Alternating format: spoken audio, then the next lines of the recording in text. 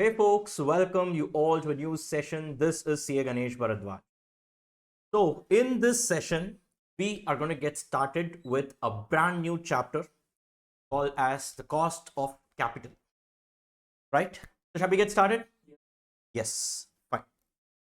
So now, first of all, our subject, financial management, has how many objectives? Guys, answer, come on. How many objectives? Three objectives. What are they? Financing decisions, investment decisions, and dividend decisions. This is what we saw in the introductory session, and I told you that every chapter in our syllabus, right, goes on to achieve either of these three objectives. Correct? Now, what do you mean by financing decisions? Those decisions which are taken towards the fundraising activity. Yes, guys. And this chapter, cost of capital, squarely fits into the category of your financing decision. Are you clear with this? First that you need to know is which objective are we achieving in this chapter, right? Are you able to understand this, right? So this chapter relates to what? Fundraising activity. Clear with this, guys? Now, let me just give you a background example here. Now, let us say this is the balance sheet of the company, right? The company can raise money from different sources of finance, correct? When I say finance, capital, money, fund, these are all interchangeably usable words. Capital means, don't think it is equity capital. No, capital means money in normal financial language. Clear with this? Now, let us say company is raising. One source of finance is called as equity share capital. There is another source of finance called as preference share capital. There could be your debentures, there could be long-term loans, different sources of finance can be there. Correct? Now, each of these sources of finance, you tell me, guys, will it come free of cost? Will it come free of cost? Absolutely not. For every rupee the company is raising, they will be incurring some cost. Yes, the cost incurred towards equity share capital is called as cost of equity. Are you clear with this? And cost of equity is popularly known as KE, where K stands for cost, E stands for equity. Are you clear with this? How to compute and all that we will be seeing. Don't worry about that. I'm just introducing you to the terminologies used in this chapter. Now, similarly, preference share capital also, company needs to pay dividend and all these things, correct? Overall, preference shares also, this source also has some cost associated with it. The cost associated with your preference share capital is called as KP. Are you clear with this? Similarly, the cost that is incurred towards your debenture as a source of finance is called as KD. Are you clear with this, guy? Right? Now, one thing that you need to remember is in this chapter, whenever I use the word cost is always expressed as a percentage, not in absolute terms. Clear with this? Or one more point extra I'll tell you. This cost is nothing but the discount rate which we saw in our EVM chapter. Clear with this? Sir, how, sir? Simple. We saw an example where I told you IRR calculation. In that context, I told you one thing. Every complete financial transaction has both inflows and outflows associated with it. Correct? Let us say you are going to a bank, right? And you're opening an FD. From your perspective, what will you do? There will be first an outflow, followed by a series of inflow. And when we equate the inflows with the outflows, the rate that equates the two is called as a return we saw. Just flip the same financial transaction from the perspective of the bank. From the perspective of the bank, there would first be an inflow, followed by a series of outflow. Or, in short, can I say, IRR, when computed from your perspective, was a return for you. The same IRR, when it is computed from the perspective of the company, can I say it is a cost? Guys, correct? Yes, because it's the same transaction, only flipped. There was initial inflow followed by a series of outflow from the perspective of the company. You clear with this? That calculation is only called as your cost of capital expressed as a percentage, and for each and every source of finance, the cash flows will be different. For equity, there will be your equity dividend. Your preference, there will be preference dividend. For debentures, there will be interest. It can be different. So this calculation done for every source of finance is nothing but the discount rate or the IRR for that source of finance, which we are denoting it using KE, KP, KD, etc. Are you clear? Are you able to understand this?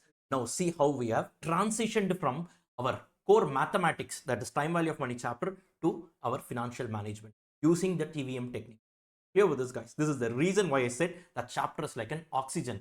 Without that, you can't even enter into the entire subject. Clear with this, guys? Now let us say, for example, the company raises 30 crore rupees from equity route, 20 crore rupees from preference share capital route, and let us say 50 crore rupees from the debt route, debenture route.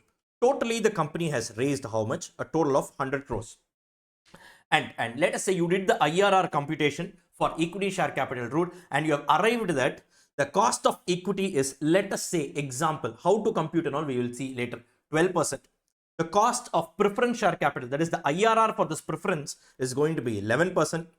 And the IRR for debentures is going to be how much? Let us say 9%.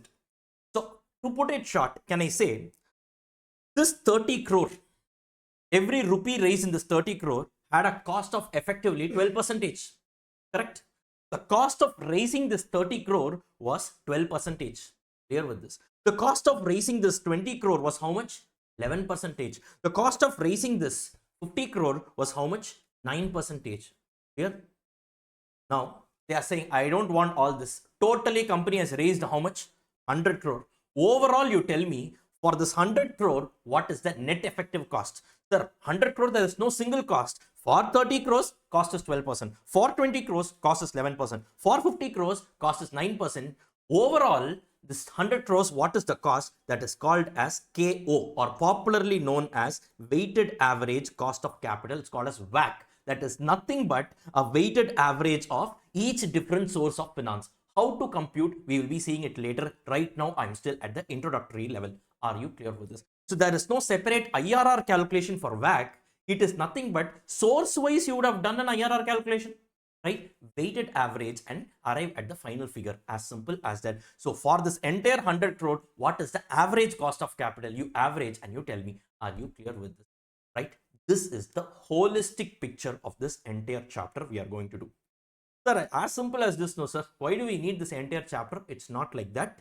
There are some technicalities involved in every single source of finance, and there are some detailed and advanced level computation that we will be seeing inside this chapter. And that is the reason why this chapter has a lot of numerical problems along with technicalities and all. One of the most important chapters, every attempt about 8 to 10 marks gets tested in that 50 mark component of financial management. So ideally, the weightage of this chapter is around 16 to 20% of the FM component. 8 to 10 out of 50 means about 16 to 20% as a, if you're looking at it as a percentage. This chapter itself is a percentage chapter only, no? Cost is referred to as percentage, by the way. Guys, clear with this. Always remember, if you give a figure in absolute sense, it doesn't make sense. It should always be expressed as a percentage, only then it is comparable. Clear with this, right? So this is actually something I wanted to tell you all. And the most important thing that you need to have in your mind is, this chapter is, this entire calculations and computations in this chapter is done from the perspective of whom? Is done from the perspective of the company, not from the perspective of the investor. So this chapter is fully done from the perspective of the company. Have that in your mind. We are not computing this from the perspective of the investor. Are you clear with this? Are you clear with this? Right? Right? Now, basically, one thing that I told you earlier was that bank FD example. What is return from the perspective of the investor is, technically speaking, the cost from the perspective of the company. Correct? No. Your return is actually the company's cost, because what they pay is what you receive. Simple. Right? Of course, there are a few adjustments. There are a few exceptions to this rule. Right? What is what? We will be seeing it during the course of this chapter. But general thumb rule is what? Return from the perspective of the investor is cost from the perspective of the company. But there are a few exceptions to this rule. What are those exceptions? You will be understanding as we proceed into this particular chapter. Are you clear with the introduction? This introduction is a launching pad for you to enter into this particular chapter. Without this introduction, that perspective you will not be having and you don't know what you will be doing. That's the reason why I took this time and explained the perspective. Here with this, guys. Perfect. Now, look at this. Take your concept decoder book. Look at this. Cost of capital refers to the return expected by the providers of capital. This word expected is the most important word in this chapter because I will just give you a hint right now and leave it there. When we are doing the sums, I will walk you through this, the spirit behind this word. In financial management, we don't deal with the actual figures. Why? Because this subject is about decision making. This subject is not a post-mortem work. We are not in financial accounts where once the transaction happens, you record it. No, that's not what we do. If the transaction has happened, already happened, where is the question of taking a decision for it? Clear with this? That's the reason why we use the word expected. Means what? We are dealing with the expectation of the providers of finance. So suppose if the company has actually incurred a cost, right? That actual cost is irrelevant. Today, if their investors are expecting something, we deal with these figures. It is based on the model of opportunity cost. Are you clear with this? So we don't deal with the actual figures. We generally deal with the expected figures. And that is the reason why they have used the word return expected by the providers of finance. And remember, return from the perspective of the investor is cost from the viewpoint of the company. Are you clear? This is a general rule subject to a few exceptions. Clear with this, guys? Right. Fine. So it's the return expected by the providers of finance to the business as a compensation for the contribution to the total capital, and it's expected as expressed as a percentage, right? And this is also known as the cutoff rate or the hurdle rate or the minimum rate of return, and it is used as a benchmark for taking capital budgeting decisions. What is the meaning of this? Capital budgeting decisions is basically your investment decisions. What is it? We will see in that chapter. Leave it right now. In short, this is nothing but the discount rate we studied in TVM chapter, right, which is used to discount or compound the cash flows or a stream of flow of cash, right? And in this chapter, the following terms will be used. The following terms will be used for discount rate. Instead of the word discount rate, we use the following terms for the respective source of finance. Equity, we call it as KE. For debt, it's called as KD. For preference, it's called as KP. Even retained earnings will come with a cost. It is called as KR, right? What it is, we will be seeing. Clear with this? And then overall cost of capital is called as WACC. WACC stands for what? Weighted average cost of capital. That is nothing but the weighted average of the previous four sources of finance. Clear with this? And it's referred to as KO. Are you all clear with this? This is nothing but a normal discount rate pertaining to every single source of finance. Are you able to understand the introduction? Done? Perfect. Now on this note, shall we get started, guys? Right. Now, before you enter into, right, the core of cost of capital, there are certain important terms or concepts that you need to understand. So every chapter before we start, I have this segment called as important terms or concepts used in this particular chapter, right? Similarly, we'll be doing for this chapter as well. Shall we get started, guys? Now, sorry. Now, number one, securities, any security, be it equity, preference, your debentures, any security can be issued either at par or at discount or at premium. You guys know this 11th standard accounts.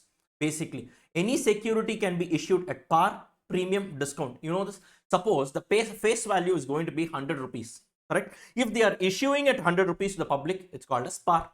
Suppose they are charging less than 100 rupees for 100 rupee worth of share, it is called as a discount. Example, 90 rupees. Right? Suppose they are charging a premium, that is, the issue price is more than the face value. In that case, you call it as what? A premium. You guys know this, no? Yes? Fine. Then, next one. Similarly, even there are different types of redemption value. Even the redemption can happen either at a par or at a premium or at a discount. Agreed on this? Yes, agreed on this? Fine. In the absence of information, what we assume? We always assume that it is happening at par. Right? Nothing is given. You can assume that both the issue price and the redemption value is at par. Correct? It's a very normal and a standard assumption. Yes, guys. Perfect. Now, here comes the one unique component that you need to know.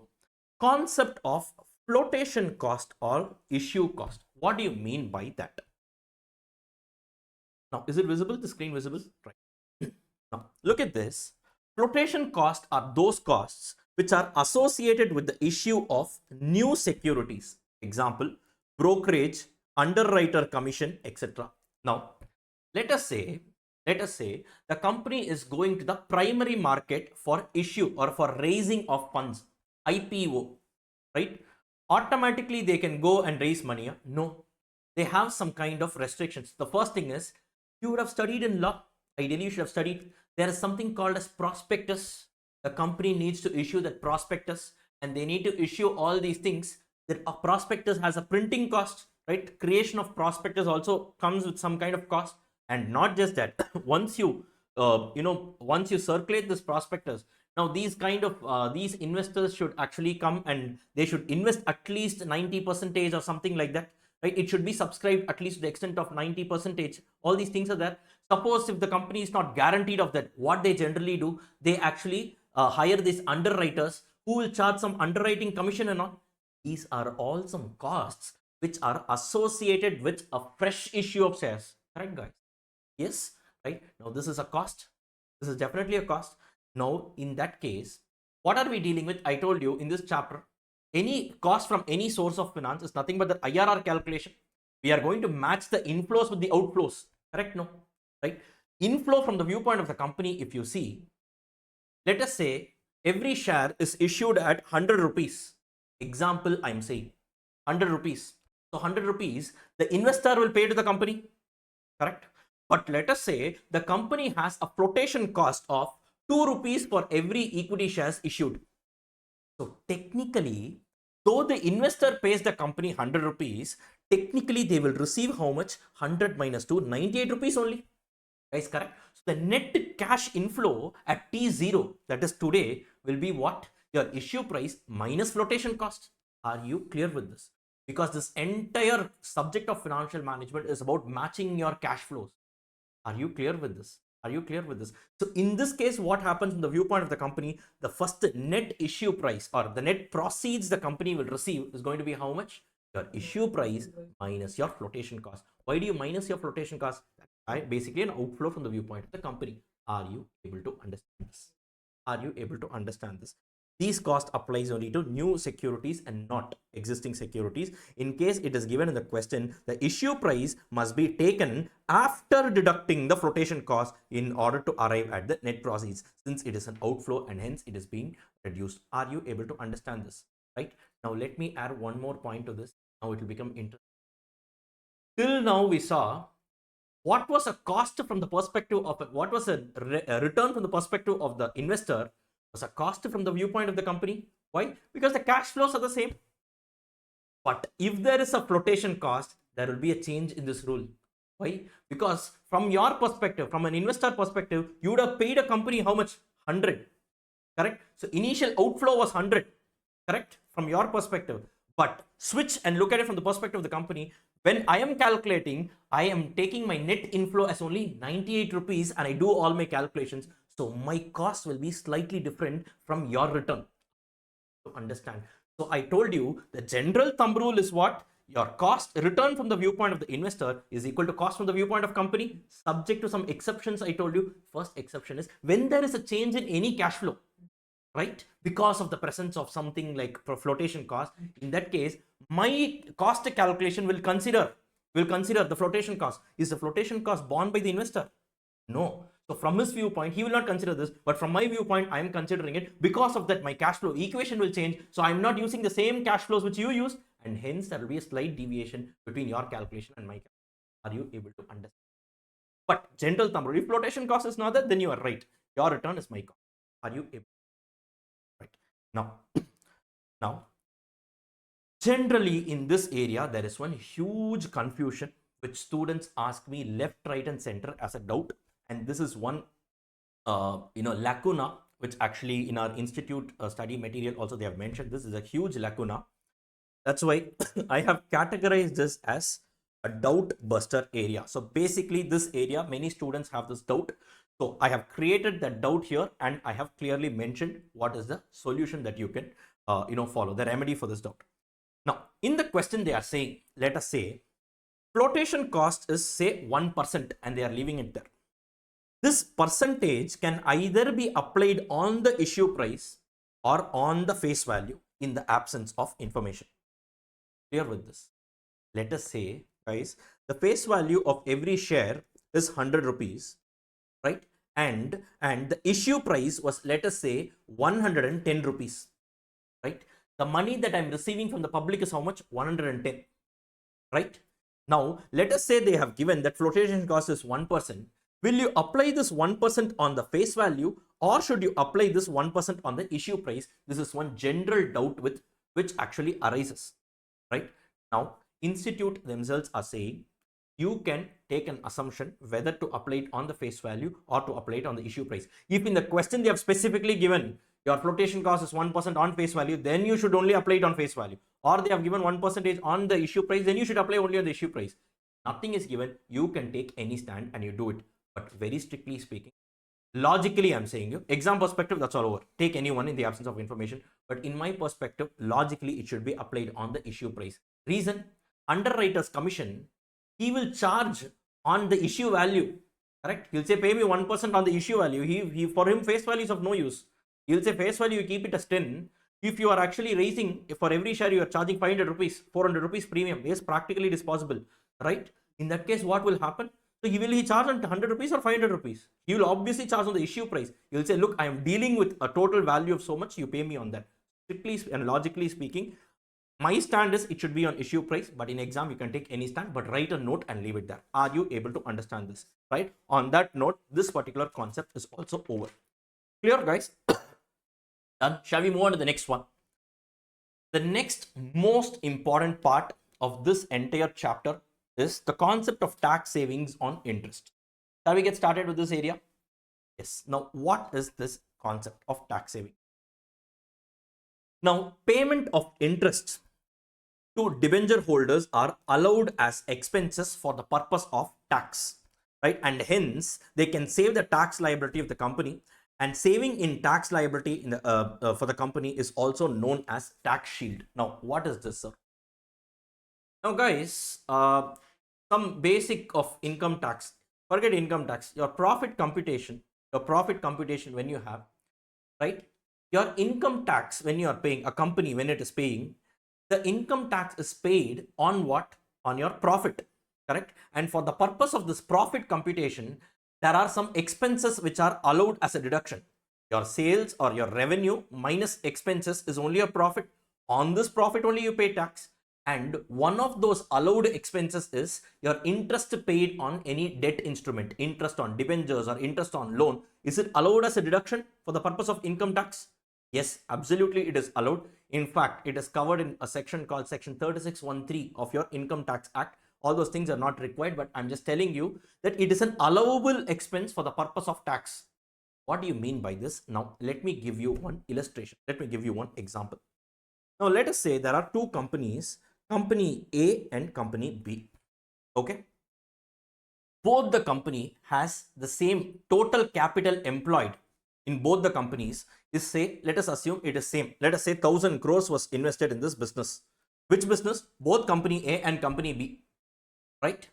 But the only change was, let us say, example only I'm giving you, equity and debt. Company raised money only through two sources of finance. Okay, let me just put it here. Second.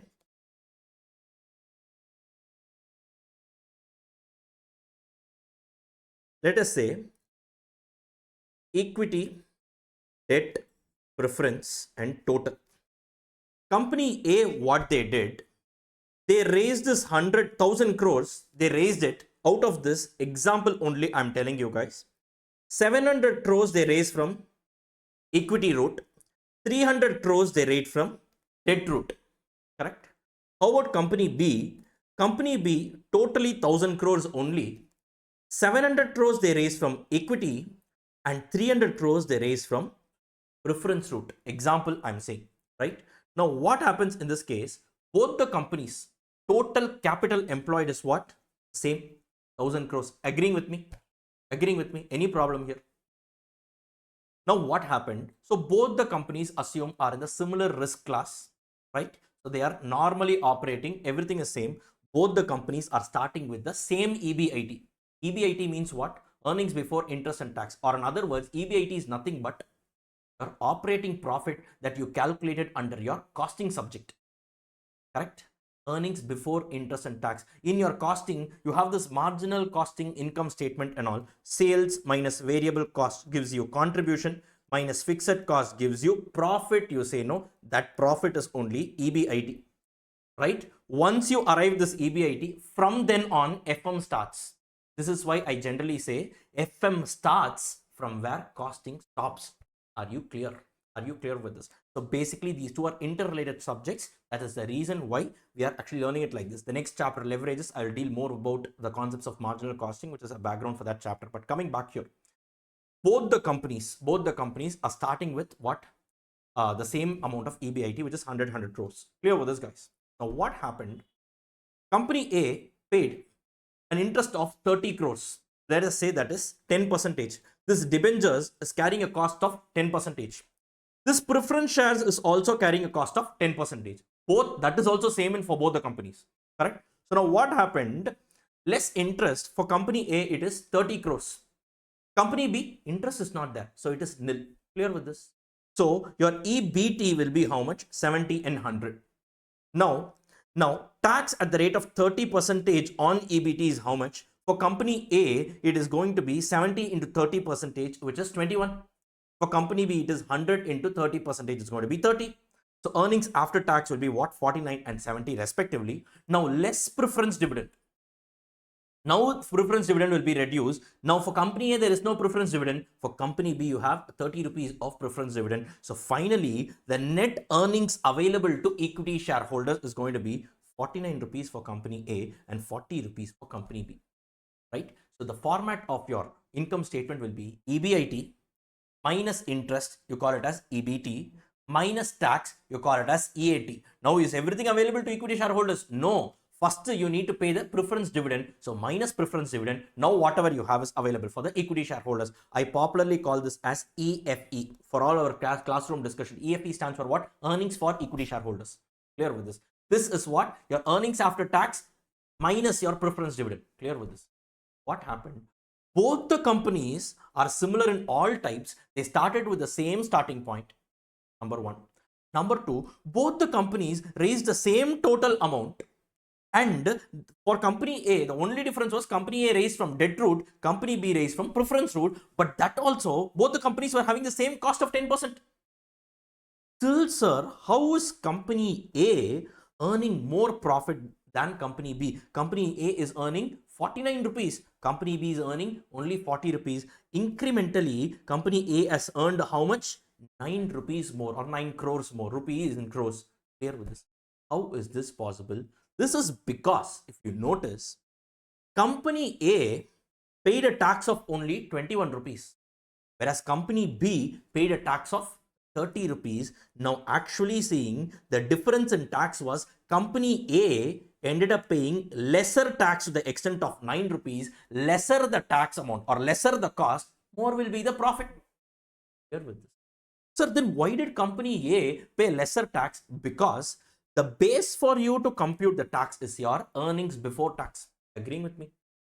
Now, for the purpose of computing the base to calculate tax, interest alone is allowed as a deduction. Why? Because preference dividend is not an expense, it is an appropriation of your profit. Because to some extent, even preference shareholders are called as shareholders. Correct? No. So which means anything that you pay to a shareholder is not an expense, it is only an appropriation of profit. Yes, though they are legally speaking, they don't have any voting powers and all that, but they are also treated as one shareholder only. So amount paid to them is not an expense. So this 30 rupees was allowed as a deduction, correct? Or to put it in other words, out of 100, only on 70 the tax amount was computed. Or in other words, can I say on this 30 rupees, no tax was paid? Guys, correct? So to put it short, here can I say this 9 rupees whatever company has saved is nothing but your interest amount into tax rate. Correct? Interest amount into tax rate. What is your interest amount? 30 rupees. What is your tax rate? 30 percentage, 30 rupees into 30 percentage, that gives you how much? Is 9. This is the tax saving. Correct, guys? Correct, guys? Yes, are you able to understand this? Yes, are you able to understand this? Or one more step can I go and say, effectively, what is my interest cost? I paid 30 to whom? To the debenture holders, but parallelly I saved 9 rupees because I paid 30 rupees to them. So effectively, can I say my net effective interest cost is going to be rupees 30 minus rupees 9, which is equal to rupees 21. Agreeing with me on this? Agreeing with me on this? Because I paid this 30 rupees, government allowed this tax benefit on the interest component, so I was able to save 9 rupees parallelly. So my net effective interest cost is how much? 21 rupees. Yes, agreeing with me on this? Guys, are you all able to follow? Because this 30 rupees is what I paid, this 9 rupees is what I saved. So net effective interest cost is going to be 21 rupees. Agreeing with me on this? I call this as the post-tax interest cost. The post-tax interest cost, this 9 rupees is called as the tax saving on interest, also called as tax shield on interest. We just saw that. Are you able to? Is this facility available on preference dividend? It's there only on interest. Correct? So one more point can I just say? How did we compute this figure? How did we compute this figure? Can we say that this 30 rupees is nothing but interest amount, right? And this 9 rupees is nothing but minus of interest amount into tax rate. Correct? This 9 rupees is what? Interest amount into tax rate. Just now we calculated, no? Interest amount into tax rate. Yes, yes.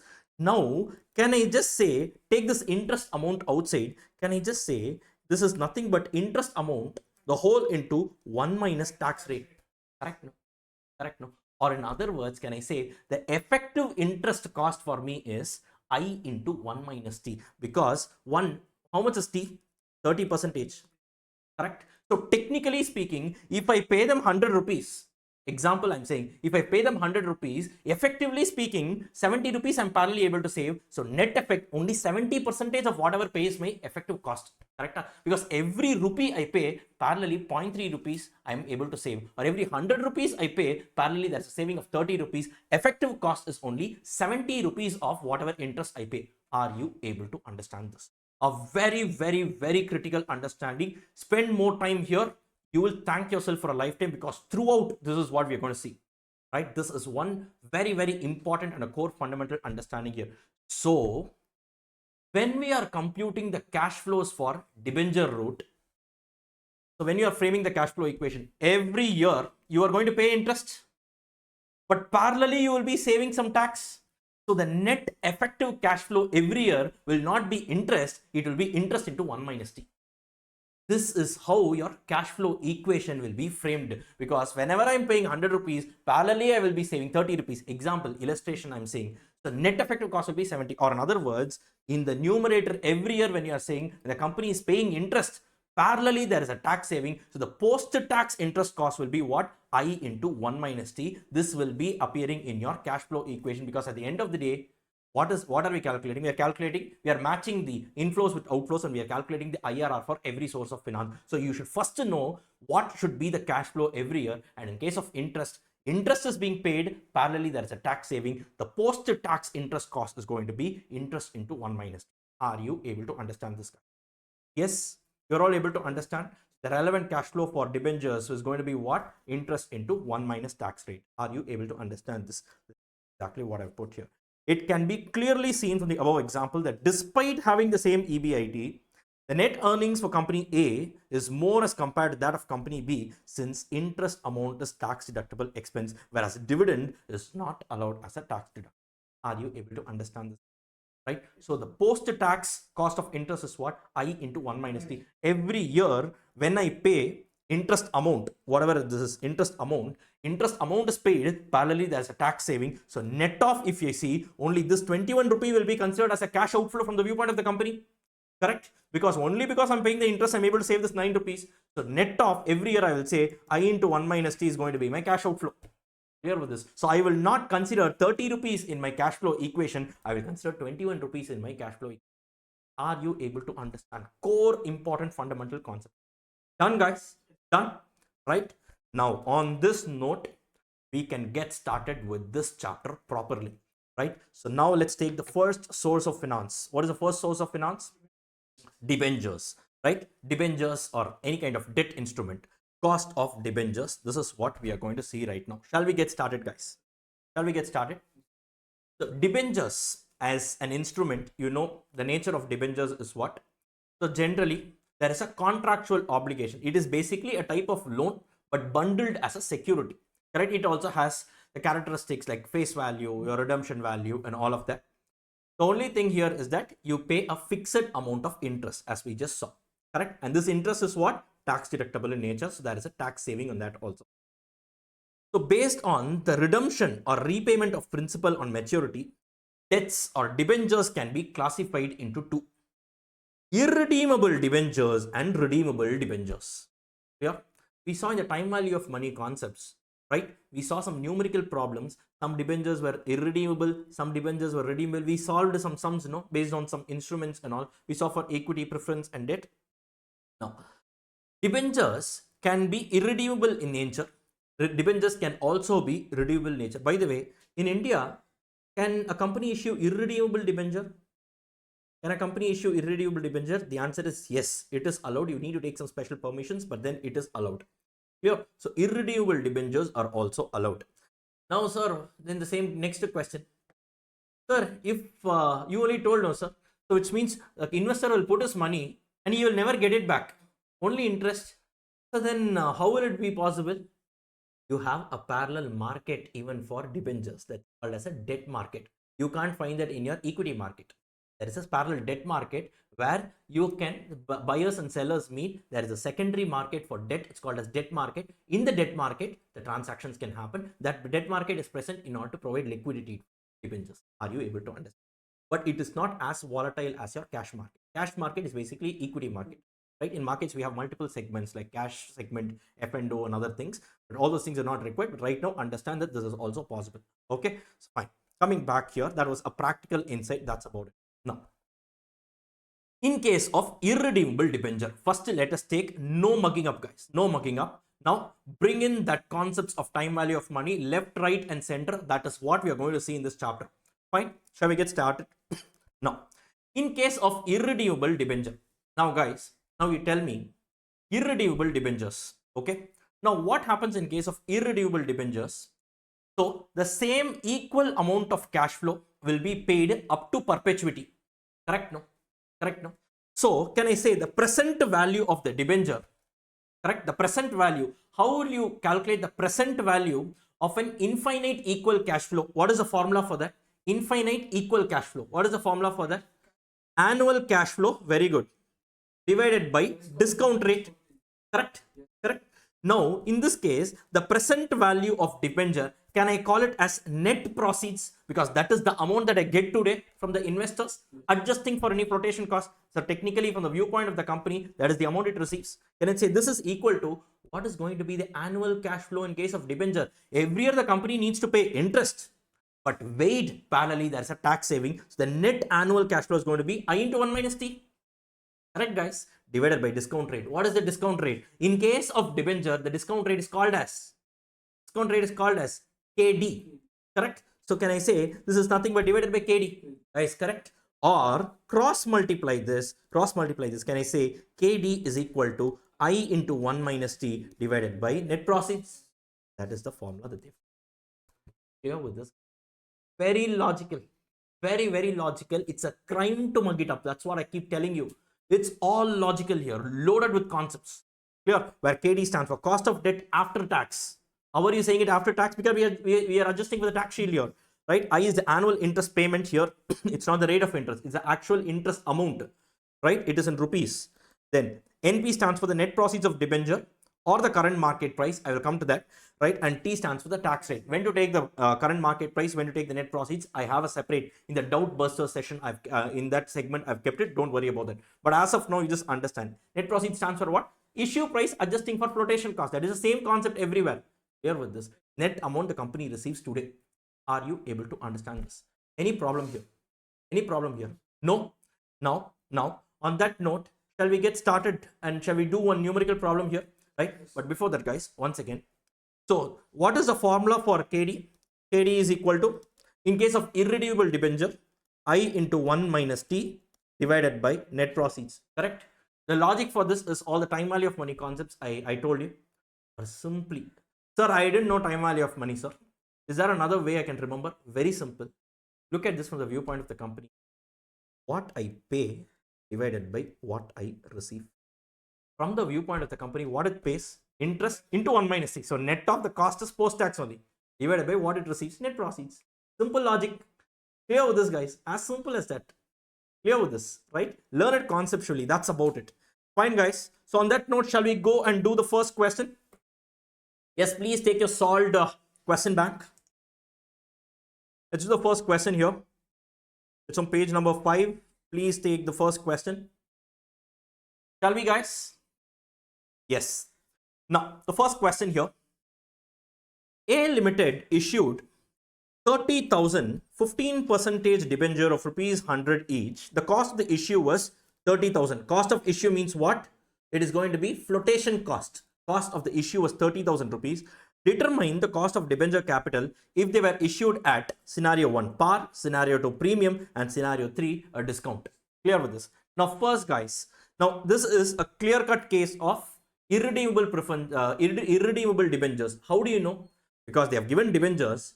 Have they given the life or the period has been given? Guys, no. When the period is not given, you can definitely assume it to be irredeemable in nature.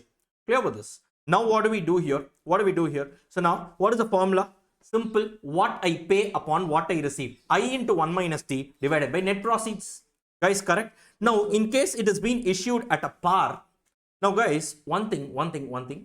Please, attention here. 1 second. Yes, 1 second here. Now, you can do the calculations of all the KD and all these things, calculations. It can be done on a per debenture wise or per share wise. Or you can do the calculation for the entire value also. You can take the total and you can do it, or per share wise or per debenture wise also the calculation will be, you can do it. The answer will be the same. Not a problem. Now, in this case, we are doing it on a total basis because flotation cost is not given on a per debenture level. It is given in total. Correct? So what we can do is, now in this case, you tell me what is the total annual interest payout by the company. They have issued 30,000 debentures. Correct? It is carrying a coupon rate of 15% and the face value of every debenture is 100. So can I say the total interest payout every year is going to be 30,000 debentures into 100 rupees. On that 15% is being paid. Every year the company is paying an interest of how much, guys? Every year the company is paying an interest of how much? 4,50,000. Correct? Now suppose the company is issuing it at par. What happens to the net proceeds? How much will the company actually receive? 30,000 shares, or 30,000 debentures into 100 they will receive. Correct? 30,000 into 100. But minus, you have a flotation cost of 30,000. So the net proceeds will be how much? 29,70,000. Guys, correct? Correct? So now, so you just apply the formula. Interest 4,50,000 into 1 minus tax rate. In this question, the tax rate is not given. Clear? So assume it to be 0. If that is not given, then it's 0. That's all. Right? So interest into 1 minus tax rate divided by net proceeds. So in this case, my cost is going to be how much? 15.15%. Are you clear with this?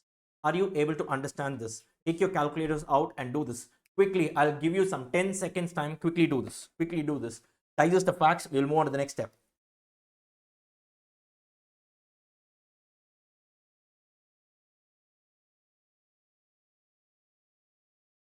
Done? Done? Now, guys, all the calculations are exactly the same. But in case the company issues the debentures at a premium of 10%, what will happen? Only the denominator, net proceeds will be different. Correct? Every share is now issued at 110 rupees. So 30,000 into 110 minus 30,000, net proceeds will become 32,70,000. That alone you put it in the denominator. Everything else will be the same. So now the cost becomes what? 13.76% is going to be your KD. Are you able to understand this?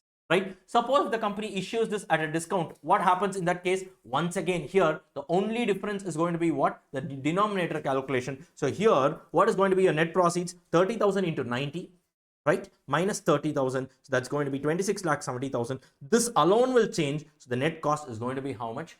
16.85%. Are you clear with this? This is going to be your KD calculation. Are you able to understand this, guys? Any problem, any difficulties here? No? Right?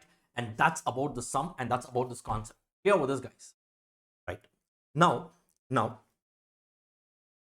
you have your notebook, right? You have your notebook, right? Perfect. Now go to the last page of this notebook and give it a title. This is something that I only tell you one time, right? And after every sum, you need to do this. Give that page a title called Library of Adjustments. Library of Adjustments. Guys, quick. Don't waste time. Do it quickly.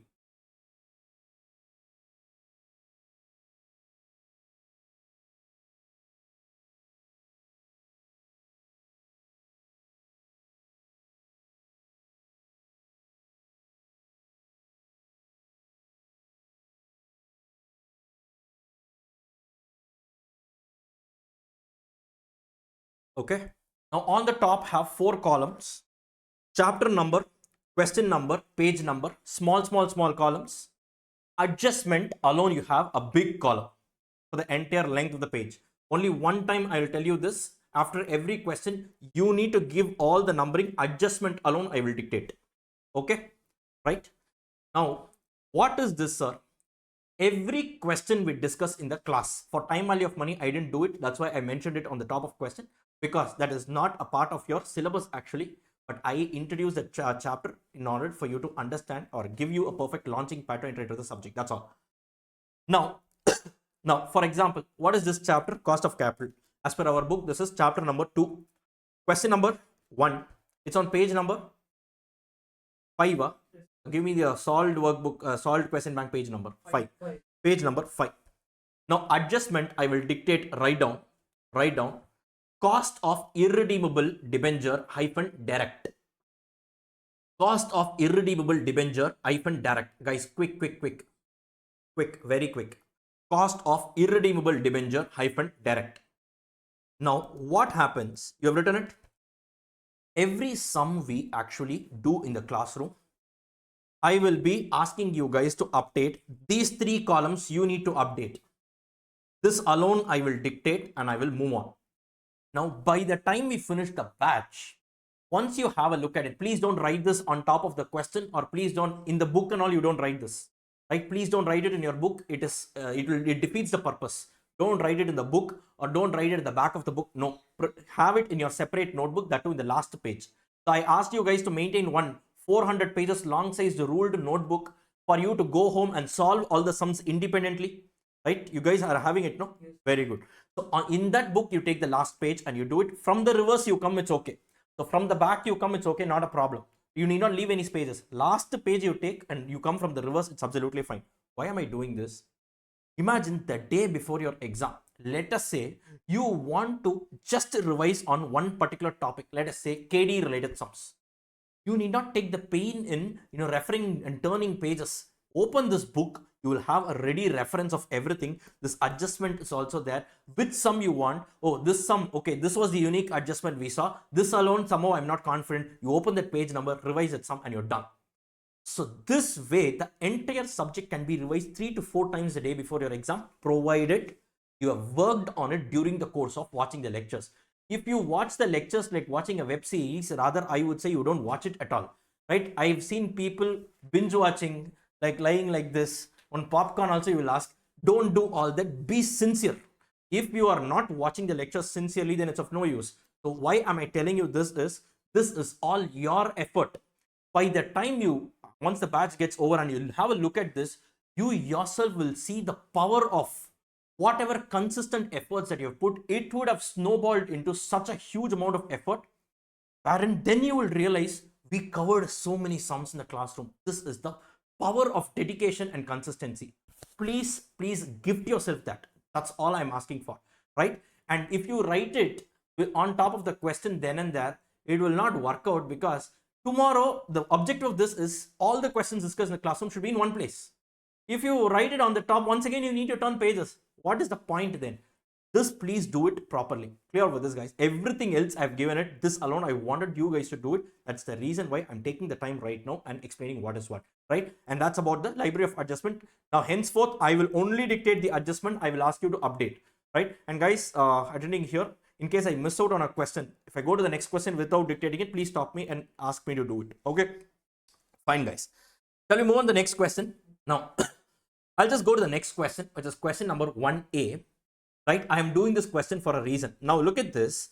1A, as I told you, the color coding, this background of this color, the background color of this question is different. And I'm also giving it a unique numbering called 1A. Reason is, it is very similar to question number 1, except for one minor change, right? This minor change alone, tomorrow when you're revising, if you look at it, you were sorted for the sum. You need not go through the entire sum once again. What is that? I will tell you right now. 5 years ago, Sona Limited issued 12% irredeemable debentures at rupees 103.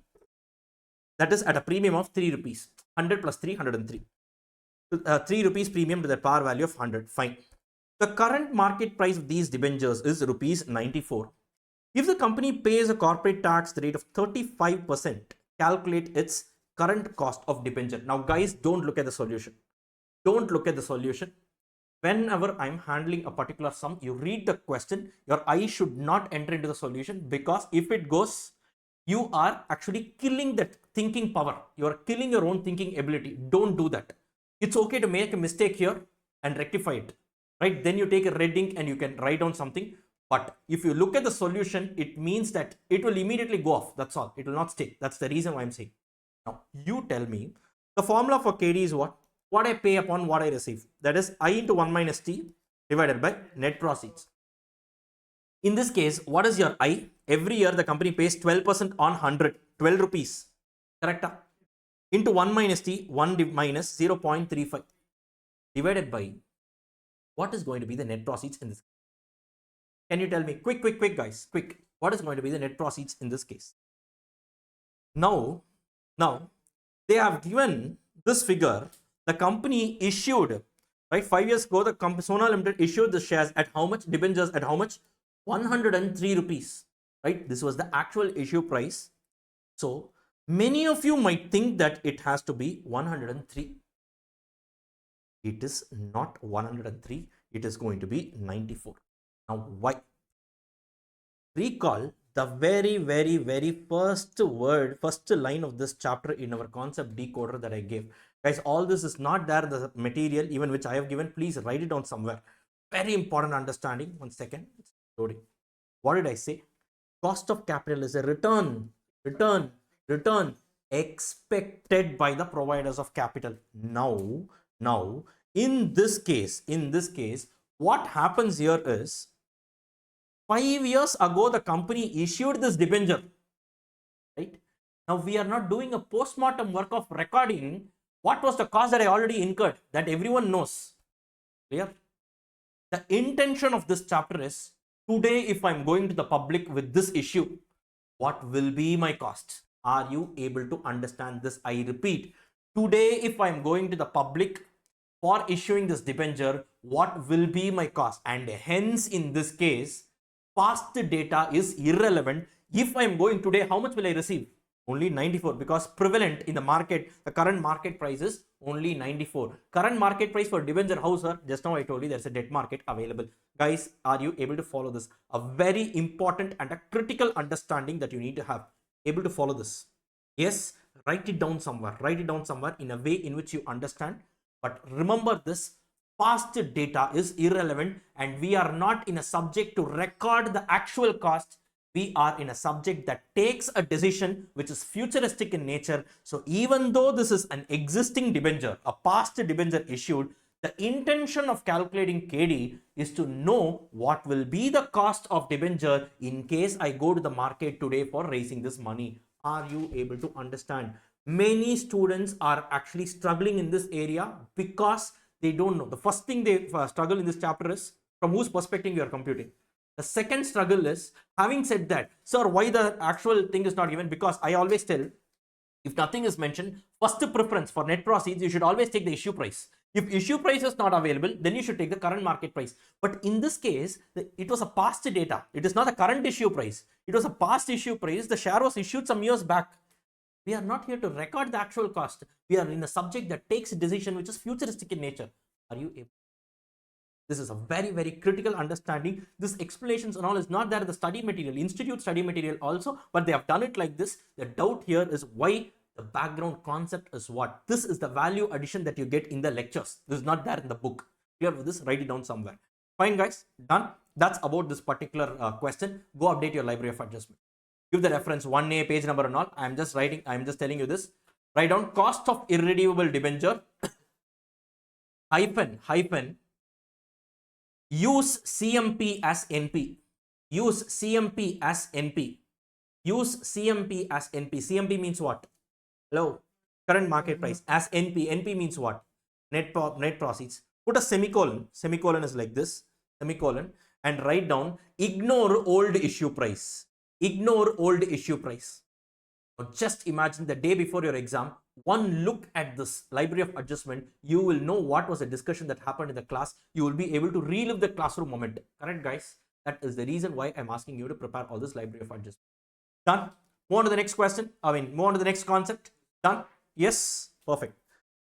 Right. See, I have handpicked certain sums. Those sums I'm doing. If you are doing these lineup of questions, any other question you will be able to handle. That's how I have lined up the question for the fast track course. Right? Fine. Let's go on to the next one. So I told you debentures are of two types. One is your irredeemable debenture. The other one is called as redeemable debenture. Right? Okay. Now let's move on to the next one, which is called as redeemable debentures. Now, redeemable debenture means what?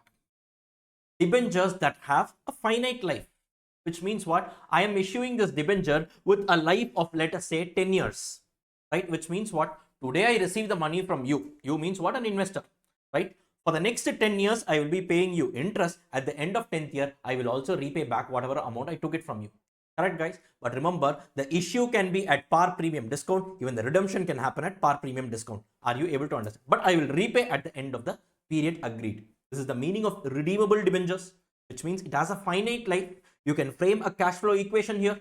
Guys, correct?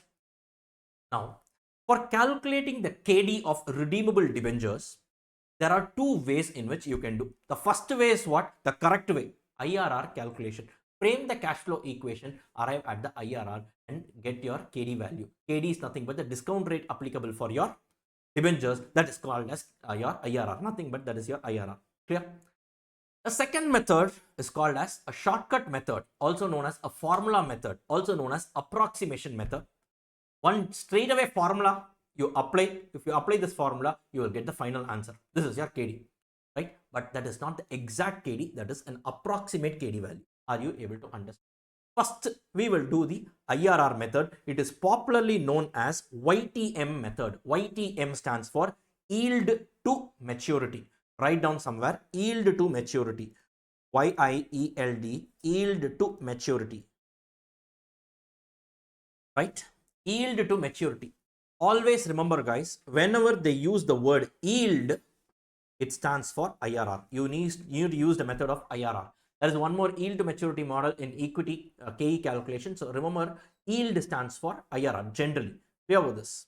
Now, how do we do this? I will take an example and I will show it to you.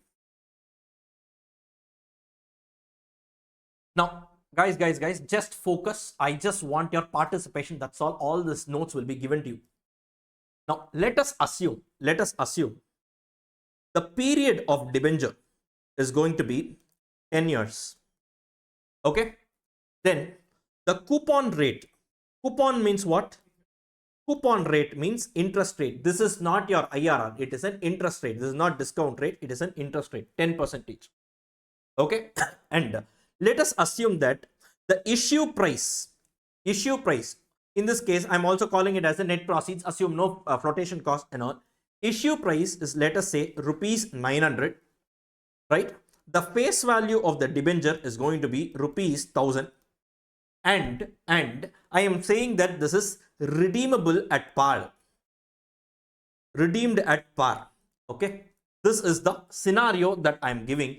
I am asking you to calculate KD. What will be the KD? Guys, clear with this? Please participate. That's all. It is more than sufficient. Right. Now, first thing, in this case, it is a case of debenture, right? And you have a finite life, means what? It is redeemable at par. Now, I need to calculate the rate of return. Basically, IRR, I need to compute. First thing, frame the cash flow equation. It is the most important thing. Frame the cash flow equation. We are doing this calculation from the viewpoint of company. So, can I say the present value of inflow should be equal to the sum total of the present value of outflows? Or in other words, can I say 900 should be equal to what is going to be every year's interest rate? Interest 10% on 1000. How much is it?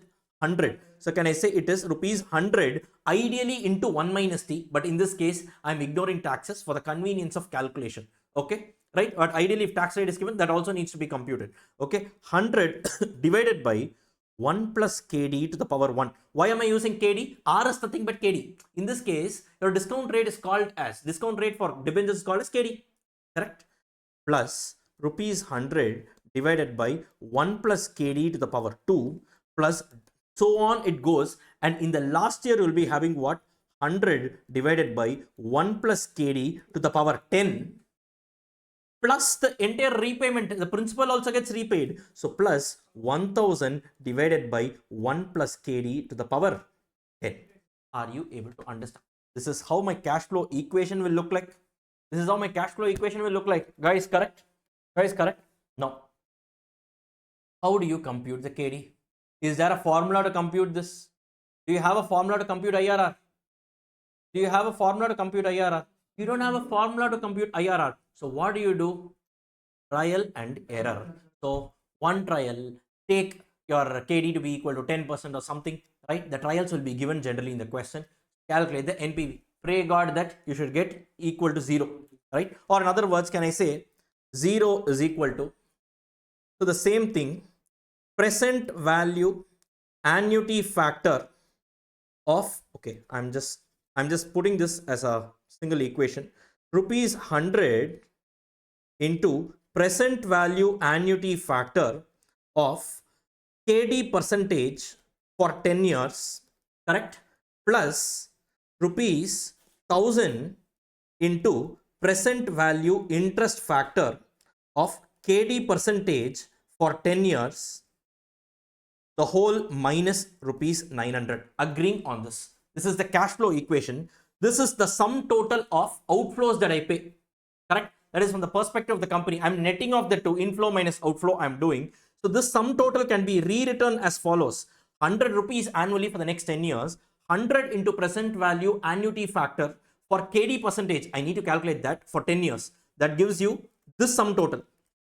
Plus 1000 happens only once. So 1000 into present value interest factor of KD percentage for 10 years, right? Minus 900 is equal to 1000. Or in other words, I need to calculate that KD percentage that makes my NPV equal to 0. That is called as IRR, no? Guys, yes. Are you able to understand this? Are you able to understand this? So how do you do it? Trial and error method. That's the only way to do it.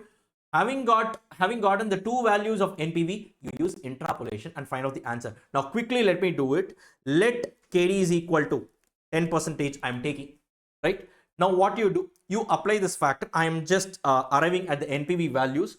So I know that it is rupees 100 into, so present value annuity factor of 10% for 10 years, annuity table, you can actually calculate it in your calculator also. 1 divided by 1.1 is equal to, you put 1 m plus 2, 3, 4, 5, 6, 7, 8, 9, 10. You get 6.144. So is equal to m plus, is equal to m plus, is equal to m plus, like that 10 times if you do, and finally you do MRC, you will get the final value, present value annuity factor comes out to how much? 6.144. Are you getting it? Are you getting it? Yesterday I taught you the same thing, no? How to use m plus MRC in your calculator. Directly you can do, but don't worry, all these calculations will be given in the question, right? But I'm just teaching you how to do it once again, right? I'm revising that, that's all. Plus rupees 1000 into present value interest factor of 10% for 10 years. Again, 1 divided by 1.1 is equal to, is equal to, is equal to, is equal to, like that. If you put 10 times, you'll get into 0.322, right? The whole minus 900. If you do the calculation, I think finally you will get a positive 100 rupees. This will be your NPV. Guys, clear with this. This is computation driven. Don't worry about it, right? You do the calculations if you want once again, but this is the final answer you will get. Now, can we say KD is equal to 10%? No. Why? Had KD been equal to 10%, had 10% been your IRR, that is KD, then you would have got a final answer of 0. But what is the answer you got? 100. So you want your final answer to reduce. How will you reduce it? By increasing your discount rate. This is what we saw in the trial and error method, right? So now what we do? Now take the next trial. Let KD be equal to 11%. Sir, how do I know 10 and 11? Generally, it will be given in the question. These tables will also be given in the question. 6.144, 0.322. But I am asking you to be self-reliant. Don't be dependent on anyone in life for that matter, right? So now, in that case, the KD calculation, in this case, I'm just cutting it short, guys. You get an NPV value of minus 13 here, right? At 11%, if you do the NPV calculation, right? So you will get the value of minus 13. Similar calculation, 100 into present value annuity factor of 11% for 10 years plus 1000 into your present value interest factor for 11% 10 years. If you do all this minus 900, final answer comes out to how much? It comes out to minus 13. Guys, clear with this? Are you able to understand? I'm teaching you the concept here. That's all. Clear with this, guys? Yes. Now, in this case, what happens? I know that KD is lying clearly between the IRR. Basically, the KD is clearly lying between 10% and 11%. Guys, correct? Yes, correct. Or in other words, can I say R and NPV? If I increase my R, I'm sorry guys, this was 12%. The second trial they took was 12%. This will be given in the question. If you are taking KD, the second trial that I took was 12%. Okay, not 11. I took 12%. If you take 12% as the second trial, you get a negative NPV of minus 13. Are you clear with this? Right? What happened? Okay, well.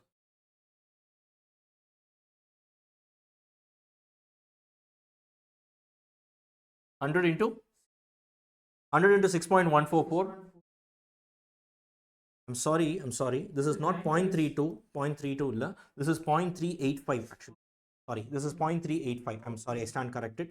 So, see, I was not focused more on the calculation here. I wanted to drive home the logic here. But yes, this is 0.385. If you do the calculation, you get a positive 100 here. Right? You're right. Fine. Coming back here, right? So, see, this IRR, that's why I dealt with it in detail in the previous chapter itself. That is in your time value of money chapter itself. Right now, I'm focusing more on how to compute. Once again, we are just revising the concept of IRR in this KD model. That's all.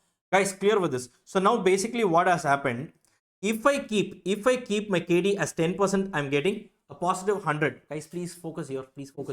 Right? If I'm having a KD of 10%, the NPV value is a positive 100. If I keep my KD as 12%, I'm getting a negative 13. Or in other words, if I increase my KD by 2%, right, what happens here is my NPV falls from positive 100 to negative 13. It falls by 113.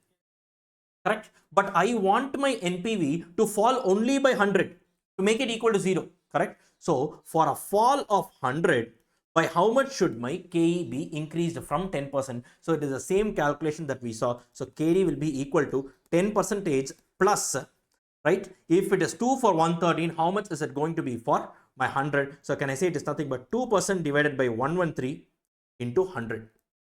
Correct, guys? Right? If it's going to be 2% for 113, how much is it going to be for 100? You do the calculation, tell me. 2 divided by 113 into 100, that gives you 1.7699 something. So basically here it is 10% plus 1.7699. You can just round it off here. It's overall, it's going to be 11.76% approximate. Are you able to understand this? Normal IRR calculation is what we have done here. Okay, you guys are able to follow this. Don't worry, I'll be giving you all this running notes. You need not have to worry about it. Just focus on whatever I'm taking here. That's more than enough. Are you able to understand? Yes, guys. So in case of a redeemable debenture, what you can do is frame the cash flow equation, take 2 trials, arrive at the IRR. Whatever IRR you get is called as the KD, because we are using the cash flows pertaining to what? Pertaining to debentures. Are you able to understand? Right? That's what they have given here. It is done by calculating your IRR. What is that IRR concept is what I have explained here. But remember, every year cash flow, what you need to consider? I into 1 minus T. Get with this. because it's not just interest, it is interest adjusted for tax rate, because that's my net cash outflow. Are you able to understand this? Right? And then I've just given you this. Clear, guys? Clear? Now there is a second formula. It's called as the shortcut method or a formula method, popularly known as approximation method. What does this formula say? What does this formula say? It says KD is equal to I into 1 minus T plus RV minus NP by N, the whole by RV plus NP by 2. Right? Easy formula. Huh? So you can mug it up. I will shift to the next one. That's all. Okay. Guys, very simple and logical once again. Very simple and logical once again. So how is it? Please focus here, boss. Please focus here. Now, KD is equal to, as per this formula method. This formula method, first one, let me tell you one thing. It ignores the concept of time value of money. It ignores. Then, so why are we calculating? For convenience sake. For convenience sake. Suppose in the question they have asked you to calculate KD and given all the facts. IRR calculation takes a lot of time. Nothing is mentioned. You can use even shortcut method and close it off. The shortcut method, sir, I need to mug up this formula. No mugging up. Very logical. I will tell you what is what. Now, what has happened? What has happened here? I just told you KD calculation, cost calculation is what? Numerator from the viewpoint of the company, what I pay. Denominator computation, what I receive. Correct? No? Logically, you think. Now, let us say we are talking about a debenture which has a life of 10 years. Okay, right? It is issued at 10%. Okay, the face value is 100. That is what? Issue price is 100. Redemption value is going to be 110, redeemed at a premium. Okay, done.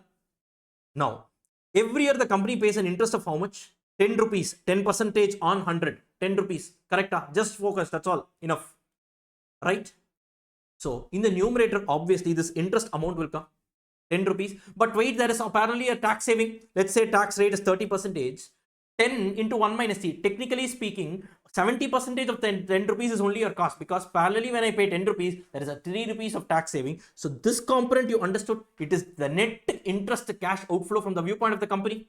Guys, correct? This is one cost. So, hence it lies in the numerator. Agreeing with me on this. Next.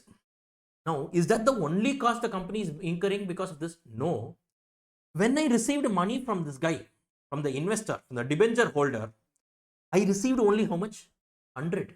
Issue price was 100. But when I am redeeming it at how much? 110 rupees. Which means this extra 10 rupees is also my cost because I raised the money from the debenture channel. So, RV minus NP. RV is what? RV is going to be 110. NP is what? It's going to be 100. Right? This extra cost of 10 rupees is also my cost. Yes. But wait, that cost is not a cost incurred every year. It is a cost incurred during the life of this entire debenture. So, divided by the life of the debenture, 10. If you amortize it net annually, I can say that representatively 1 rupee is the amortized cost of this difference between my redemption value and my net proceeds. Here with this. Hence, the numerator has the total annual cost that I am incurring towards my debentures. Logical, guys. Denominator is what? Your debenture capital. One more confusion. Sir, which one I need to take, sir? Because opening capital, that is my issue value, or should I take my end redemption value? No confusion. Take a simple average of the two. Yes? Yes? Now, tell me the formula for KD. Logically think, guys. That's all it takes. I into 1 minus T plus RV minus NP, but that's the total cost across the life, divided by N, whole divided by RV plus NP by 2. Now, you only said the formula, right? That's all it is. That's all it is. Are you able to understand? Yes, sir. Are you able to understand? Done? Now, one more incremental. This is the formula we'll be using regularly, guys. One more incremental thing. Now, there is one argument. Some people say, look, this RV minus NP is there, no? 10 rupees amortized cost that you are saying divided by 10 and all. So, representatively every year you are saying 1 rupee. That is also a cost, no? Then that should also be eligible for a tax deduction. If that is also a cost for you, that should also be eligible for your tax benefit, no? If you are assuming that is also a part of your tax benefit, then you put this one, into 1 minus t. This tax shield should also be applied on this. Or in other words, you take this 1 minus t common outside, and this formula will relook as follows. I, just the interest, plus RV minus NP by N. Everything is the same. But if you are assuming this tax benefit is applicable on both your interest as well as on this amortized component of the difference between your RV and NP, then take this 1 minus t common outside and say it is applicable on both. Are you able to understand this?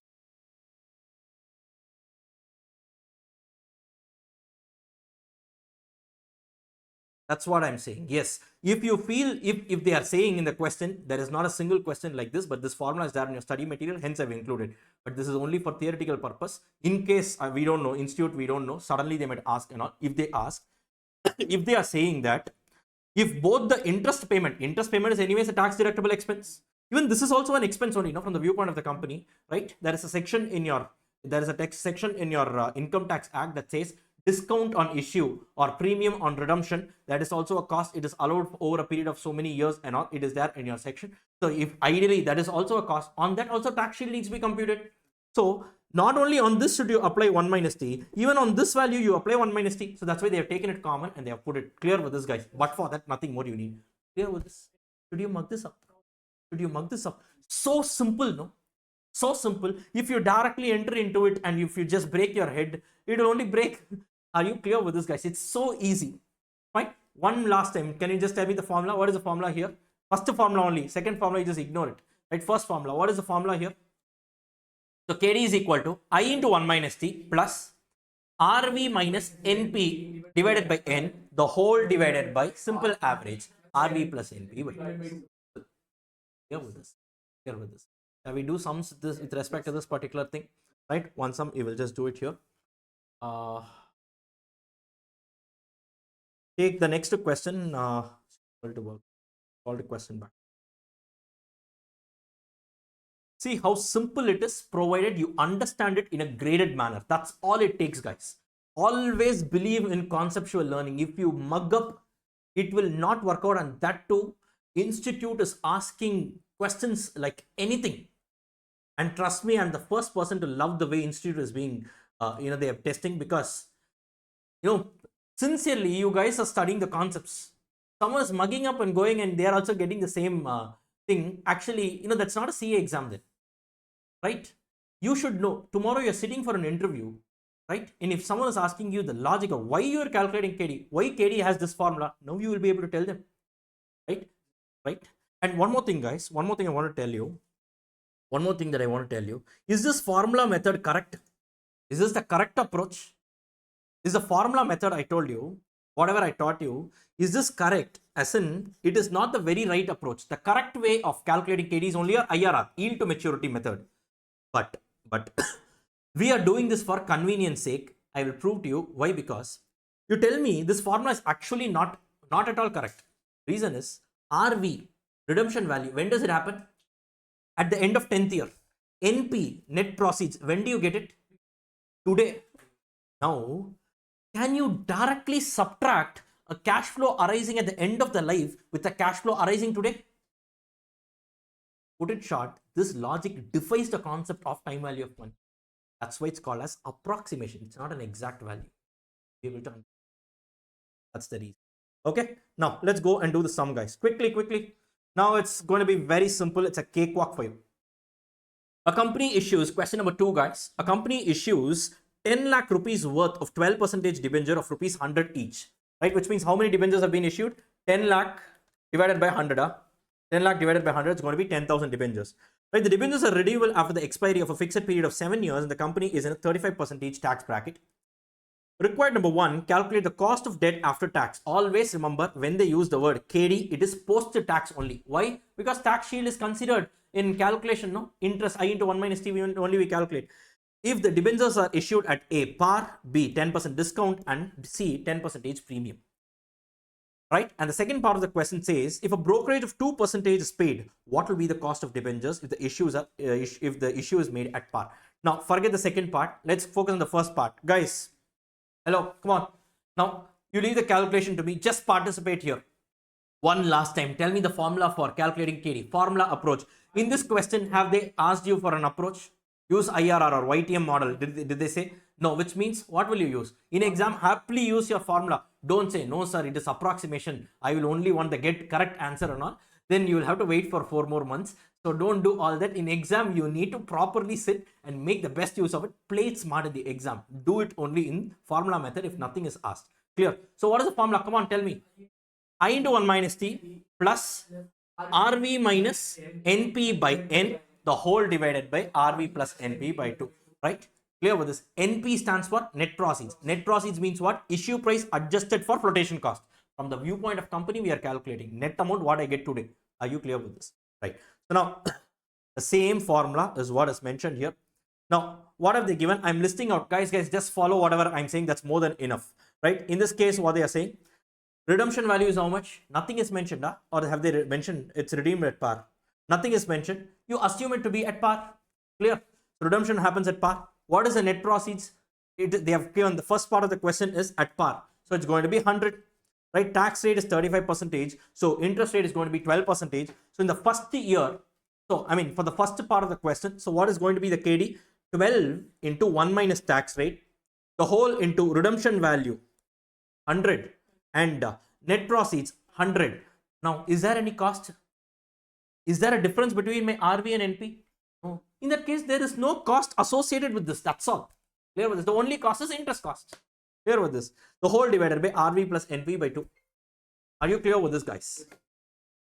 Right? Getting it? Getting it? Fine. So technically, what you get is 7.8 upon 100. This is going to be 7.8%. Guys, are you clear with this? Or in other words, can I come to a conclusion? This is just one observation. When you are issuing at par and also redeeming it at par, can I directly say for KD, the only cost is interest cost? Correct? There is no difference between the two, no? Are you understanding this? When I'm issuing and redeeming it at par, the only cost associated is what? Interest cost, right? Directly can I say KD is going to be your interest rate into 1 minus T? Right? In this case, 12 into 0.7, what is this? Tax rate is 35%. 12 into 0.65, how much is it coming out to? 7.8%. That is what we got now. It is a small observation, right? Just, extra knowledge I'm giving you. As simple as that. Clear with this, guys? Now, suppose in the same question, they are issuing it at 10% discount. What happens? Very simple. All the calculations are same. The only difference is what? Net proceeds will be 100 minus 10% on 100. That is going to be 100 minus 10, which is 90. And just to substitute that alone in your calculation. Now, guys, what happens here? It is being redeemed at par. 100 rupees, but issued at a discount.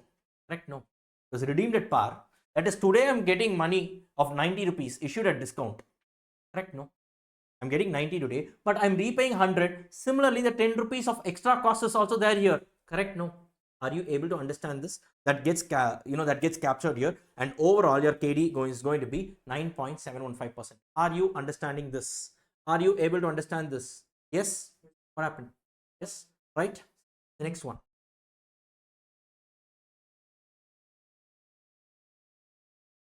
Okay, so here we have done it on a per debenture level. If you want, you multiply. What will happen in that case? So how many debentures were issued? You multiply the 10,000 in the numerator. You will once again multiply the same 10,000 in the denominator. It gets anyways knocked off, right? If you want, you can do it on a whole level also. That's why I said per debenture wise or total wise, answer is going to be the same. No problem. Clear? Fine. Next, interesting part. Suppose the debentures are issued at a premium. Now what happens, guys? I am redeeming it at par only. When I redeem, I will redeem it at 100. When I received money from the public, how much I got?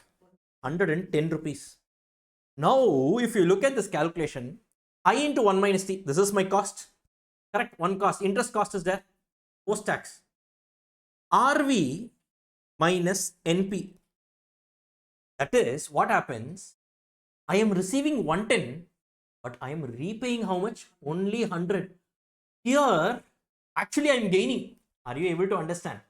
Are you able to understand? See, I am getting 110 today, but when I'm repaying, I will repay only 100.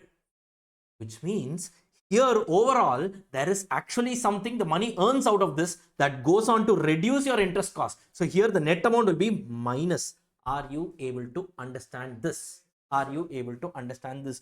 So net effectively what will happen? Your overall cost will reduce to 6.067%. Are you able to understand this? Don't think here minus is some typo error.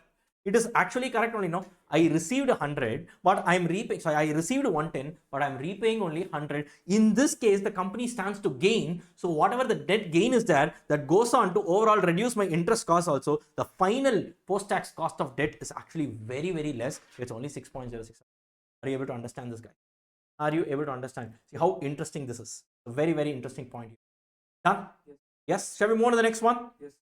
Now, the next part of the question says, assume that the company is paying a brokerage of 2%. Okay. And what will be the cost of debentures if the issue is at par? If the issue is at par. Now let's say we are recomputing, assuming the issue is at par, right? But the only difference is what? You have given a flotation cost, brokerage, which means for net proceeds, what will you do? Issue price of 100 minus flotation cost of 2%. Are you clear with this? Nothing is mentioned in the question. This 2% can be applied either as a percentage on your issue price or on as a percentage of your face value. I told you, no, flotation cost, you have two options. In this case, there is no problem because the issue itself is at face value only. So both will be the same. But remember, if nothing is mentioned, write a note saying any logical assumption you take and you can do it. Strictly speaking, it should be a percentage on issue price only. But I told you for examination purpose, institute is allowing both. Randomly in one question, they are taking it as a percentage of issue price. Randomly in the next question, they are taking it as a percentage of your face value. Any logic, no logic is there for that, but they are just taking it like that. Clear with this? Now, the computation, guys, what happens here? Brokerage is 2%. So the issue price is 100 minus brokerage cost is 2% on that 100. It's going to be what? 100 minus 2, 98. Now what you do here is, for all your computation purpose, you take this 98 as your net proceeds. So I into 1 minus T, correct? Plus RV 100 minus NP is 98 divided by 7, the whole by RV plus NP by 2. You get an effective cost of 8.168. Are you able to follow this? Are you able to follow this? Every single step I'm walking you through, as simple as that. Clear with this, guys? Done? Just go and update your library for adjustments. Write on. Write on. Quick. Question number 2, give all the page number referencing and write down. Cost of redeemable debenture. Cost of redeemable debenture within bracket formula method. Within bracket formula method hyphen. Within bracket formula method hyphen par stroke premium stroke discount. Par stroke premium stroke discount. Par stroke premium stroke discount. Are we done here?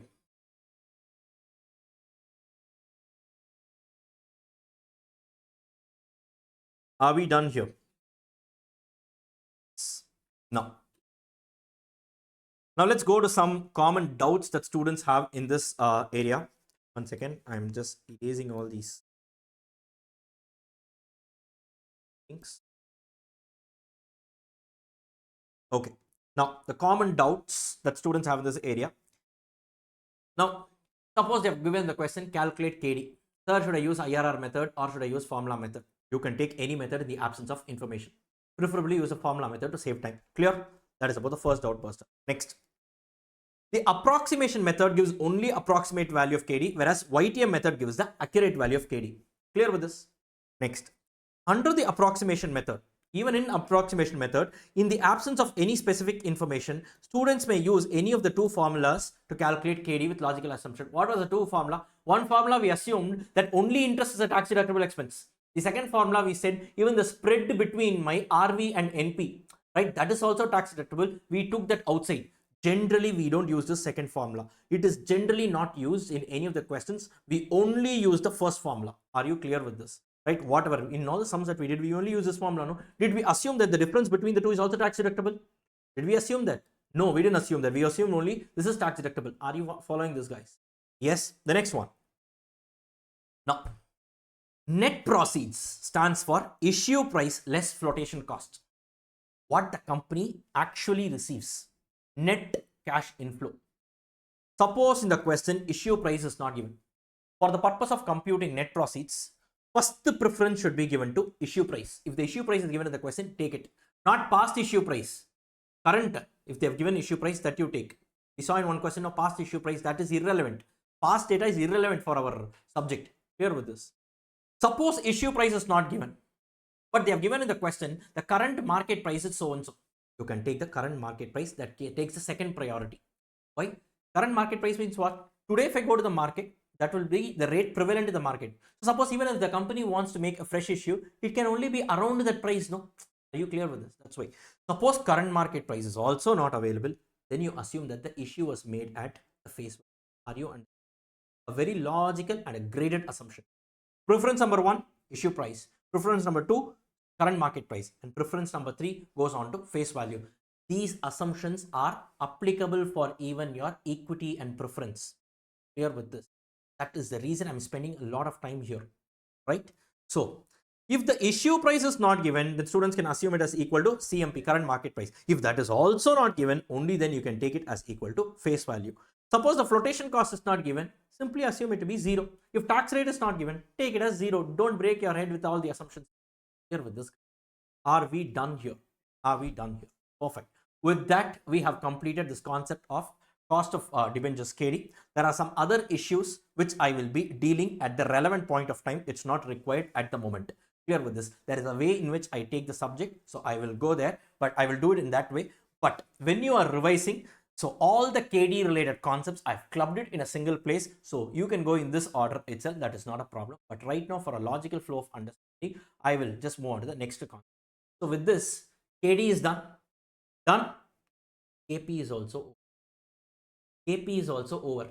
KP is cost of preference, exactly the same as KD, except for the fact that in KD, the cash flows will be I into 1 minus T. Here all the cash flows will just be preference dividend without adjusting taxes. That's all. The entire KP is also over. I will walk you through that. We will also do some here. Clear with this, guys?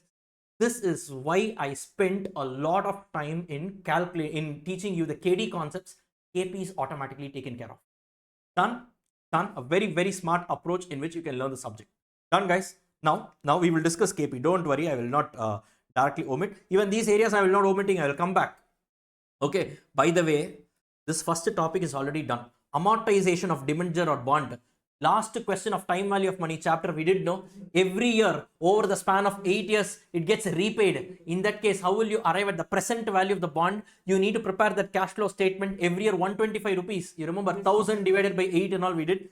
That is what they have mentioned in the study material by way of formula. We did one sum at the time value of money level itself. So ideally, this is also over, right? I just gave it as one. See, till now, whatever we've seen here, it is a single shot payment. Issue and redemption happens only at the end of the life, correct?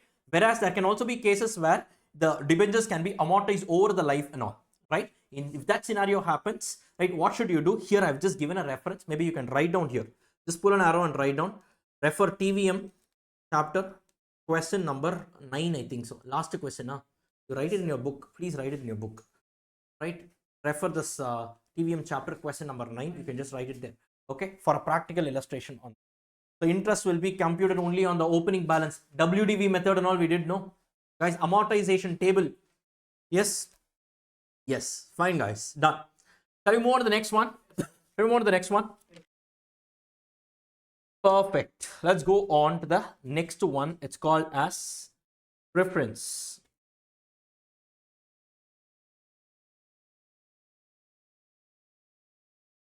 Done. Now, preference shares. This is another source of finance for the company. Agree? So a company can choose to raise money even from the debenture, the preference route. Now, preference shares, I call this as an hybrid animal. It is an hybrid animal. Why? It takes one character from equity. It takes one character from debt. It is like cat on the wall. It doesn't have any decision. It doesn't have a separate, nature by itself. It takes one nature from one guy, another nature from another guy, and it calls itself one zombie. That's all, right? Basically, what is that nature, sir? preference share capital, it takes the nature of a fixed dividend payout. You need to pay a fixed dividend. It needs to be paid generally, correct? Right? That way it is similar to your debt, correct? But it is not just that. It has some features like participating, preference shares. Suppose in certain case, preference shares can also come with some limited voting rights or something like that. There are some features bundled along with it. To that extent, it is similar to equity. That is the reason why the amount that is getting paid to the equity preference shareholders are called as dividend and not interest. And on top of it, what happens here is this amount is also not tax deductible. It is not tax deductible, no. Strictly speaking, preference shareholders are also outsiders. For namesake, you call them as shareholders, right? Always, general thumb rule, generally, these fixed preference shareholders are also having some equal, they also get some same, fixed amount of dividend gets paid. Even debentures also get paid fixed amount. So why should we have this instrument called as preference? Doubt is there or not? Always remember, the cheapest source of finance is only debt. KD is always the cheapest source of finance. KD will always be lesser than KP and KE also, right? Then why do we have this? Tell you, some companies, when a company is going for bank loans or when they are going for projections, when they are even approaching public and all, there are some parameters like debt equity ratio, right? For those parameters, this preference gets classified under the equity component. So some money, somehow if the company wants to maintain those parameters, for that purpose, they don't mind paying this extra money, but they just want this amount to be parked under the preference route. That's the reason why it is one residuary source of finance which generally companies fit into. That's all it is. Ideally speaking, it's not required. This is actually the core of finance. This is the reason why the top CFOs, the top bosses, they do a trade-off between, I am incurring some extra cost, but that's okay. Only if I do this, I know all my parameters are getting fitted. I can go for a bank loan, or I can raise money from public, or some investors will be attracted towards my company. For that purpose, they use it. This is a logical and a practical application of corporate finance in your real life. Maybe if you're sitting for an interview tomorrow and someone asks you this, you can give them, they will be shocked if you know all these things, right? Fine. That is the reason. Else, what is the purpose? Always the cost is more, no tax deduction. Why should I go for preference? I will go for debt itself, no? Clear with this. One more reason is that anti-dilutive effect. These guys don't have a control in the company. So if I issue this amount as equity, you can say, sir, you are not issuing it as debt because the company wants to maintain debt equity ratio. Then issue it as equity, no? If I issue it as equity, then they will sit in all the decisions of the company. I don't want them. I want them to remain as outsiders and still fulfill all my parameters of debt equity ratio and all those other things. Hence, I call them as preference shareholders for namesake, and I keep it. Are you clear? So if I am assessing one company, in my opinion, based on what decision I want, I will classify preference only as debt component. If I am looking at a debt equity ratio, that's what I will personally do, I'm saying, right? Or depending on the nature of decision that I want to draw on the company, I will categorize it either as equity or as debt as per my choice. I am telling you personally, when I do all these kind of analysis, that's how I do it. Depending on the objective you want to achieve, I will give the result accordingly. That's how I do it. But for all your examination purposes, right, this is how things are, and I'm just explaining you why preference as a source of finance is there. Clear with this? All these are actually only for namesake. This is actually kept as a saving clause for many top bosses, top finance bosses of companies, right? They do all these things only for the purpose of fulfilling or attracting the external investors. I have personally prepared prospectus for companies like projections and all that. Nothing will be there in the company, right? That's all it is there. So now no figures are there, but basically I've sat in the groups where they actually prepare this prospectus and all, but it is all based on the potential. That's how you actually evaluate a company, not purely based on the past data. So they give all these things, and they also mentioned this. In that case, the banks and all will look for this debt equity ratio and other analytics. For that purpose, as a saving clause, they keep. But anyways, guys, coming back here. So this is all it is. So are you all able to understand that this concept of preference is basically a hybrid annual? It takes one character from equity and one character from debt, right? They pay dividend at a specified rate, and the payment of dividend are not charged as an expense, but they are appropriation of profit after tax. We saw all those explanation before, right? And hence dividend paid to preference shareholder does not reduce the tax liability. Now, exactly like how debentures are, even preference can be of two types: irredeemable and redeemable. Correct? No, right? Redeemable preferences, irredeemable preferences. Now, in case of irredeemable preference, what will be the formula? Now you tell me from the viewpoint of the company. Every year the company is paying what? Preference dividend. Correct? Right? So now basically the same formula, what I pay divided by what I receive. Correct? What do I pay them? Preference dividend. Into 1 minus T will come? No. Why? Because this is not a tax deductible expense. The entire amount I pay these guys is actually my cost. Correct? Divided by what I receive. This P0 is nothing but the value of the preference shares today, or you can also call it as net proceeds. You can use the word NP or you can use it as P0, not a problem at all. Are you clear with this? Even similarly, the net proceeds of your debentures, it is popularly called as B0. People call it as B0. B0 means what? The value of bond and debentures are ideally the same. So this net proceeds, whatever is there, for bonds or debentures, they call it as B0. Some people call it as B0. B0 means what? Value of bond as at year 0, as at present. Are you able to understand this? Right? B0, P0 and all, these are some terminologies that are associated with the net proceeds of the respective instruments. Are you able to understand this? Right? So that's about this area. So the formula application, are you getting it, guys? So irredeemable preference shares. So the formula is going to be what? Preference dividend, what I pay upon what I receive. Preference dividend divided by net proceeds. Annual preference dividend, this is in rupees, right? Divided by net profits, this is also in rupees. Rupees in the numerator, rupees in the denominator. So it is expressed as a percentage. You can also write into 100 if you want. Clear with this, guys? Done? Done? Suppose we're talking about a redeemable preference share. How will you compute the KP for redeemable preference shares? Again, two methods of doing it. The correct method is what? IRR. IRR method. Finite cash flows. Correct? You can frame the cash flow equation. Only difference is what? Every year, interest of instead of I into 1 minus T, you will just be having preference dividend. Correct? No? Right? So initial inflow is equal to sum total of all the initial outflow. I just showed you the IRR computation. Take two trials, interpolation, arrive at the IRR. Correct, guys? Right? Or an alternative method is what? Formula, approximation, shortcut method. Now, you guys tell me what will be the formula for your preference dividend. KP formula, what will it be there? Exactly on the same line. Whatever we saw there, it is exactly the same. Whatever we saw for KD, it is exactly the same for KP also, with the only difference that instead of interest, you will be having what? Preference dividend. So what will be the formula here? Come on.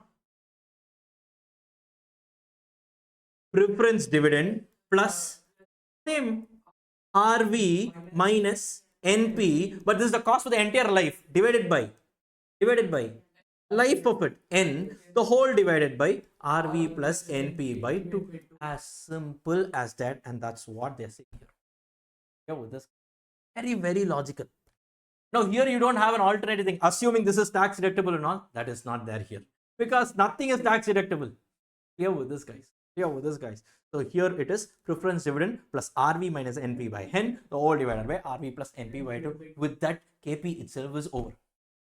Right? And this is what I've given here in this particular area. In the absence of any specific information, use either YTM approach or approximation method. An approximation, it gives only approximate value. Net proceeds means issue price less flotation cost. If issue price is not given, then you go for current market price. If that is also not given, only then you should go for face value. As simple as that. And suppose flotation cost is not given, ignore it. Suppose flotation cost is given as 1% or 2% and they have stopped it there, either applied on whatever issue price you have considered or applied as a percentage of face value.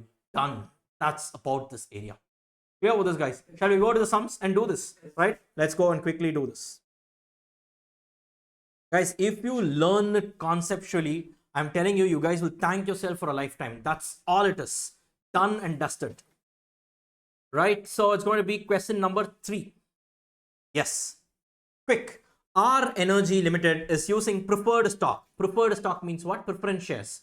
Okay, this is all some American English. They use this preferred stock and all that, right? At 100 rupees per share, with a stated dividend of rupees 12 and a flotation cost of 3%, what is going to be the cost of preference? Now, first, what is the life of preference shares here? Come on, guys, don't jump into the calculation. First, read the question. What is the life of the preference? Not given. Then it is what? It is irredeemable. In that case, which one? First thing you need to do is read the question. Don't jump into the question first. Read it. Classify which category of instrument it is. Irredeemable, redeemable. This is irredeemable. In that case, simple formula, annual cash flow divided by discount rate is the present value. Or in other words, if you cross multiply, you'll get that. Annual cash flow divided by your net proceeds. Or in other words, what you pay by what you receive. Preference dividend divided by what? Your net proceeds. Or in other words, you can call it as P0. What is the preference dividend? 12 rupees. What is P0? They have said 3% flotation cost. Issue price is 100. 100 minus 3, 97. Answer is 12.37. And that's about this question. Go update your library of adjustment. That's all. Write down. Give all the cross-referencing. Question number 3, page number and all that. Write down. Cost of irredeemable preference shares hyphen direct. Sorry. Cost of irredeemable preference shares hyphen direct. Done. Shall we move on to the next question, guys? Quick. We don't have time to waste.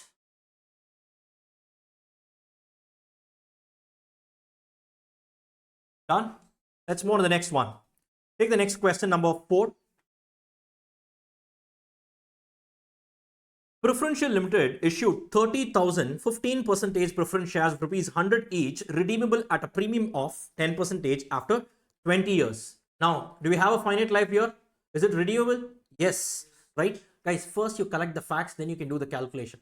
Read the question. See, even in, you guys follow cricket, right?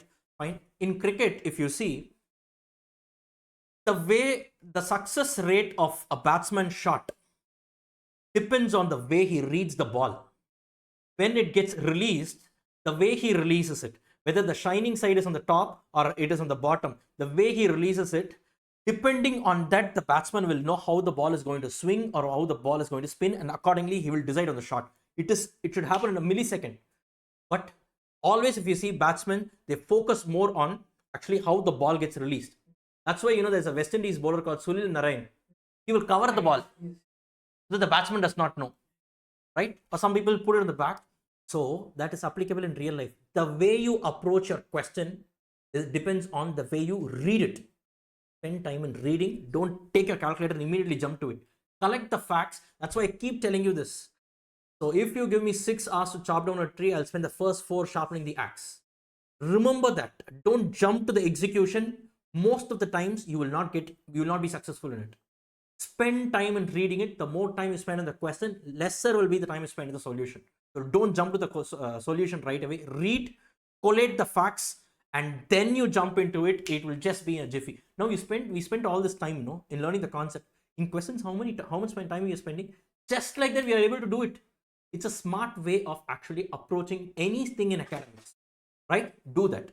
Fine. So now they've said they've issued 30,000 shares, 15% the dividend rate, and the shares are each valued at 100 rupees, redeemable at a 10% premium after 20 years. The issue management expenses were how much? 30,000 rupees. And what do you mean by this? It's a flotation cost and it is given in total value. So which means in this sum, we will do the calculations for total, right? Fine. Find out the cost of preference share capital if they are issued at a par, premium and discount. Now, what is the formula for KP calculation? Come on, tell me guys. Once again, don't look at this. KP is equal to formula. Preference dividend plus RV minus NP by N, the whole by RV plus NP by 2. Right? Now, in this case, in all the 3 cases, redemption value is going to be 110. Correct? They have given it, redeemable at 10% premium. 3 scenarios is only for the issue price. Correct? This is why I said spend time here, not there. Most of the problem happens only if you don't read the question. Right? Don't jump to the solution. That's why I'm telling you. Please understand this. Okay. So now what happens here? Case 1, it is issued at par. Guys, what happens? Preference dividend 15 rupees into 30,000, 4,50,000. This will not change in any of the 3 methods. Correct? Redemption value 110 into 30,000, 33 lakhs is going to be the total redemption value. Will this change? No. All the three cases, it is redeemed only at a premium. NP alone will change. Net proceeds, if I'm issuing at par, what will be the net proceeds? 100 rupees into 30,000 minus this 30,000 is nothing but what? This is going to be your flotation cost. Correct? No, it's an outflow. The net amount that I'm going to receive today is going to be 29,70,000. Guys, correct? You just need to apply the formulas here. So your dividend plus RV 33 lakhs minus NP 29.7 lakhs divided by the life 20 years, the whole divided by RV plus NP by 2. If you do this calculation, you will get 14.88%. As simple as that, right? So first, know the formula logically. You can write it here. Second, read the question properly and collate each of the ingredients of the formula. And third, substitute the formulas with this particular ingredients that you've calculated. How can you make a mistake? The problem is, if you jump to the solution directly without spending the time in your answer, entire thing goes for a toss. Trust me, guys, 4 months is no joke. 4 months is no joke. And don't blame that CA course is a tough course. No. It's, 80 to 90% of things are here. We know that they are all avoidable mistakes, but still we do it. Simple. If you are doing it, try to avoid it in future. As simple as that. We all make mistakes. Let's learn from it. Clear with this? Fine. Now let's go to the other one. Suppose in case I'm issuing it at a premium of 10%, preference dividend will be the same. Redemption value will be the same. The only change is on the net proceeds. Instead of 100, it's going to be 110 into 30,000 minus this rupees 30,000. So as a whole, it's going to be how much? 32,70,000 rupees is going to be your net proceeds. Substituted here, preference dividend plus RV minus NP. NP becomes 32.7 lakhs by N, the whole by RV plus NP by 2. Clear with this, guys? You get how much? 13.744%. And similarly, if it's going to be at a discount of 10%, preference dividend redemption value, no change. Only in the net proceeds you get a change. What is it? 19 to 30,000. Right? Minus the 30,000 of flotation cost, you get 26.7 lakhs. So it's 4 lakh 50 plus 33 minus 26.7 lakhs, the whole by 20, the whole by 33 plus 26.7 by 2. So you get a figure of 16.131%. Everything is same. The only difference here is with respect to calculating the net proceeds, because they have said here the issue is at par premium discount, right? Please mark that you've made a mistake, means mark it somewhere there. You've made a mistake here. Know that this should not be repeated. That's why I'm saying don't jump to the solution. Clear with this, guys? Any problem here? Any problem here? Very simple. Suppose in this question they have asked us to do this using IRR method, then what you need to do IRR method, frame the cash flow equation, step number 1. Step number 2, what you need to do is you need to take 2 trials, right? Generally the tables for these 2 trials will be given in the question. With that, you take the 2 trials. Once you take those trials, you'll get 1 positive NPV, 1 negative NPV, interpolation, you arrive at the final. Here with this. Since in this question they have not given any specific instruction method to be used, you can follow any of the methods. Clear with this, guys? Done? Just go and update your library of adjustments. Write down. Previous question you noted down now. Write down. Cost of redeemable preference shares within bracket formula method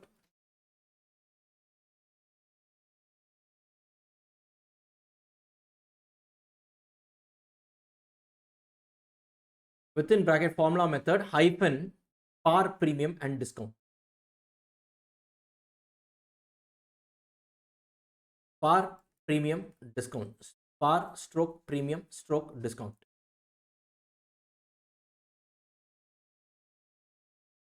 Done? Perfect.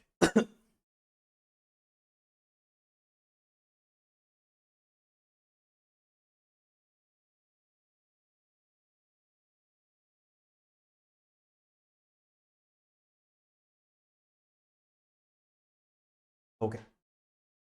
Fine. So with that, I am concluding this session because I want to start KE in the next session. KE is the most important aspect of the entire chapter. So I will start KE and on a fresh note in the next session. So on this note, I am concluding this session. Please revise till whatever we have covered till now, and I will see you all in the next one. Thank you all so much. Hey folks, welcome you all to a new session. This is CA Ganesh Bharadwaj. So now let's continue our discussion in this beautiful chapter, cost of capital. So till now, we saw the reason why we are studying this chapter, the fact that this chapter fits into the objective of financing decision, that is decision relating to the fundraising activity. And as of now, we've seen the following sources of finance. Number one, we saw KD, that is the cost of debentures, right? And then we also saw KP, that is your cost of preference, right? So now let's move on to the most important source of finance, which is actually your cost of equity share capital, which is popularly known as KE, right? Now, basically, who are the equity shareholders in a company? They are the owners. They are the owners of the company. Now, to the owners of the company, what is actually the cost? Of course, these are the people who have taken all the risk because they are not expecting any fixed income or any kind of fixed remuneration every year. Correct? You need not pay them. There is no contractual obligation on the part of the company to make any payment to them every year. Correct, guys? So obviously they will be having some expectation, right, from the viewpoint of the company. Now you imagine, of all the sources of finance, you tell me the equity shareholders are the ones who are the most risk takers. Correct? No, because even in case a company winds up, right, there is no guarantee that they will get their money back. Number one. Number two, there is no concept of repayment of equity shares. And number three, even during the life of the equity shares, there is no fixed obligation on the part of the company to actually make any payment to them. Correct? Obviously, their risk is more. When there is more risk, there will be more return. Correct? So the expectation of return from the viewpoint of the equity shareholders will definitely be high. Correct? Of all the sources of finance, the cost of equity will generally be the high. Generally, I'm saying, are you able? And in this chapter, whatever we are talking is not the actual cost. I'm talking about the expectation of the shareholders or the expectation of the investors. Or in other words, that guy's return, the investor's return, is nothing but my cost. His expectation is my cost. Are you able to understand? Yes, guys. Of course, subject to exceptions, which I told you, like flotation costs and all. Clear with this, guys, right? So just like any other source of finance, KE is the expectation of equity shareholders. And KE computation is quite complex since there is no fixed contractual payment for equity shareholders, and moreover, there is no concept of redemption for equity shareholders. Till now, for KD and KP, whatever we have seen, don't think that, oh, similar calculation is only there for your KE. Absolutely not. KE is a different ball game altogether, because this is the true, actually these guys are the true owners of the company, and the nature of the instrument itself is such that there is no contractual obligation of the company. Hence the manner of calculation itself is different when it comes to KE. Okay, so don't carry the same mindset for KE. KE is completely different altogether. Clear with this, guys? Hence, there is not a single method to calculate KE. You have different methods of calculating KE, and understand one thing, each of these methods will give you different results, right? That is the reason why, if you look at this, sir, how, sir, KE, I'm getting different values, is it correct? Yes, of course it is correct. What is the issue here? Now I'll tell you, if everyone is thinking alike, right? If everyone is thinking alike, first of all, there will be no share market itself. Example, I'm saying you, if everyone wants to buy a particular share of a company, then who will be there to sell it? When there's a seller, only a buyer can buy it in the secondary market. No, it's not issued by the company. Correct? So one guy is saying this company, somehow I feel it is not going to perform well, I'm exiting. Another guy is somehow he perceives something else in the company. He says, no, maybe this could be wrong, but my expectation is something else could be better, so I'm ready to buy the share. So he will be buying it from the other person. Always remember, only if there are contradictory stands, this entire world will exist, and that is also the rule of finance. Are you able? So based on the approaches being followed, different methods of calculating KE are also present, and based on the assumptions for each of these approach, their model is correct. Are you able to understand? So don't say, sir, out of these 5 methods, which is the best method? Nothing of that sort. Depending on the assumption of each of the method, their method is the best method. Are you clear with this? Right? Of course, we all coexist. No, because you have a contrary view, can I always say I am the best? You are always the, I'm not giving preference. It's not like that. From your viewpoint, you might be correct. From my viewpoint, I might be correct. Simple. Are you clear with this? Or exactly the same line is how the KE calculates. done. So first understand that there is no one single method, because the nature of the instrument itself is such that there are some different risk perseverance on this particular instrument, and moreover, this instrument is bundled in such a way that there is no contractual obligation on the part of the company. First thing to understand here with this. So remove the mindset of your KDKP calculation here. Look at it afresh. Done, guys. Perfect. Now, sir, which method to follow? I have given a brief note here, but to put it short for your exams, depending on the wordings of the question, you will know which method they are going to ask you. Sir, what are the wordings, sir? As we enter into the particular methods, you will be able to understand how to read the wordings and how to interpret which method we need to follow. Are you able to understand? Right? And once again, guys, this entire area is dependent on your knowledge and time value of money. So I will be expecting the answers from you like anything. Here with this, guys. Perfect. So now on that note, let us get started with the first method. So overall, there are 5 methods. One is called as a dividend price method. Then you have something called as earnings price method. Then you have something called as growth method. This growth method is popularly called as Gordon's model. It's called as Gordon's model, right? And you have something called as realized yield method, and then you have a CAPM method, which is called as capital asset pricing, right? What are these 5 methods? One by one we will be seeing. You need not have to. Shall we get started, guys? Shall we get started? Right, perfect. Now the first method is called as dividend price approach. Now what does this method say? Now the present value of a particular equity share, the value of an equity share, right, is nothing but the present value of all the future benefits you are expected to receive, correct? In case I am an investor who is going to buy the equity share of a company, right, what is the amount I will be receiving from the company? Dividend. Clear with this, right? Or look at it from the viewpoint of the company, they will be paying only dividends, correct? So, and is it redeemable? No, it is not redeemable, correct? So in other words, this is nothing but the same approach we have been following till now. So can I say the current P0 or the current value of this particular equity share is nothing but the sum of equal cash flows up to perpetuity, that is annual cash flow divided by the discount rate. Annual cash flow divided by discount rate, correct? No, guys, correct? In this case, what is the annual cash flow? Dividend. What is the discount rate? Discount rate for equity is called as KE, correct? So can I say P0 or the net proceeds or the value today of this equity share is nothing but D divided by KE, correct, guys? Or in other words, can I say KE is equal to dividend divided by P0. P0 can also be called as net proceeds. Clear with this, guys? Or if you don't want this time value of money logic, simple, what I pay divided by what I receive. From the viewpoint of the company, you imagine what I pay divided by what I receive. So dividend price model, what is the assumption here? The company will be paying constant amount of dividend till its entire life, till its perpetuity. Look at this. This is also known as dividend valuation model, and it makes an assumption that the dividend per share is expected to remain constant forever. Are you understanding this? Only if the dividend is constant, you can use this method. If it is different, then you can't. Don't go for this method. This method will fail. That's all.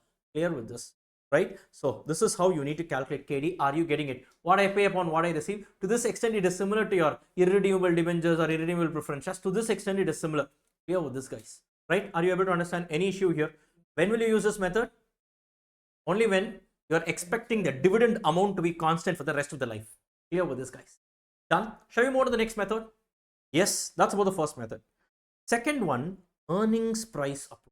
Earnings price approach. Exactly the same as dividend approach. There's only one difference. Here, they are assuming that the earnings per share, EPS, will remain constant forever. Clear with this? Sir, what is this EPS, earnings per share? I will just walk you through. Right now, guys, can you tell me that income statement, that is that EBIT minus interest? You guys know that? No, I just showed it to you. Tell me now the format. EBIT, everyone, minus interest gives you earnings before tax. Very good. Minus tax is equal to earnings after tax. Now this entire amount belongs to equity shareholders, huh? No. You need to reduce preference dividend. Then you get what? Then you get what? You get your, I call it as EFE, earnings for equity shareholders. Classroom discussion, we call it as EFE. Correct? Earnings available for equity shareholders. Right? Now, out of this, maybe some portion the company can pay as dividend to the equity shareholders. And if anything else is left over, that is called as retained earnings. Agreeing with me on this? Agreeing with me on this? Right? Now, let me just take an example. Right? I'm taking rupees in crores. Right? Let us say the company has earned an EBIT of 100 crores. Right? And let us say the interest is 10 crores, EBT is 90 crores. Right? Let us say, example I'm giving, the tax amount is 20. Right? Example only I'm giving. The main focus is on driving home the point as to what is EPS. Right? The earnings after tax is going to be 70 crores. Right? And let us say they are paying a dividend of 30 crores in total. The earnings available for equity shareholders is how much? It is going to be 40 crores. Correct, guys? Yes. Now, out of this, let us say the dividend they are paying 10 crores. The retained earnings is going to be how much? 30 crores. Agreeing with me on this, guys.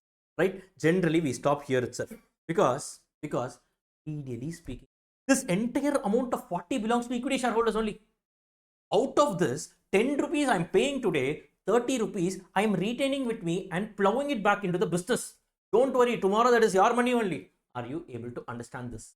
Are you able to understand this? You guys know the basic concept of retained earnings, your reserves and stuff. To whom does it belong? To equity shareholders funds only, no? Guys, clear, in your accounts you would have seen it is classified under equity shareholders funds. Or let us say, for example, this company has issued a total of, let us say, for example, 10 crore shares. Okay, 10 crore shares the company has issued. Now, can anyone tell me what is the earnings per share of this company? The company has earnings available to equity shareholders is how much? 40 crores, right? This belongs to how many shares? 10 crore shares. 40 crores divided by 10 crores. The earning per share is how much? Hello? 4 rupees. Correct? No? The earning per share is how much? 40 crores divided by 10 crores. Number of shares is 10 crores. I'm giving an assumption. Like, I'm just giving you the fact. Clear with this? Earning per share is how much? 4 rupees. And out of this earning per share, how much dividend was paid? Dividend per share, DPS, will be 10 crore divided by 10 crore, which is rupee 1. Correct? And the retained earning per share is going to be rupees 3. Are you clear with this? Are you clear with this? Yes. So the company has earned a total of how much? 4 rupees. Out of this 4 rupee, 1 rupee gets paid in cash. It gets paid in cash, and the 3 rupee gets retained as your retained earnings. Are you clear with this? Right? The dividend price approach, what was considered was D, what I pay divided by what I receive. That is P0. D by P0. KE is equal to D by P0. That is, in the first model, dividend price approach, the cash flow that gets considered in the numerator was what? Only the dividend. The second model, this model, earnings price model, what they are saying, no, dividend alone is not the amount that I am actually paying to the equity shareholders. Ideally speaking, this entire 4 rupees of earning itself is actually their share only. So your earning price model says KE is equal to E divided by, right? Simple, guys. Here in the dividend price model, you discount only the dividend. Whereas in an earning price model, you discount the entire earning. Are you able to make difficulty here? Ideally speaking, the entire amount belongs to them. So discount the entire amount in order to arrive at the KE value. Are you able to understand? Right? Fine. This is what the two methods say. So dividend price approach and earning price. But most popular among these two, mostly they use dividend price approach because we are dealing in a subject, financial management, which deals with cash flow. So actual cash flow is ideally speaking only dividend, because earnings, some portion gets retained, it doesn't get paid. Clear with this? That's why between the two, this is preferred. But there are two models. That is something that I wanted. Clear with this, guys? But now you tell me, will the company throughout its life be earning only the exact? Will it be paying only the exact dividend every year throughout its life? Will it be paying the constant equal dividend up to perpetuity? No, it will can also grow every year. No, so there can also be a model where, of course, equity shares are perpetual only, but there can also be a dividend with a growth approach. Correct or not? Yes. and that is squarely covered under the third model called as growth approach or Gordon's model. Are you clear with this? What are they saying? Growing cash flows up to perpetuity, and as per Gordon's model, the formula is KE is equal to D1 by P0 plus D. Sir, how is KE equal to D1 by P0 plus D? Very, very simple. Now you tell me P0, that is the today's value of a particular equity share is what is the, how do you calculate that? In case of a growing cash flow up to perpetuity, what is the formula for calculating growing cash flow up to perpetuity? Cash flow at the end of first year, that A by 1 minus R formula. Come on, recall that. I told you the GP, sum of GP series and all. Cash flow at the end of first year. That is nothing but, in this case, what is the cash flow? D1. Correct? Divided by discount rate minus growth rate. Discount rate for equity share is called as what? KE, ma? Correct? Minus growth rate, it is going to be G. Correct, guys? This is nothing but, we saw this in time value of money chapter. How this formula came, I proved it to you using sum of infinite GP series. Correct? Now in this particular chapter, what are we calculating? We are not calculating P0. We want this KE figure. Correct? Or can I say, just cross multiply, bring this to the other side and bring this down to the other side. Can I say KE minus G is equal to D1 divided by P0? Correct? No. Right? Cross multiplication. Or can I say KE is equal to D1 divided by P0 plus G? As simple as that. Here with this guy. As simple as that. So KE is equal to D1 by P0 plus. Are you clear with this? Clear with this? This is what Gordon's growth approach or Gordon's model tells you. Clear with this? First we saw dividend price model. Assumption was what? Equal dividend to perpetuity. In Gordon's model, what we are saying, growing dividend to perpetuity. Clear with this? Right? Strictly speaking, Gordon's model can also be applied on earnings, no? Correct? Second model was what? Equal earnings up to perpetuity. Even earnings can grow, no? Correct? See, if your dividend is growing, obviously it is because your earnings are growing. Because dividend is actually one offroot, one baby of earnings. Correct? No. See, just now we saw dividend. How do you get this figure? Because you're earning. Right? If this is growing, it is because this is also growing. So very strictly speaking, Gordon's model can also be applied on your earnings. Are you able to understand this? Gordon's model can also be applied on your earnings. Are you able to understand this? Right? Suppose you are applying Gordon's model on earnings, it will be what? Instead of D1, it will become E1. E1 by P0 plus G. Here with this guy. As simple as that. Here with this. So, in my opinion, I will say Gordon's model, it can be applied both on dividend as well as on earnings. So, dividend growth model can be there. Even earnings growth model can also be there. Are you able to understand? Are you able to understand any problem in understanding? No, right? And always remember, the cash flow that we are using here is D1 means what? The cash flow happening at the end of first year. The derivation we saw there in time value of money chapter. Clear with this? Suppose in the question they have given, the past dividend was so and so amount. That should be taken as D0. The next year's dividend will be what? The past dividend into 1 plus G. Correct? No. Correct? No. You're not understanding. What I'm saying is, the past dividend, the last year's dividend was 10 rupees. And they are expecting that the growth rate is going to be 10%. Okay, the next year's dividend will be what? 10 rupees into 1 plus 10%, right? Or that is nothing but rupees 10 into 1.10, that is nothing but rupees 11. So strictly speaking, this was a past year dividend. They are using the word dividend paid was 10 rupees. Don't directly substitute it as D1. That is not D1, that is D0. Past dividend. So the next year's, the first year's dividend is going to be D0 into 1 plus G. Are you able to understand this? Now you are able to understand this? Yes. So because in all this growth formula, we use the first year's dividend. So be very, very, very careful. Use only the first year's dividend. Past dividend, if it is there, apply the growth rate and arrive at the first year's dividend. Very important. Students make mistake here. Then P0 is nothing but the current market price per share, or technically speaking, this is nothing but your net proceeds, guys. This is basically your net proceeds, which means what? You can take it as issue price minus flotation cost, right? This issue price figure, if it is given, take it as issue price. If it is not given, take it as current market price. If that is also not there, assume it to be equal to your face value. Clear? Everything is same. This denominator is basically your net proceeds only, no changes there. Clear with this? Clear with this, right? And G is a constant growth rate of dividend. Are you clear with this? And in this model, what is the assumption we are taking? The assumption we are taking is the dividend is going to grow at a constant rate, which means, for example, in our example, it is growing, it is going to grow at 10% forever, right? So first 4 years 10%, after that it is going to be 15% and all.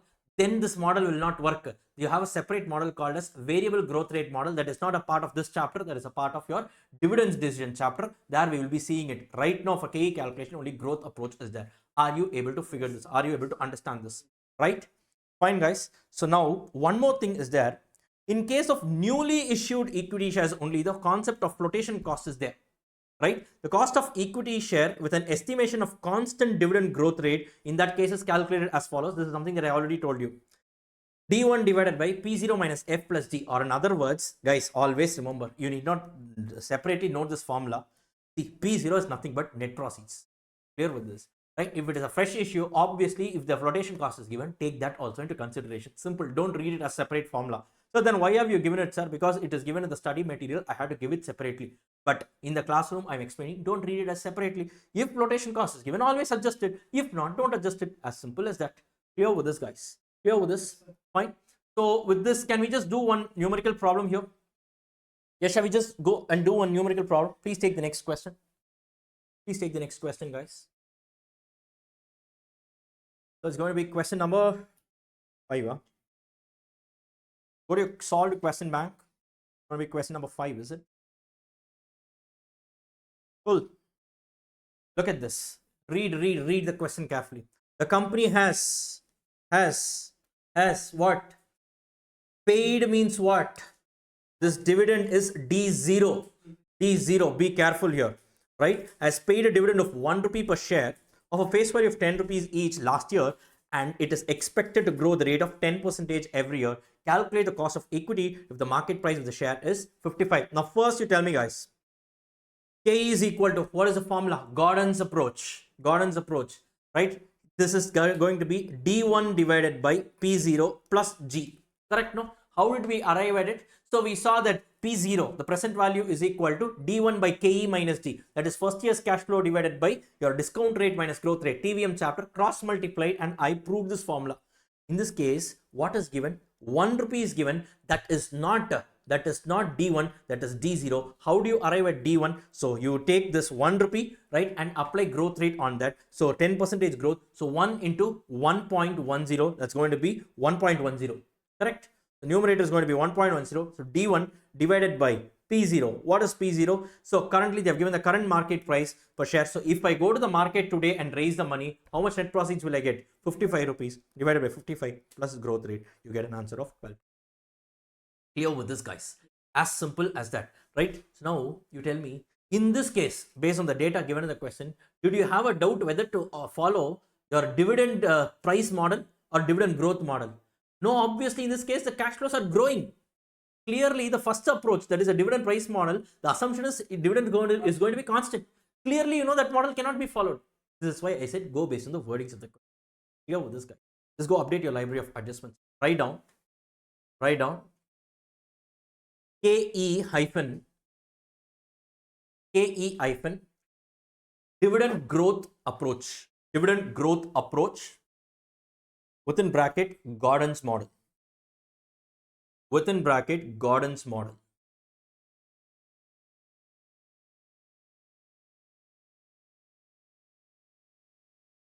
Done?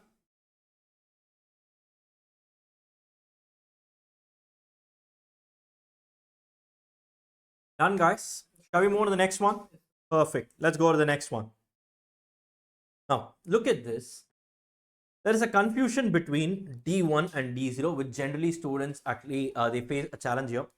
If the words, the expected dividend or dividend expected, if the word is futuristic, then you can directly take it as D1. Correct? Dividend expected to be so much, no? Then you can take it as D1. If the words dividend paid, if it is given in past tense, take it as D0. Suppose if the word is silent, they are saying dividend is 1 rupee. Sir, should I take it as D0 or D1? In that case, it is your choice. You either take it as D0 or you take it as D1. But whatever you do, please for God's sake, write a note. Write a note saying, since in the absence of information, it has been assumed that the dividend given is directly taken as D1. For your note, your answer will be given. Right? Once again, here, there is a huge controversy. Institute randomly they are taking in one question. See, this issue happens only if the question is silent. Not just that, in some cases I've seen the dividend paid was 1 rupee. The word it is given like this, still they have taken it as D1. Right? Sir, what should we do, sir, like this? I don't have a solution for this because it is a clear-cut, it is a clear-cut difference in stand taken by institute. I am telling you, generally, if the words are given in past tense, take it as D0. If the words are given in future tense, take it as D1. If the question is silent, you take anything, write a note. Right? Or every time you write a note, suppose the word dividend expected is given, take it as D1, write a note for safer side, saying since the word expected is given, it has been considered as D1. So dividend area alone, always write a note because left, right and center institute has randomly taken anything. Even if the words are given in futuristic sense, they have actually taken it as D0 and calculated. Right? I don't have an answer for that honestly because I'm not running the institute. All I can tell you is interpret whatever has been done there, and I can tell you play it safe always. Whenever dividend model comes in, anything related to dividend, write a note and leave it there. Here with this guy. Here with this guy. Right? So if it is expected, these words are given in past tense, take it as D0. Expected, the word is given in future sense, take it as D1. Past tense, take it as D0. Neutral, you take anything, but no matter what, you write a note for safer side. Clear with this, guys? I have been getting doubts left, right and center, and I wanted to clarify this in the course itself. Right now when I'm doing this session itself, I want to clarify this. That's the reason why I put it in the doubt busters session, the column here. Clear with this, guys? Done. Fine. That's about this. Estimation of growth rate, I'll be doing it later on. Okay, fine. Then the fourth model is called as realized yield approach. Now, a very important and a very interesting approach. Now, realized yield. Now, the word yield comes. What does it mean? What does it mean? I just told you. No. If the word yield comes in, I told you what is used. Nothing but IRR model. I just told you, no. This last session only I told you, no. The word yield generally comes YTM, yield to maturity approach and all. Here, realized yield means IRR calculation. Now, please understand, this is one more area where students get confused. This method actually, what they are doing is, this method is completely done from the perspective of the investor. Okay, this method is completely done from the perspective of the investor. Sir, why are they doing it from the perspective of investor, sir? You said this chapter is actually done from the perspective of company only, no?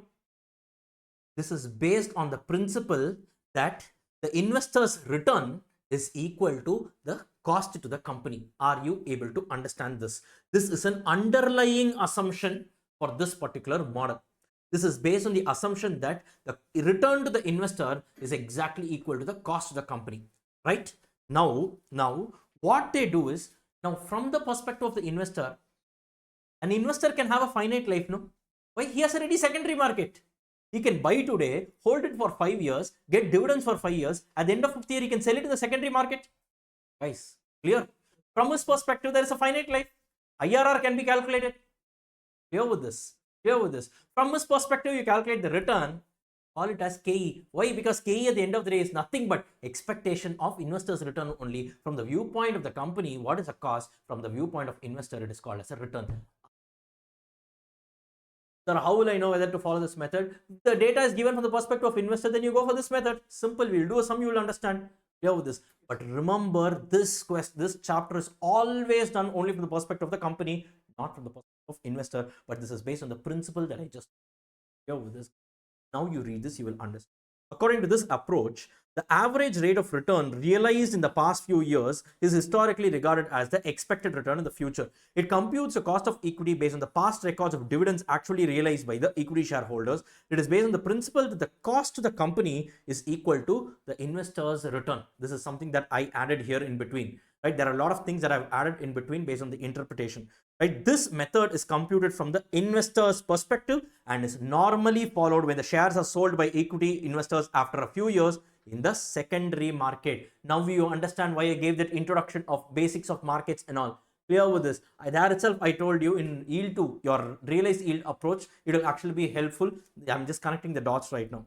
Here K is calculated by discounting the relevant cash flows using the IRR concept. Sir, how to do sums of this sort? Don't worry, go for the next sum and you will be understanding. Shall we go on to the next sum, guys? Right? Let's do the next sum. Please take the next question.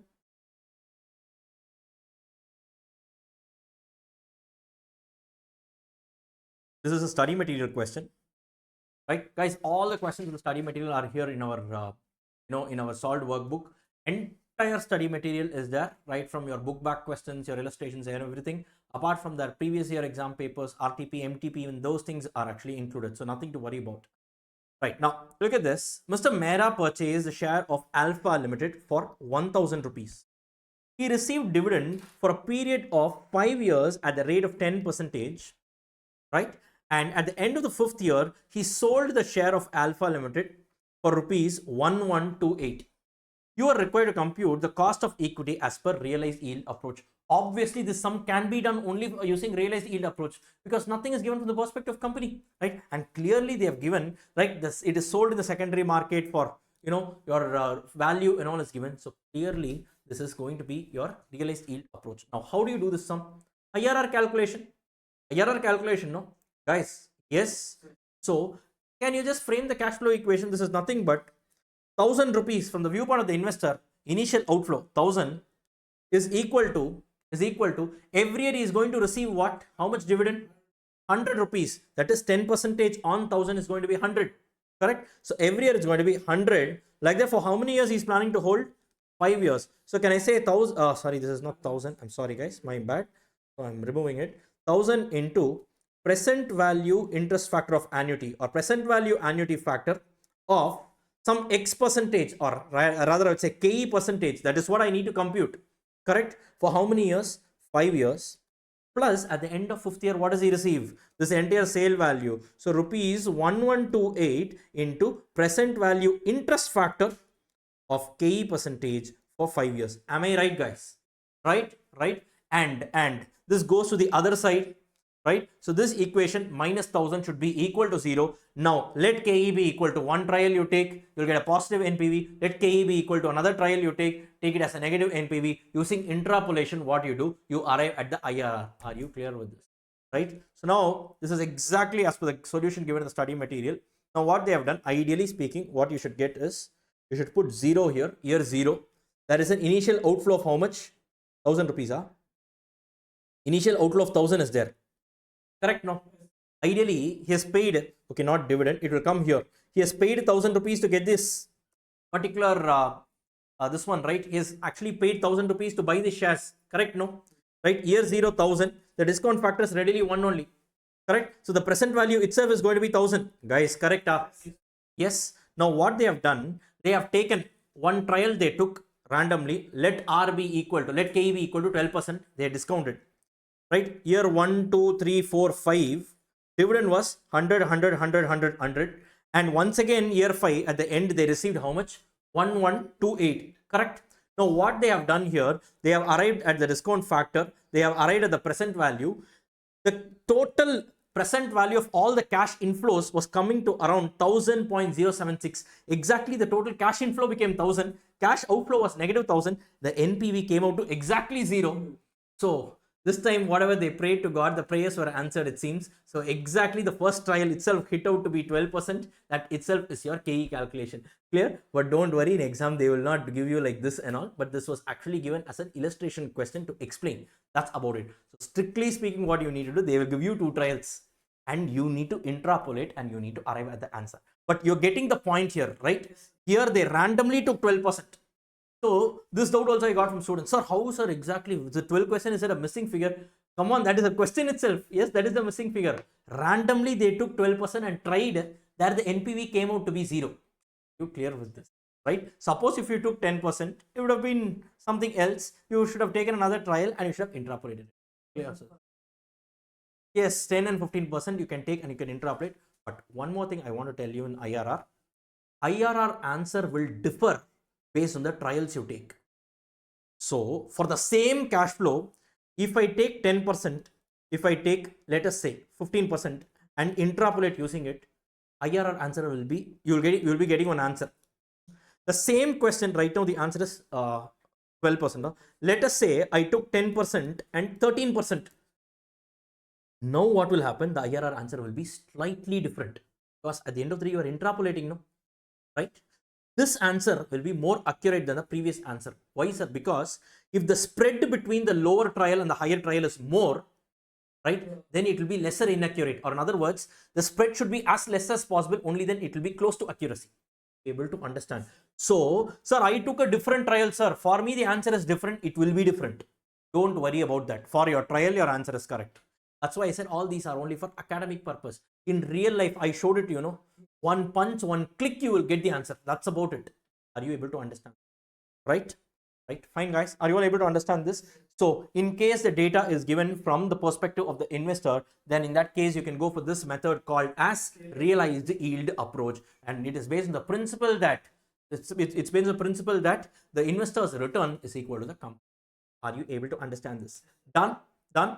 Yes, shall we just proceed forward? Just go and update your library for adjustments. We'll move to the next one. Come on, guys, write down.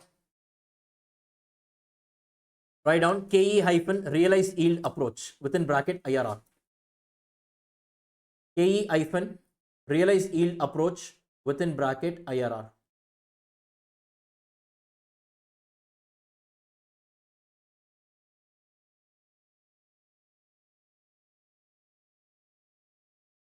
Done? Let's go on to the next one.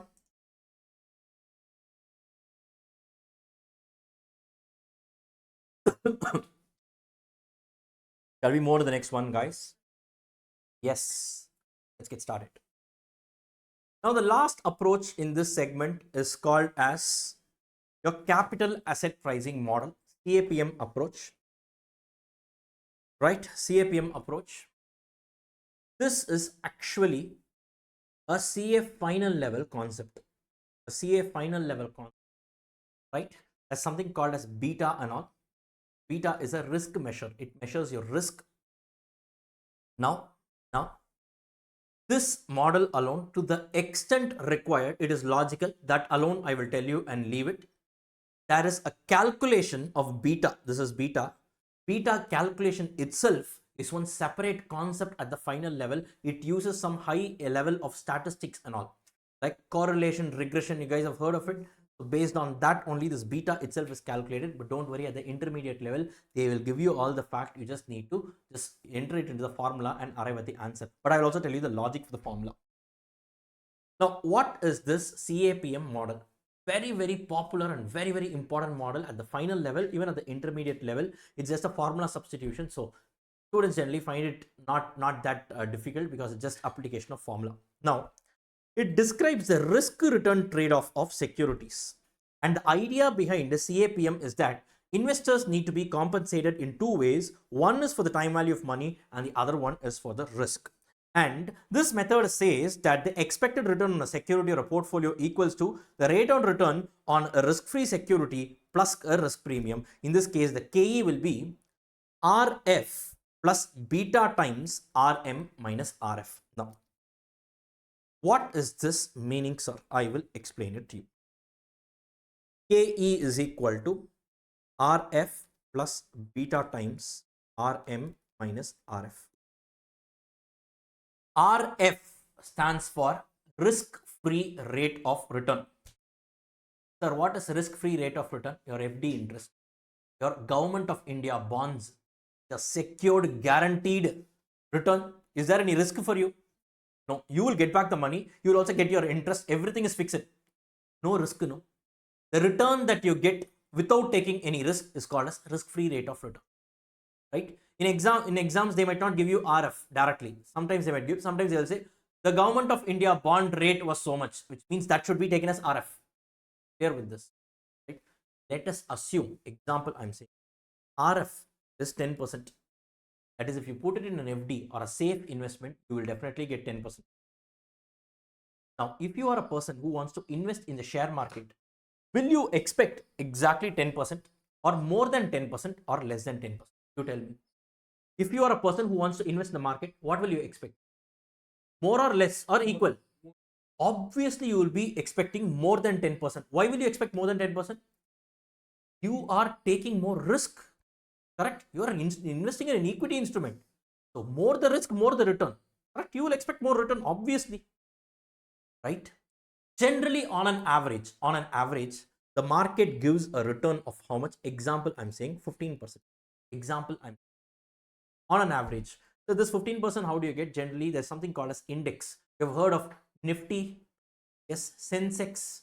This is an indication of a market, indicators of market, right?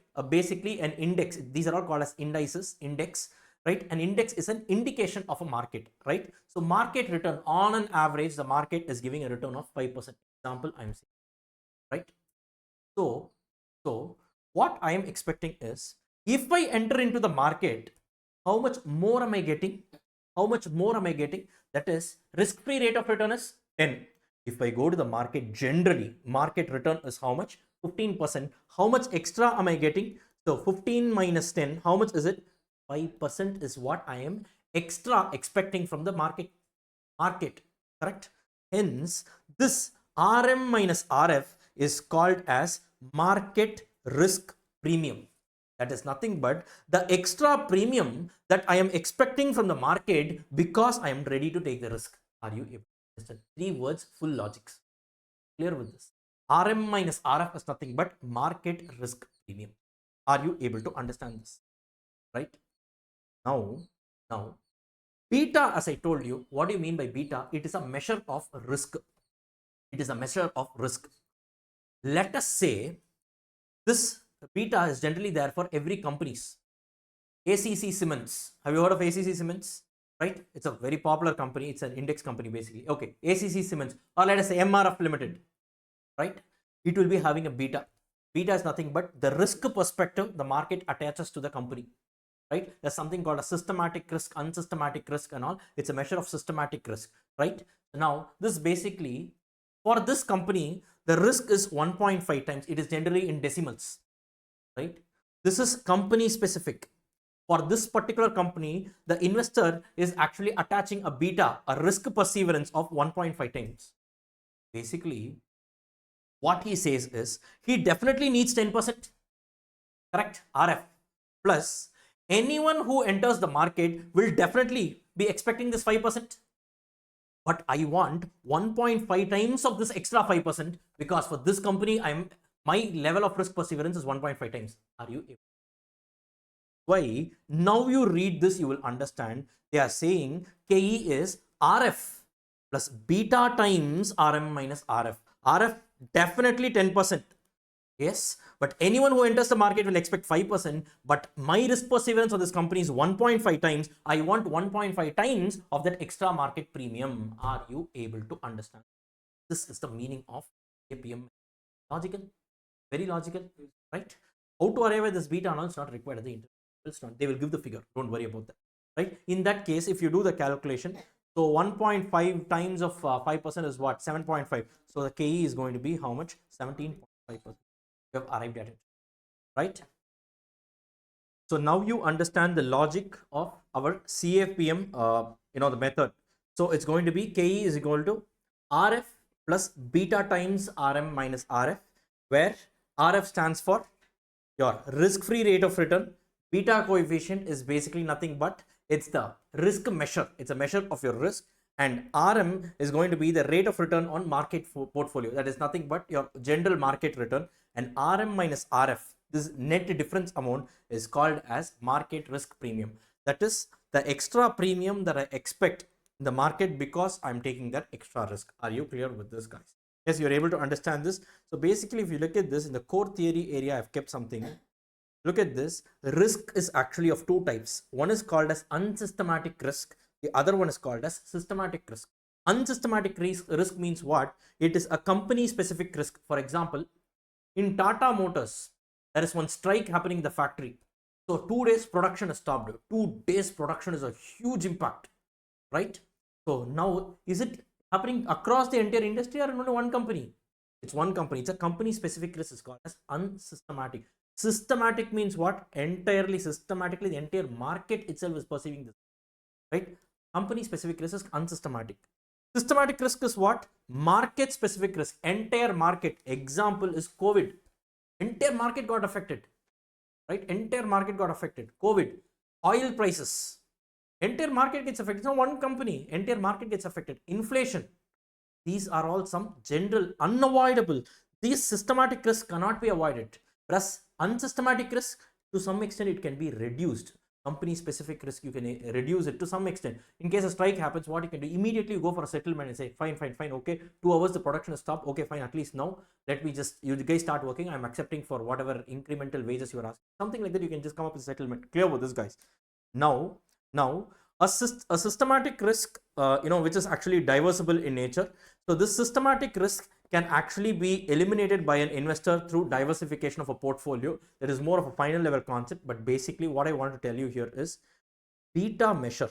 This beta is actually one second. Look at this. As diversifiable risk can be eliminated. Diversifiable risk means unsystematic risk, right? It can be eliminated by an investor through diversification. The non-diversifiable risk, that is basically a systematic risk, right, is the risk which cannot be eliminated, and therefore a business should be concerned as per the CAPM method, which is solely your non-diversifiable risk. Basically, your beta is a measure that calculates your systematic risk. That is the relationship between a particular stock or a particular company in relation to the market, right? This is the meaning of beta. Are you able to understand? Beyond this, nothing is required. Beta is a measure of systematic risk. This is all you need to know in short. Clear with this, guys? Right? Beyond that, I don't want to waste my time or your time rather in actually explaining the concepts which are not relevant at the intermediate level. In final, we will be seeing in-depth calculation of beta itself. How that beta is arrived. It's a beautiful discussion at the final level. Okay, guys, done.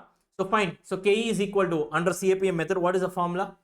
RF plus beta times RM minus RF. This is what they are saying. We'll quickly do one numerical problem in this area.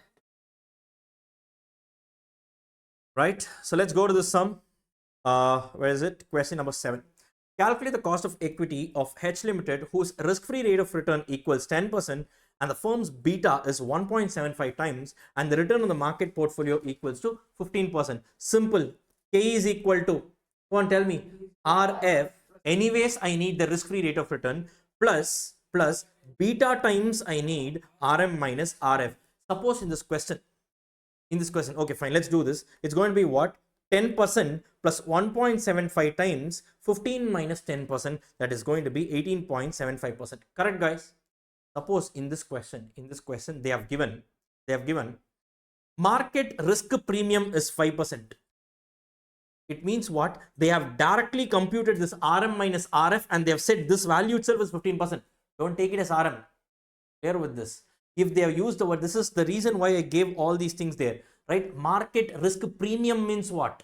The extra premium that I am expecting from the market because I am taking the risk, which means that itself is RM minus RF. Clear with this? Be very careful with the terminologies. Last exam they asked us. Be very, very careful. So what students do is this 5%, they take it as RM and do the calculation. Sir, it is coming in negative. No. Market risk premium means they themselves have reduced the two and they have arrived at the figure. Okay, let's go and update your library of adjustments quickly. Write down KE-CAPM approach within bracket direct. KE-CAPM approach within bracket direct. KE-CAPM approach within bracket direct.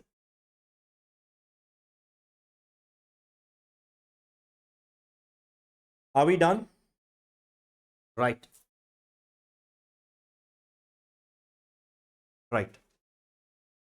Now let's move on to the last and the final source of finance, which is called as retained earnings, cost of retained earnings.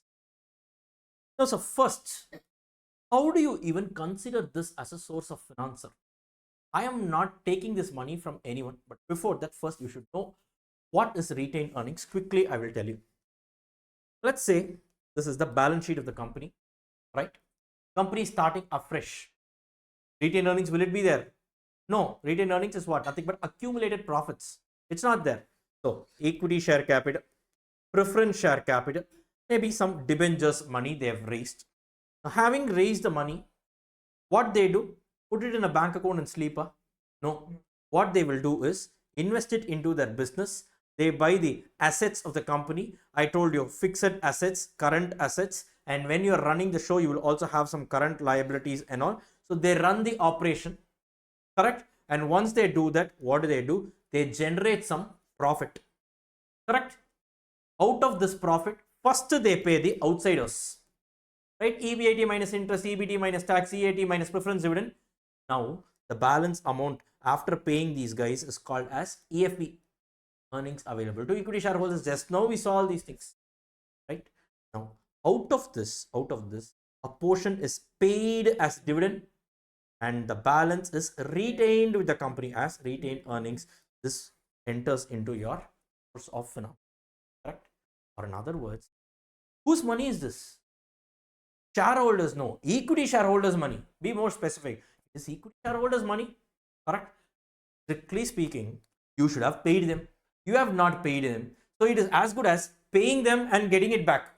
Instead, I am not paying them only and I am retaining it with me, correct? Strictly speaking, this is also one more source of finance, or to put it in a very polished sense, can I say this is nothing but a plowing back of profits. I'm plowing back my profits into my business, but ideally this money is due to whom? It is due or it is owned by these guys called as equity shareholders, correct? Yes, guys. Obviously, on this also, they will be having an expected return. They will be expecting return even on this retained earnings because it is their money, correct? Right? And expectation of return of equity shareholders is called as KE, correct? And this money retained earnings belongs to whom? Equity shareholders. In short, can I say AR is equal? That's all. This entire concept. Here with this. Yes. Now you read this, you will understand. Retained earnings belongs to equity shareholders and hence it is very much a part of equity. Like other sources of finance, retained earning also involves a calls. It is the opportunity cost of the dividends foregone by the shareholders. Or to put it in similar words, we are not dealing with actual figures. This is the reason I keep telling this to you again and again. Actuals are there in your accounts. You record post-mortem work. Here we are not doing that. Even on this money, they are expecting some return. Expectation of return from the viewpoint of the investors is the cost from the viewpoint of the company. We are dealing in futuristic sense. Clear with this? Yes. So in that case, therefore, KR is often interchangeably used with KE, as KR is nothing but the expected return of shareholders from the investment in the shares of the company. So now KR, to put it short, is equal to KE. So how do you compute KE? Any of the 5 methods. So whatever methods that we saw for KE, the same things are even applicable for your KR also. Clear with this? Clear with this? 1 or 2 adjustments alone is there. That alone I will tell you. First, are you able to understand? KR belongs to whom? Your retained earnings belongs to whom? Equity shareholders. Hence, KR is also the expected return of equity shareholders. KR is equal to KE. Clear with this? Right? Now, the formulas used for calculation of retained earnings are same as the formulas used for calculating your cost of equity. Hence, to put it short, I can say KR is equal to KE. Done? In short, it should be noted. Okay, fine. This is what I'm going to tell you. Now, there is only one difference. For example, dividend price model we are using. Example I'm saying. Dividend growth model. There we saw KE is equal to P1 by P0 plus G. Correct? No? We saw this. Where P0 was nothing but net proceeds of a company. Correct? Correct? Now, just now we saw KR is equal to KE. The same formula I can also use it for KR calculation. But remember one thing. For retained earnings, there is no concept of flotation costs. Why? Because I am not physically raising money from the public. I will not be paying any underwriter's commission. though this amount belongs to the equity shareholders, there is not an actual amount being raised. I myself have it. I should have given it to you. I'm not giving it. That's all. When I myself have the money, where is the fundraising activity involved, or where is the fundraising cost involved here? Are you clear with this? To put it short, for all the calculations of KR, wherever net proceeds comes in, there you should not adjust for flotation cost, right? So in this case, if I am calculating for KE, the same formula I will put, but when I am calculating this net proceeds is equal to issue price minus flotation cost. Suppose I want to calculate KR, the same formula you use, everything is same, but whenever I'm calculating the net proceeds, here I will just keep it as issue price minus flotation cost. I will not do. So the answer will change. Are you able to understand this? Are you able to understand? That's about it. You are able to understand? This is just now I told you, no. When it comes to retained earnings, do you have a flotation cost? Do you raise money from them? Do you incur underwriter's commission? Do you issue a prospectus, print it, issue it? No. Then where is flotation cost involved here? So in all other aspects, it is same as your KE calculation, but wherever net proceeds comes in, understand that you are not incurring any flotation cost. So to put it short, for the purpose of calculating KE, P0, that is nothing but net proceeds realizes issue price less flotation cost. The same formula can be used for calculating KR, with the only exception that here generally what we do is, am I actually issuing any shares? No. So generally the thumb rule is, generally P0 will be taken as a current market price, because I don't issue anything. Are you able to understand that? Right? If the current market price is not available, but in the question they have used the word issue price, only then you take issue price. You're able to understand. Strictly speaking, logically think. When will you have something called as issue price? Only when you're issuing something. Correct? Retained earnings, are you issuing anything? No. So for the purpose of net proceeds computation, take the value as current market price. In the market, if I go today, at what price? Suppose current market price is not available. Here the sequence is changing. Then you go to your issue price. Right? And if that issue price is also not available, then you can take the face value. Clear with this, guys? General thumb rule is what? First preference to issue price, then second preference to current market price, and only then you will go to your face value. But here what we are doing, it's actually different. First preference is given to current market price, then the second preference is given to issue price, and the third preference is actually given to face value. Are you clear with this? But however, once again, it's a very controversial area. This is what is given in the study material, right? Study material only they are saying, for the purpose of P0 in KR calculation, consider current market price. This is what they have given in the study material. But while solving, what they have done, when both the current market price as well as issue price are given, strictly speaking, for KR calculation, you should only consider current market price, because there is the concept of issue here. What they have done is, all interchangeably they have used. Randomly in one question they have taken current market price, randomly in one question they have taken issue price when both the figures are available. See, the problem is not there when only when one figure is available, but both are available. What should you choose? See, ICA has used current market price and issue price interchangeably in the solutions for calculating KR. In this case, students are suggested to write a note regarding the approach followed in their answers. My opinion, first preference to current market price, then second preference to issue price, and then third preference to face value. Right? No, sir. Institute has interchangeably used. You take either issue price or you can take current market price. I am leaving it to your choice. To conclude, this is what I'm saying. You either take CMP or you take IP, issue price. But whatever you take, write a note and leave it there. For your note, your answer is correct. Are you able to understand? Guys, yes, done. So, first, KR is equal to K always, right? The first thing alone, first adjustment I told you with respect to what? Flotation cost. When flotation cost is coming, for all the KR calculation purposes, ignore the flotation cost. For all the KE calculation purposes, consider the flotation cost. Any problem here? First, then there is one more exception. What is this exception? Now, this is once again, this calculation is done from the perspective of the investor. Now guys, we all know that the return from the viewpoint of the investor is equal to the cost from the viewpoint of the company, generally, correct? But that's why I said KR is equal to KE, correct? Because this is also an amount that belongs to the equity shareholders. But suppose in the question, they have given personal income tax of the investor. This is not corporate income tax. Personal income tax of the investor. They have given personal brokerage of the investor. This is not flotation cost. Personal brokerage means for opening a demat account, they have some brokerage and all. Right? For operating in the equity market, you need to incur some brokerage and all. If these figures are given, what you do is KR is equal to KE into 1 minus TP. TP stands for personal tax of the investor. And further 1 minus TB. This TB is nothing but your personal brokerage of the investor. Let us say the tax is 20%, right? And let us say the brokerage, example I'm saying, is 5%. Example I'm saying. Now KE, example I'm saying, guys, KE is, let us say, 10%. Now whatever is a return from the viewpoint of the investor, you think the company is paying some, let us say 10% or some dividend they are paying. This entire amount will they be able to enjoy? No, because the government comes and they're asking for the share of 20%. So only the remaining 80% will be left. Guys, correct?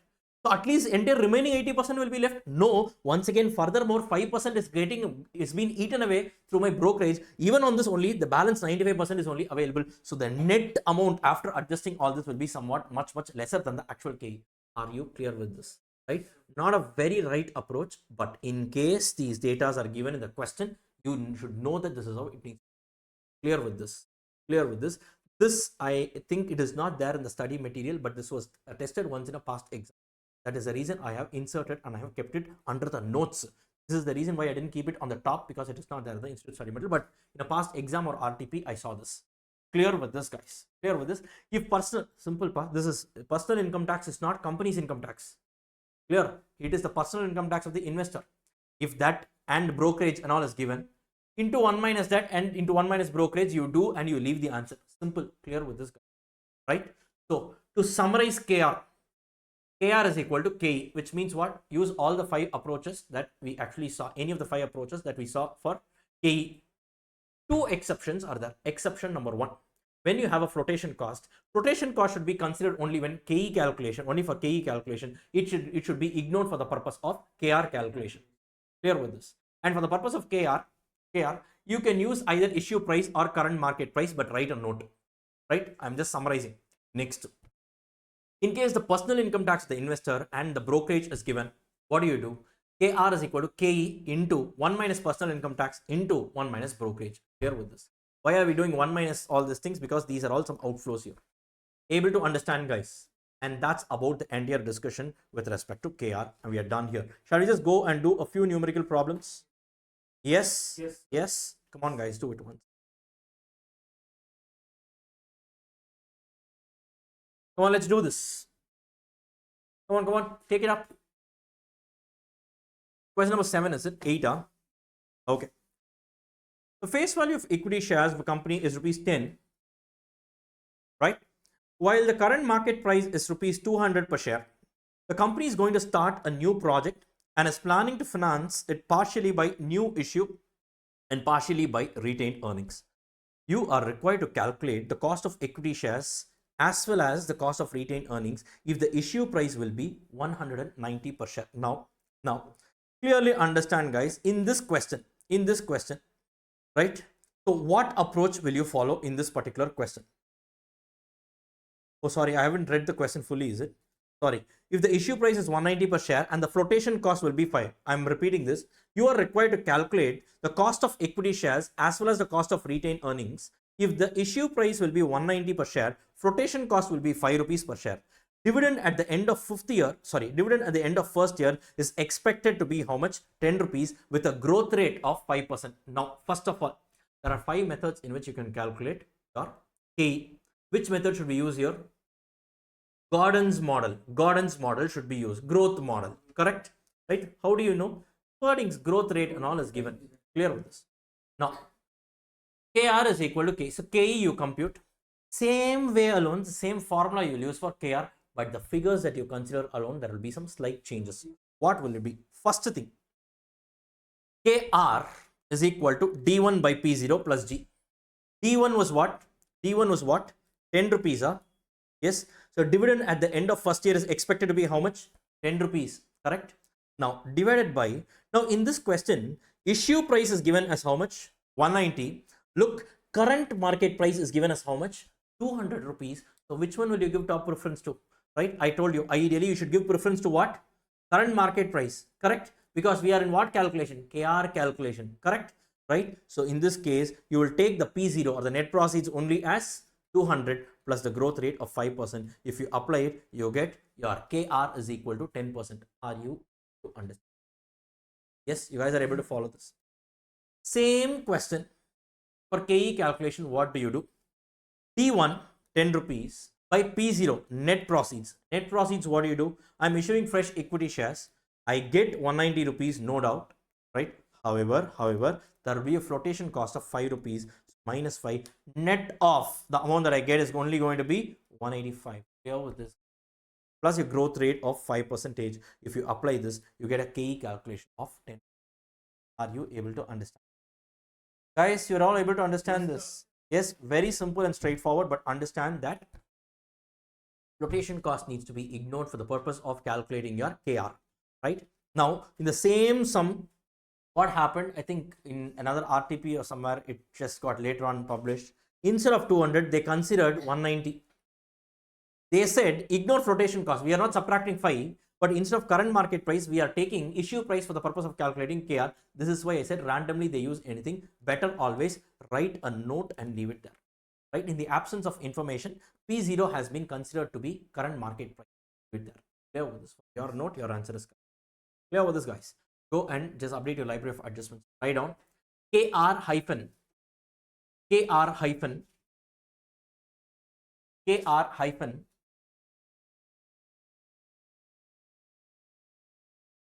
dividend growth model. Quick. Dividend growth model.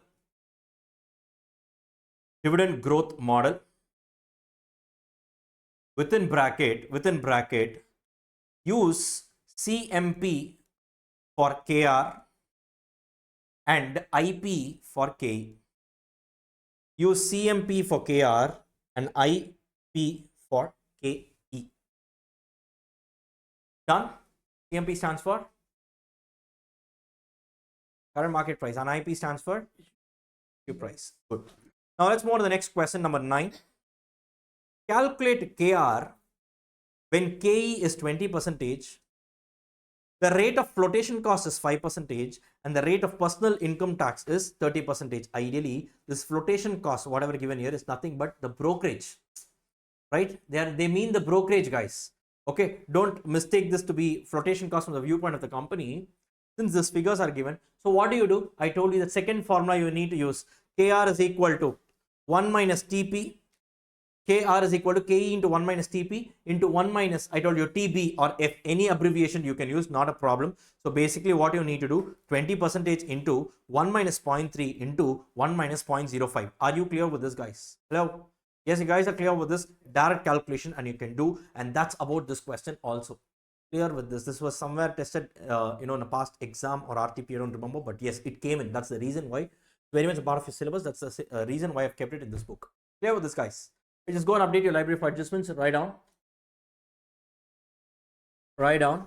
KR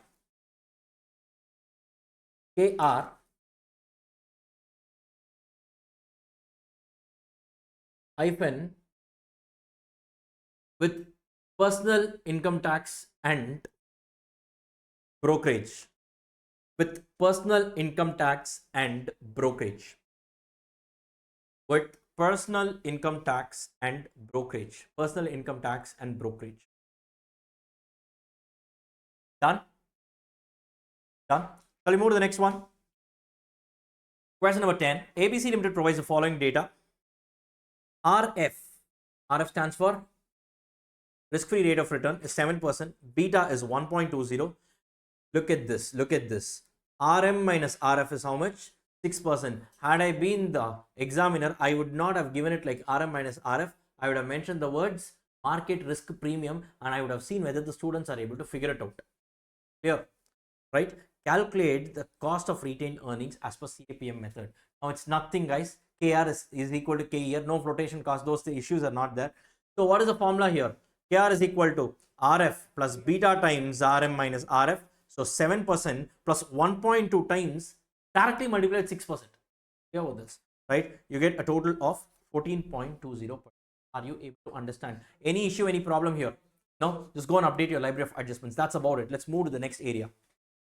Write down KR-CAPM approach.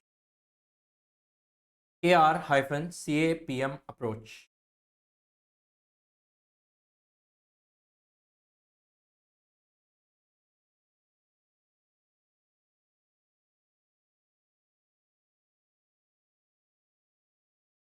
Yes, done. Now, I'll just give you a minute time. Go through whatever we have seen till now. Just go through whatever we have covered till now. That is your KD, KP, KE, KR. Right? KR, do the smart work. Don't once again go through everything. KR is equal to KE, subject to two exceptions. One, ignore flotation cost. Number two, in case personal income tax and brokerage are given, that also needs to be adjusted. That's about it, KR. Yeah, this. Quickly go through it. Now, why I'm saying this is because now we are moving to the comprehensive part of weighted average cost of capital, which is a combination of everything. Quickly go through it.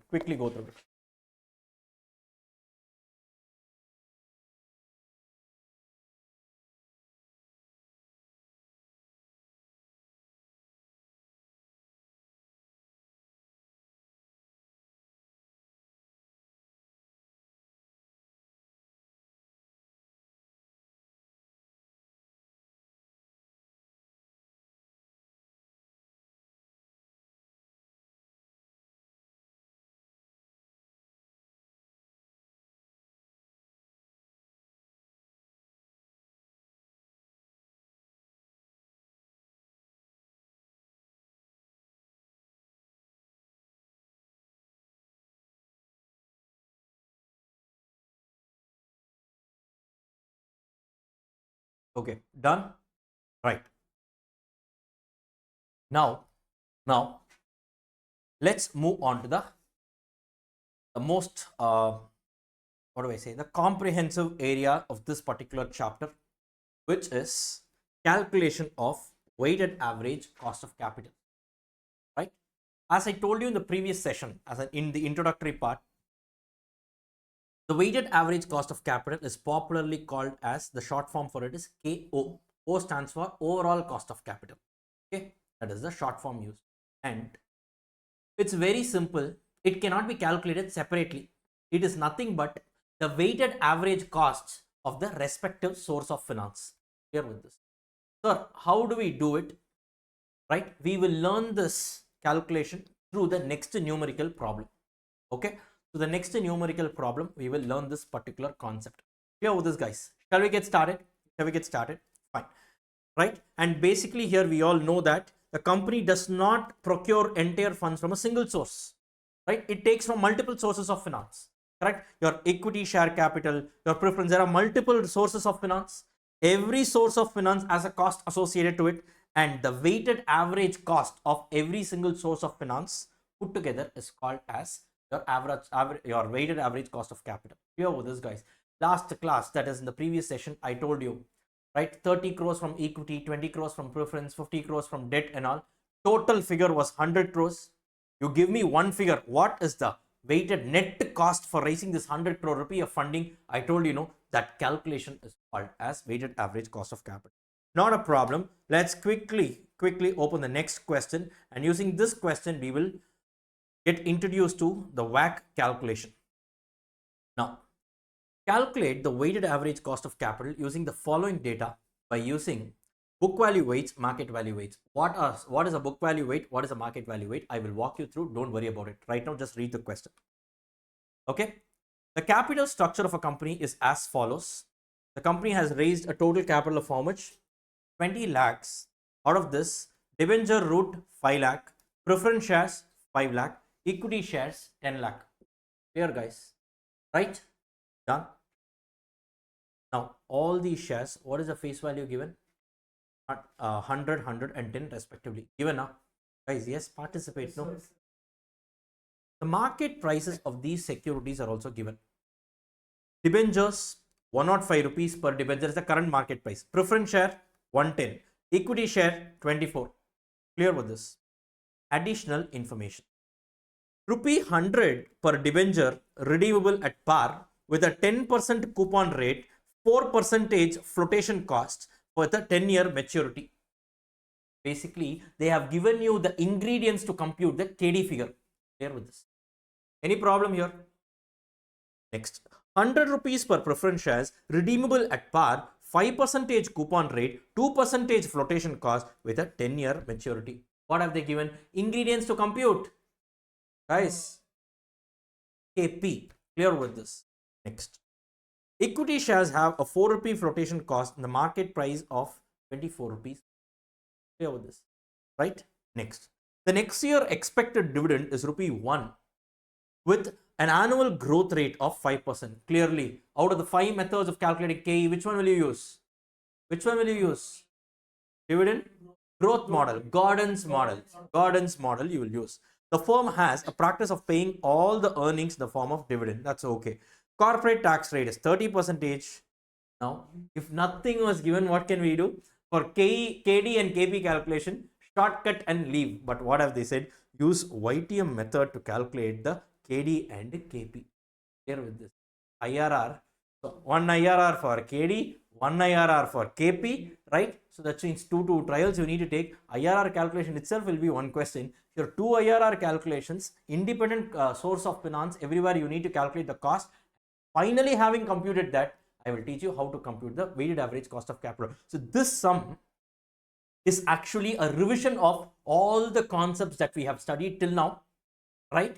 And over and above that, having computed the independent sources of finance, having computed the cost of independent sources of finance, now go ahead and compute the overall cost of capital. Clear with this, guys? Comprehensive question. See how in a graded manner we have moved, right? Fine. Till now, respective cost of capital we calculated, the respective cost, every source we calculated. Now, this is a very comprehensive question. Now, guys, very simple and straightforward. We all know how to do it. First, KE calculation. What do we do, guys? So, you guys only told me it's going to be dividends growth model, popularly known as Gordon's model, right? Now, what is the formula to calculate this? What is the formula to calculate this? D1 divided by P0 plus G, where P0 stands for net proceeds. How much is the D1? Look at this. Next year, expected dividend is 1 rupee. So, this figure is readily available. Any issue here? No. Now, what is going to be your net proceeds? They have given in the question, equity shares have a current market price of 494, which means what? Issue price they have not given. Market price is given, second priority, I can take that, correct? If I go to the market today, I can get 24 rupees. But will I be able to get this entire 24? No. For me to get this, I need to incur a flotation cost of 4 rupee. So, the net amount I get is only 24 minus 4, which is going to be 20 rupees.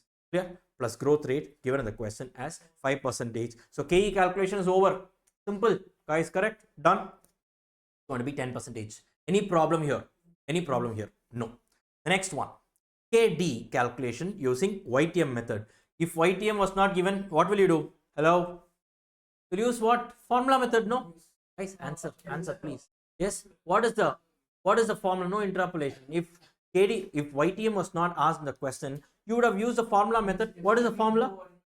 I into 1 minus T, come on, plus RV minus NP by N, the whole by RV plus NP by 2. That's all, guys. That's all. Very good. Clear with this, right? That's simple. This is the power of conceptual learning. Clear. If they had not mentioned anything, we could have used this, but can we use it now? Absolutely not. So I'm just erasing it off.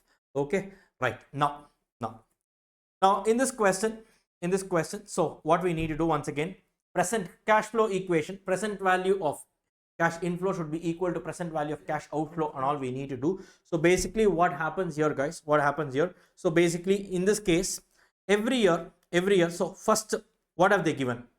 How much amount do they get? The market price is going to be 105, correct? So nothing is given. I will assume that market price is the issue price, correct? No, right? We need to calculate net proceeds. Today, what is going to be my inflow, right? Nothing is mentioned. Don't say nothing is mentioned. They have given the market prices. So I can take this as my issue price, correct? No, right? But will I get the entire 5 rupees? No. They have said debentures have a 4% flotation cost. Now, one more issue here. It is given as 4% on issue price or on face value. It's an assumption that you can take. In this question, what assumption have they taken? They have taken this as a issue price. Hence, I have written a note here. right? See, these solutions were actually framed by, I improvised a solution. It is not as such in the study material, I improvised this, right? It is assumed that flotation cost is a percentage on issue price. Clear with this, guys, right? So my initial inflow will be how much? 105 minus 4% on 105. Agreeing with me on this, guys? Yes, this you are able to understand? Yes, guys. Next one, right? Every year, what is going to be the present value of, what is going to be the outflow in this case? We are talking about what? Debentures. It has a 10% coupon. Every year, you are going to pay how much? 10 rupees as the interest amount, correct? But wait, it comes with what? It comes with a tax shield of 30%. So every year, my effective interest cost is only going to be rupees 10 into 1 minus t, correct?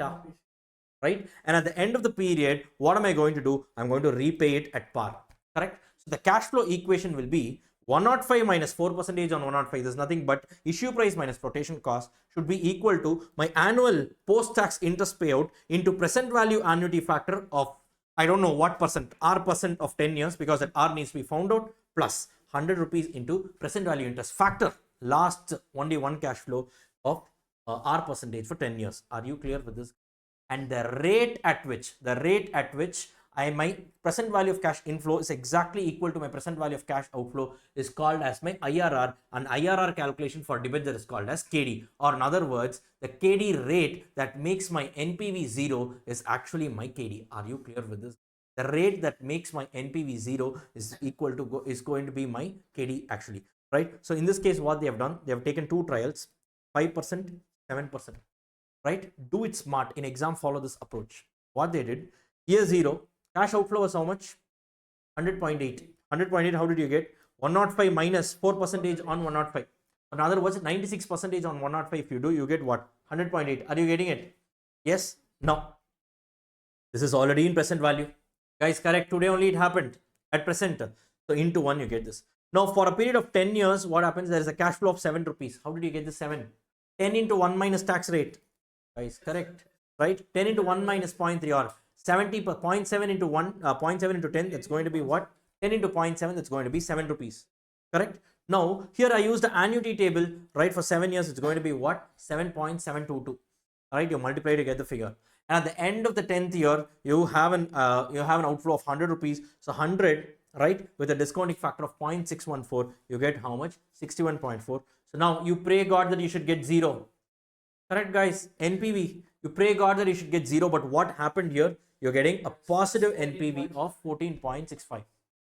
Here with this guy. Now what you do? You take another trial of 7%, arrive at the NPV, right? It is, you are getting somewhere minus 0.83. Using the interpolation technique, they calculated what? They calculated the KD to be equal to 6.8. Are you clear with this? Are you clear with this? Now. One second. There is one issue here which you didn't ask. I thought someone will ask. You didn't. Now what? Wait. Now we are, in this case, this is going to be the calculation of KD. We are doing this from the perspective of whom? The company. How will the company have? First, there will be an inflow followed by a series of outflow. How they have done this calculation? First, they have put whatever they are receiving in negative. And then whatever they are going to pay, they are putting it in positive. Don't worry, the calculation will not change. This is exactly done as per study material only. Sir, no sir, I want to put this in positive. I want to put these in negatives. Will my answer change? It will not change. You try it. It will not change. You try it. Because what is outflow? There goes as an inflow here. Clear with this? You can take 0 to any side. Are you clear with this? Present value of cash inflow minus present value of cash outflow should be equal to 0 now. The same thing will be what? Present value of cash outflow minus present value of cash inflow. As simple as that. Clear with this? Clear with this? Right? There will not be any problem. Do not worry about it. Done. If you want, you can try it. There will not be any problem. Because that's why I said a complete financial transaction will have both inflows and outflows. Clear with this? So that's why maybe this computation they have done from the perspective of the investor, okay, except for the flotation cost component. That's why I said return from the viewpoint of the investor is equal to cost from the viewpoint of the company. If that logic is working out, it means the mathematics is working in your favor. Both the sides of calculation should be the same only, no? Here with, right? That is the reason why this is being done. So do not worry, sir. I want to put this in positive. I want to put these in negatives. Yes, you are correct. You can do it like that. No problem at all. This will become negative. This will become positive. You change the trials accordingly. You will get the right answer. Do not worry about it. Are you able to follow this? Are you able to follow this? Right, guys? And that's about this. Fine. Now, in case of preference shares, what happens? A similar calculation they have given here. Preference shares. So market price is going to be 110. I can assume that to be my issue price, right? It's come with a coupon rate of 5%. Coupon is not a very right terminology with respect to preference. You call it as a dividend rate only, because coupon is something that you use only in your debt instruments. Okay, but anyways, it's given in the question. Let's not question it back, right? And then it's 2% flotation cost is given. Once again, nothing is mentioned here. Assume it to be either on issue price or face value, right? So now what do you do with the 10-year maturity? Similar calculation. So initial, what is it going to be? So the net proceeds is going to be 110 minus 2% on 110, right? This should be equal to every year I'm paying a dividend of how much? 5% they have given, no? So 5% on 100 is going to be 5 into annuity factor table for 10 years. Plus at the end I repay back the 100 rupees, 100 into present value interest factor of R percentage and for 10 years. Clear with this, guys? Any problem here? Any problem here? Are you able to frame this cash flow equation? Initial outflow, initial inflow for the company was 110 rupees minus 2% of flotation cost, right? And annually throughout its life, they are paying how much? 5 rupees dividend. At the end of the period, they are repaying back the 100 rupees also. Or if you look at it, initially they are receiving how much? 107.8. How did you get 107.8? It's going to be 110 into 0.98. Correct? No. That is 2% reduced, 98%.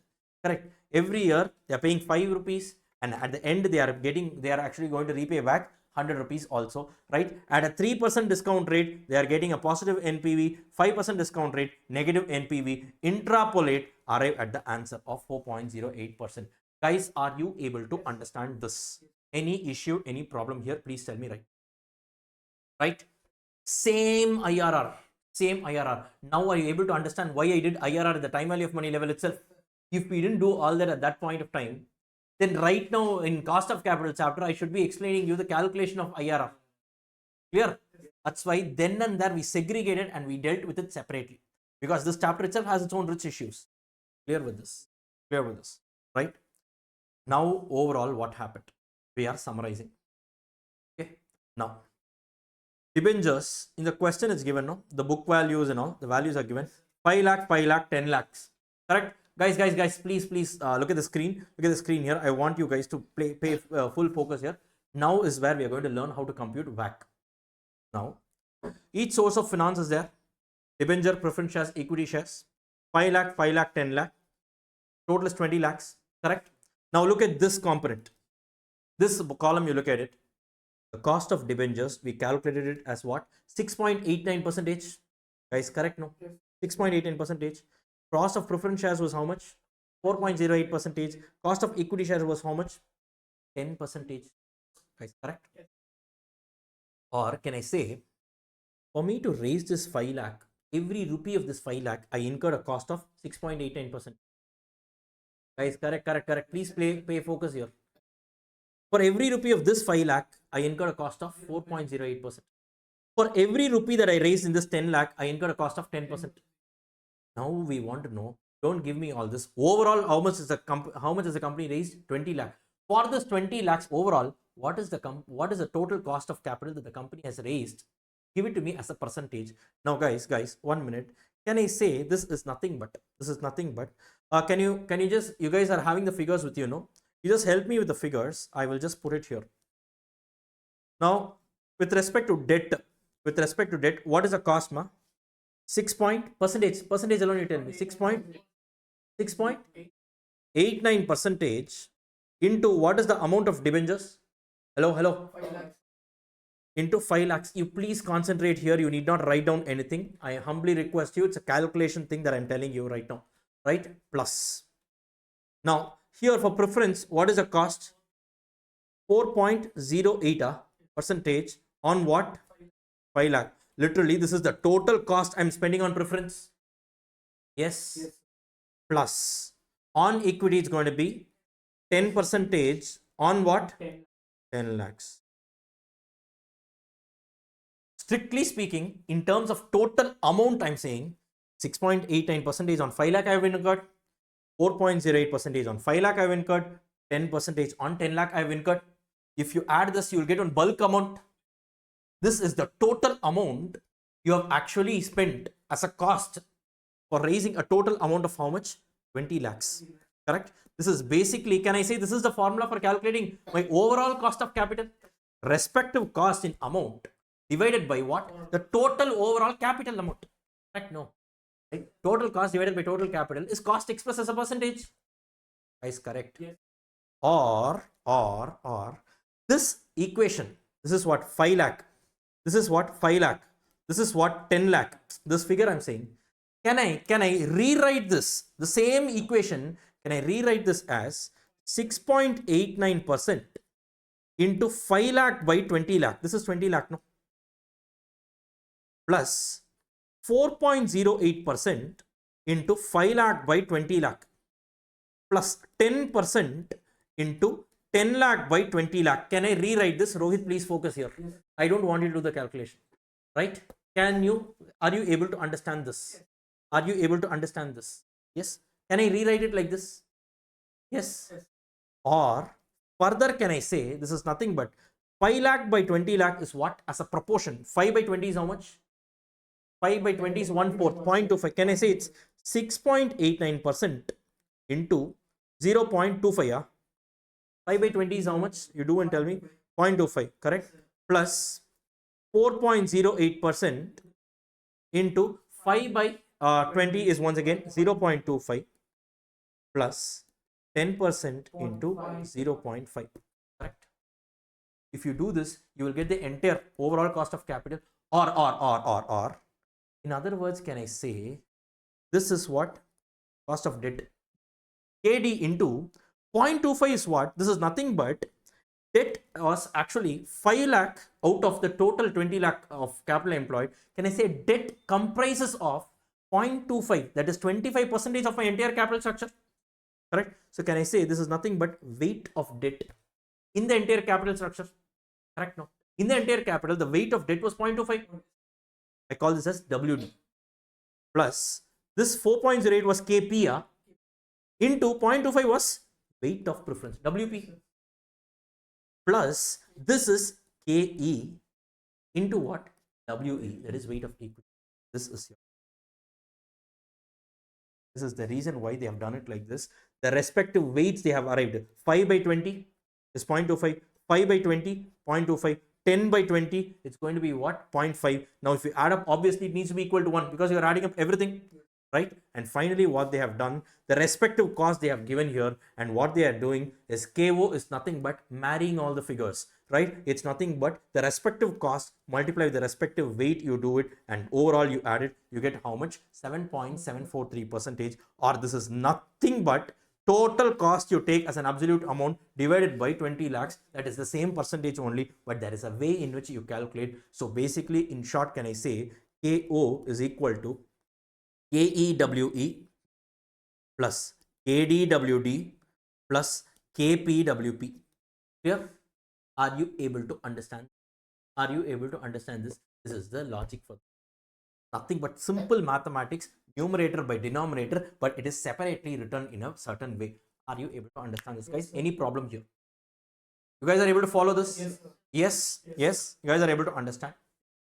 Now, these weights are there, no? These weights can either be book value weights, or you can also use market value weights. That is, when you are calculating the proportion, you can use the book value as the base to calculate the weight of that particular source in the capital structure, or you can also use the market value weights. Clear? In case you are using market value weights, what happens in the question they have given? Total debentures is how much? 5,000, but every debenture is currently quoting at a market price of how much? 105. So the market value of debenture is going to be 5,25,000. Guys, correct? Yes, sir. Correct. Now, preference shares, every share is being quoted at what? 110 rupees. 110 into 5,000, 5,50,000. Equity share, every equity share is being quoted at 24. Don't say I'm adjusting for flotation cost. Here we are just computing the market value. Here with this. So 24 into 1 lakh, it's going to be 24 lakh. So overall, the market value of my capital employed is going to be 34.75 lakhs. Correct? So based on this, you arrive at the respective proportions. 525 divided by your 34 lakh 75,000. 5 lakh 25,000 divided by 34 lakh 75,000, you get this weight. 5 lakh 50,000 divided by 34 lakh 75,000, you get this weight. And 24 lakh divided by 34 lakh 75,000, you get this weight. Are you clear with this? Add up everything, it has to be 1. It's simple proportion, guys, right? And multiply the respective costs with the respective weight and add up everything, you will get your cost of capital. Clear with this, guys? Are you able to understand this? Are you able to put it short? Cost of capital is nothing but the respective cost multiplied with the respective. Are you able to understand? Now the weights can either be book value weights or it can be market value. Preferably, which is the most correct weight? Market is the king always. Remember, today what is there? The book is irrelevant, right? Book means what? Your books, that is your account, your financial statements, right? Market perceives this value. Based on that, if you compute, you get a realistic value. Sir, the question is silent, sir, and I have both book value weights and market value weights. Which one should I follow? Your choice. You do anything but write a note and put that. Are you able to understand this? Yes, guys, you guys are able to follow this? Yes. That's about this question. Now, just go and read. Now you just go and see this. 1 second.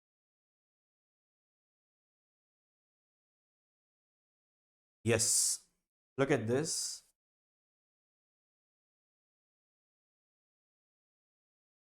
Steps to calculate, I have just given.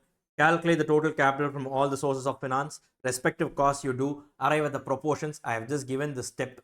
This is like the book definition. So no need all that. Practically we did one question and that's about it. Okay. Okay, fine. Now, for calculation of WACC, there is a choice of weights between the book value and market value. And while the book value weight is operationally easy, because ready figures are available, right? Market operationally easy and convenient. The market value weight is more correct and represents the true, the true value of the firm's capital structure. But remember one thing: in case the question is silent, you are free to decide whichever you want to choose. Are you able to? You guys are able to follow this, right? And that is about this particular question and this particular topic on your weighted average cost of capital. Now you just go and update your library of adjustment right now. Write down WACC, WACC hyphen BV and MV weights. BV and MV weights. BV stands for book value, MV stands for market value. BV and MV weights, right? Semicolon, KD and KP using IRR, semicolon, KE within bracket, Gordon. It's a summary of what we did in this question. One look the day before your exam, you will know whatever we went through in this particular question. KD and KP using IRR, semicolon, KD within bracket, Gordon. Done? Okay, fine. Now, second. Now, just go to the next question here. Look, guys, these 11A, 11B and all, you please do it by yourself. Similar sums, similar in many aspects, but I have just kept it here for your practice purpose and all. Right? This is a past exam question. This is all very, very same. So you can easily crack it. No difficulties at all. So you please do it. Okay, solutions are given. You can also have a look at it. But please attempt it by yourself. I ask you to solve all these questions in a separate 400-page long size rule notebook. You do all these things. Okay, fine. Now let's move on to the next question, which is question number 12. Question number 12.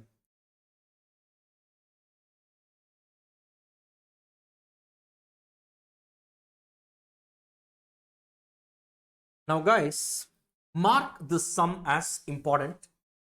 Mark this sum as important. An excellent sum.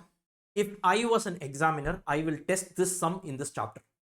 If I was given the freedom or liberty to fix your paper, this is one question that I will be eyeing on always, because this question will test a lot of concepts across the entire chapter, right? So that's one beauty of a question. This is, mark this as important. I call this question as the masterpiece, right? Masterpiece. Generally, I don't grade all the questions really well. Only if some question is really good, I generally give this naming and all. This question is an excellent question. Must visit the day before your exam. Mark it somewhere. So all the important questions, you please mark it somewhere. It needs to be revisited the day before your exam. In your library of adjustment, when you're updating, you also mark it. Now let me read this question for you. And in this question, there is one incremental learning also, right? I don't repeat anything in the class. Yes. Determine, guys, full focus here. Just pay attention to whatever I'm saying. That's more than enough. Assume this question is coming in your exam, right? Pay full focus here. 8 to 10 marks easily it can be tested if it comes. Determine the cost of capital of Best Luck Limited using both the book value and market value weights from the following information given below. Equity, retained earnings, preference, debentures. Book value figures are given. Market value, equity shares they have given, retained earnings nil, preference and debentures they have given. Wait, let me not proceed further. First question to you. Why? Sir, the first question that you should have in your mind. Sir, market value they have not given for retained. Why? Why? Don't tell me. Any guess? Why have they not given this market value figure for retained earnings alone? Attempt. You didn't issue anything, but doesn't it have a market value? It can have, no? It is retained with the company, so which means the market value should be equal to book value. If it is retained, market value should be equal to book value. Why have they put it as 0? I'll tell you. Simple, guys. What is this 2 crores? Market value of equity. This 2 crores includes the value of retained earnings as well as the value of equity share capital, because from the perspective of the market, they don't segregate the two. Market is giving a value for the entire equity shareholders funds. Are you able to understand this? Yes. Are you able to understand this? That is the reason why separately for retained earnings, they don't give you the market value. Are you market value asset? Clear with this, right? So now quickly, let me tell you what to do in this case. Sir, then in this question, you will be having KE, KR, KP, KD. You will be having all 4. Correct? No. If I'm using book value as the weights for calculating my WACC, independent cost calculation, not a problem at all. This issue will come only if you are only when you are computing the weighted average cost of capital based on market value weights. Now what happens if I'm using the book value weights? W is there, that is weight of equity is there, weight of retained earnings is also there, weight of preference is also there, weight of my debentures is also there. Respective weights are available, no? Correct? I can do it. Sir, but if I am going to follow market value weights for the other 3 sources of finance, for equity, preference and debenture, I don't have a problem. Why? Because the readily market value is available. Sir, for retained earnings alone, there is no market value given, sir. How can we do this? Doubt is there or not? Doubt is there or not? 2 approaches are there. Approach number 1. Approach number 1. Ignore KR. It's okay. Take only KE, because the market has already valued this particular. It has already, included this value of retained earnings in the equity level itself. And we all know KR is equal to KE. Anyways, yes. Right? So no problem at all. Ignore it. Right? Or approach number 2. It's okay. Retain it. But how do I retain it, sir?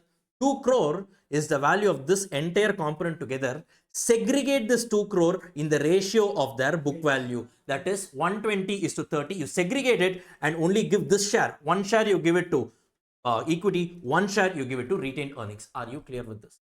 Are you clear with this? Which approach to follow? You can follow any approach. Number 1. Number 2. So suppose I am ignoring, I am following approach number 1, which means I am ignoring the weight, market value weight itself for retained earnings.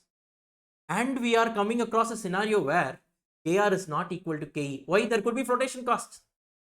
Correct? No. If there is flotation cost, then KR figure will be different from KE figure. No. Yes.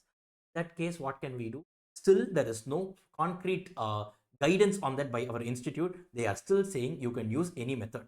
In my opinion, whenever KR and KE are different, right, in that case, it is better to split.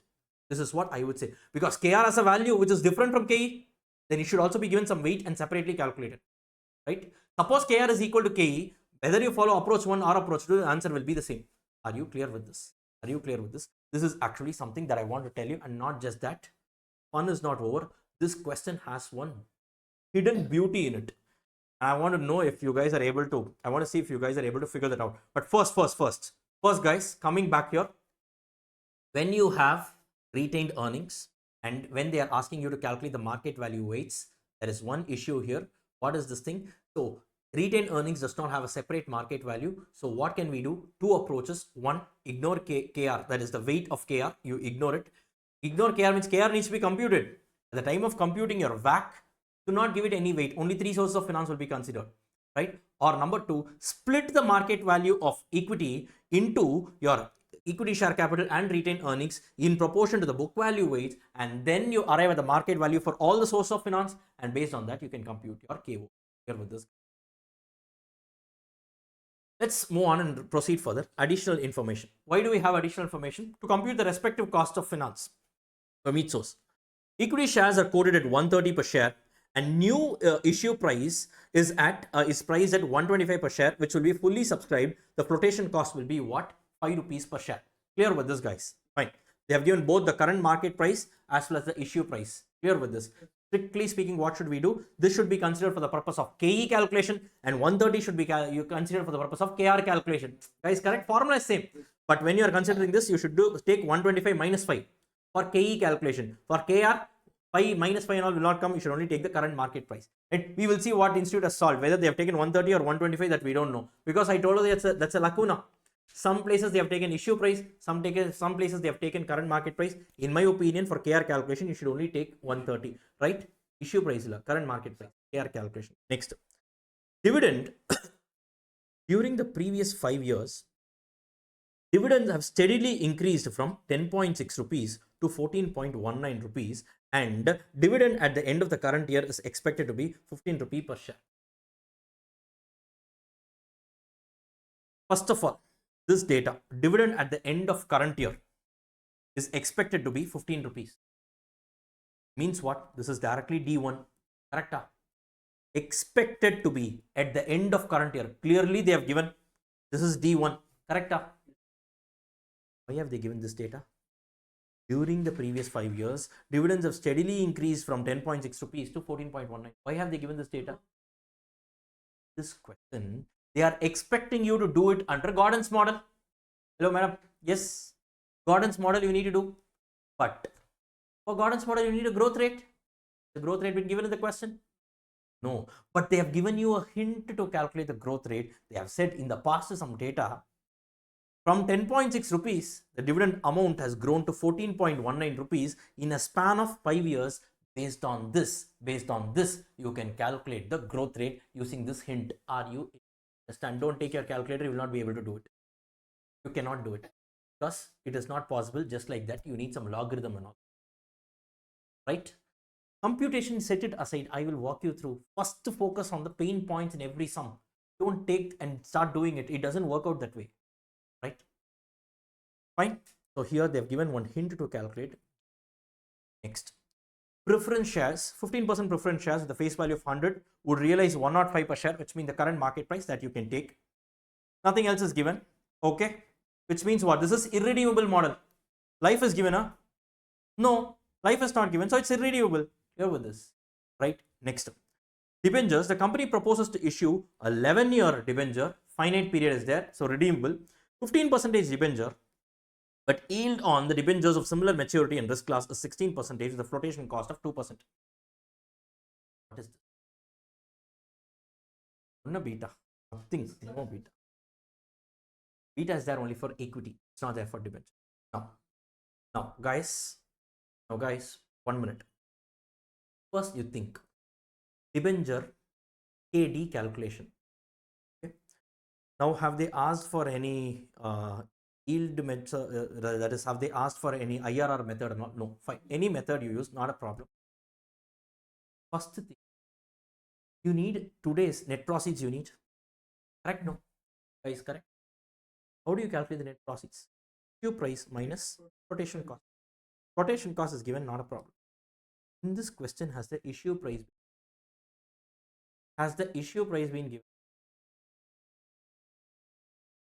Then what will be the issue price? Don't say, sir, no data is given in the question. I will assume issue price to be equal to, some what 100 rupees or what is that, 10 rupees or whatever it is. No, you can't take that assumption here. This was an RTP question. What is that? This is the reason they have given this data.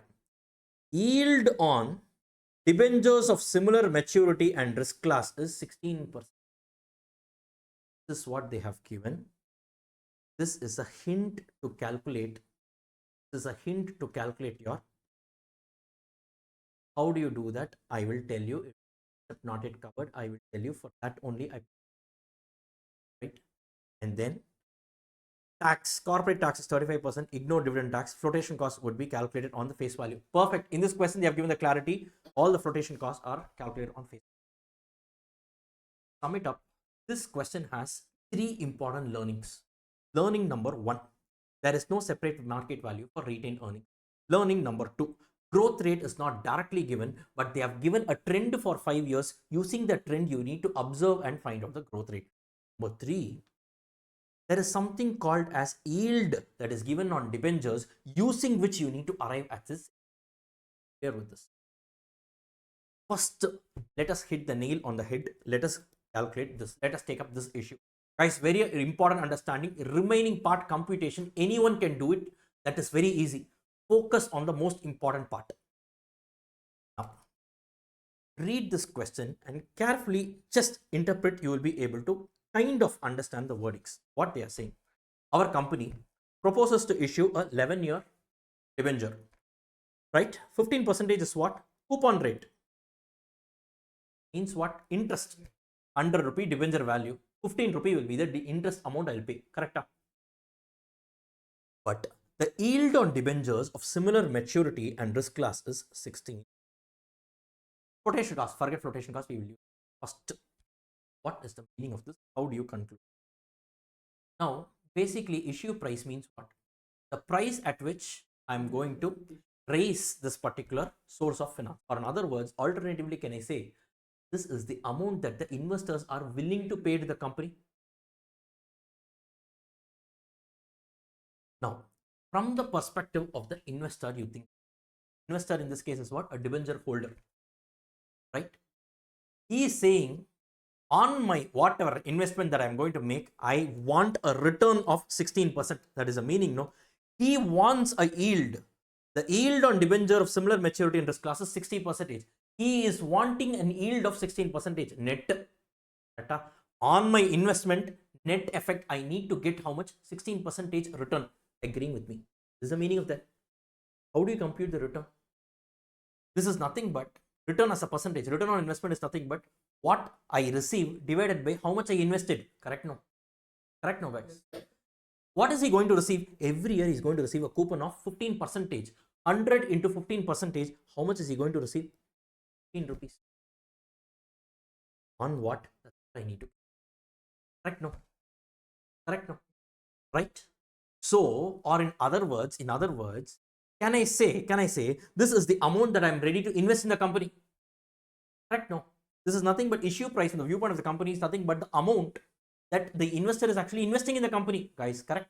You are able to understand. So in this case, what happens? So I need to calculate what is the issue price, what is the amount the debenture holders are willing to pay. Can I say this goes to the other side? This comes out to rupees 15 divided by 16%. How much is that?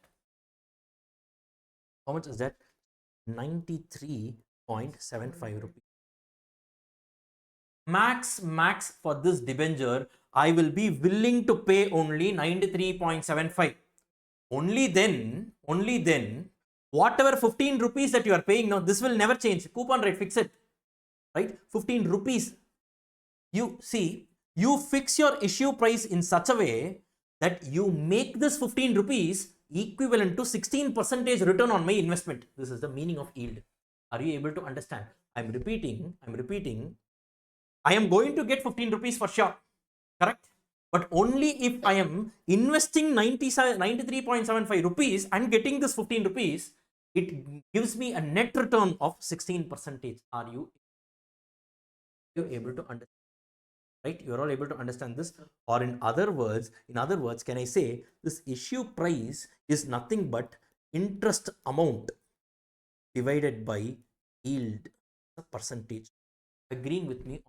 Not write it down somewhere, right? Issue price is equal to, an alternative way of calculating is interest amount divided by yield as a percentage. Agreeing with me on this, guys? Yes, you guys are able to follow this. Write it down somewhere. It's not there in the book. It's not there in the institute study material also. Randomly, they have done this, as in random, I wouldn't say, but they have just done it and left it there. The logic cannot be understood without all this explanation. That's why I asked you to pay utmost attention here. Clear with this? Clear with this? Logic you are able to understand, right? It's nothing but a simple return on investment. Clear with this, guy? Yes. So look at this. Look at this. This is what they say, because for KD calculation we need to use what? This formula only. For this formula we need to find out net proceeds. Net proceeds, how will you get? Issue price minus flotation cost. But issue price is not there in the question. We need to compute issue price using this. Issue price is going to be 93.5. One more add-on point I will tell you. Now you are understanding why some debentures are being issued at a discount, why some debentures are being issued at a premium. It is because it is all dependent on how much return or yield the market is expecting. Are you able to understand? Are you able to understand? If that yield is exactly equal to your coupon rate, if this was 15%, then the issue will be at par. Because what you pay is exactly equal to what I expect. I will be ready to pay you the entire face value. Clear with this? Suppose my yield is more than your coupon rate of 15%. In that case, you necessarily need to issue it at a discount. If my yield is less than your discount rate, you will be issuing it at a premium, right? This is the overall concept in this case, but this is okay. Whatever I said just now, that is also fine, not a problem. Did you understand this concept? How they have done it here? Look at this. Since the yield on similar debenture is 16%, the company would be required to offer the debentures as a discount. Directly they said. These are institute's wording, not mine. Logic for this is not explained. Market price of debenture approximately is equal to 15 rupees divided by 0.16, 93.5. Done. That's all. How did you arrive at this? This is the background logic. Here with this, guys. Go over the study material and look at this question. You might not understand. That's why I said it's a very, very important question. Here with this. Now, there is an alternative way of calculating this also. They have given no. The yield required is how much? 16%. Right? So from the perspective of the investor, what you can do, you can use the time value of money technique and also do this. Correct? Every year he is going to receive how much? 15 rupees. Right? Into present value interest factor annuity of 16% for 11 years. Right? Plus at the end he is going to get 100 into what the present value interest factor for 16% is 11 year. If you use like that, what you will get is, you will get the issue price has to be 94.935, but the method which we used was an approximation method. We arrived at 93.75. Are you clear with this? This can also be done using time value of money technique, but this is just for information purpose. Follow this in exam. Clear with this? This is what institute has also followed. Clear with this, guys? Hello? Clear with this? Clear with this? So now what students will do is, having thought so much, they will directly take this 93.75 as what? They will take this as the net proceeds. No, guys, that is not the net proceeds. From this, you need to reduce this 2 rupee flotation cost. 91.7 be taken as what? Net proceeds. And in this calculation, they have taken this 91.75 as net proceeds, right? So the normal calculation, KD calculation, I into 1 minus T, 15 rupees into 1 minus tax rate, plus RV 100 minus NP, just now we got divided by 11, the whole by RV plus NP by 2. They have arrived at 10.95%. Are you clear with this? KD is over in this sum. Done, guys. You are all able to understand. Remember this, in this question, issue price was not given. You had to calculate using that formula called as interest amount divided by yield percentage. Logic was explained just now. Clear with this? Next. Now, the next issue in this question is about calculating the growth rate. Now, what have they mentioned in the question? Dividends have steadily increased from 10.6 rupees to 14.19 rupees in a span of 5 years. Right? Or we know this now, guys. We know this formula basically. Can I say future value is equal to present value into 1 plus r the whole power n? So no, simple compounding formula. Or can I say in this particular area they've said 14.19 rupees is the dividend after 5 years. Correct? Not after means from today, no. Some past data is given. Relative measure, I'm saying, as compared to the base year, 5 years later, they were receiving a dividend of how much? 14.19. Correct? No. So basically, this is the future value. Right, guys? The present value was how much? It was actually 10.6. So 10.6 rupees has become 14.19 rupees in a span of 5 years. Correct? The equation will be 10.6 into 1 plus r to the power 5 is equal to 14.19. Agreeing with me on this? Are you first able to understand this? Right? Don't take this as D1, D0 and all. Some random 5 years they have given. Right? So for that, from the base year, the figure was 10.6. It has grown to 14.19 in a span of 5 years. I can use the formula. So future value is equal to present value into 1 plus r the whole power n. In this case, instead of r, they have used one variable called g because we are calculating the growth rate. Are you clear with this? Done, guys. Now, in this case, what you will do? So this 10.6 will go to the other side. Is multiplication, no?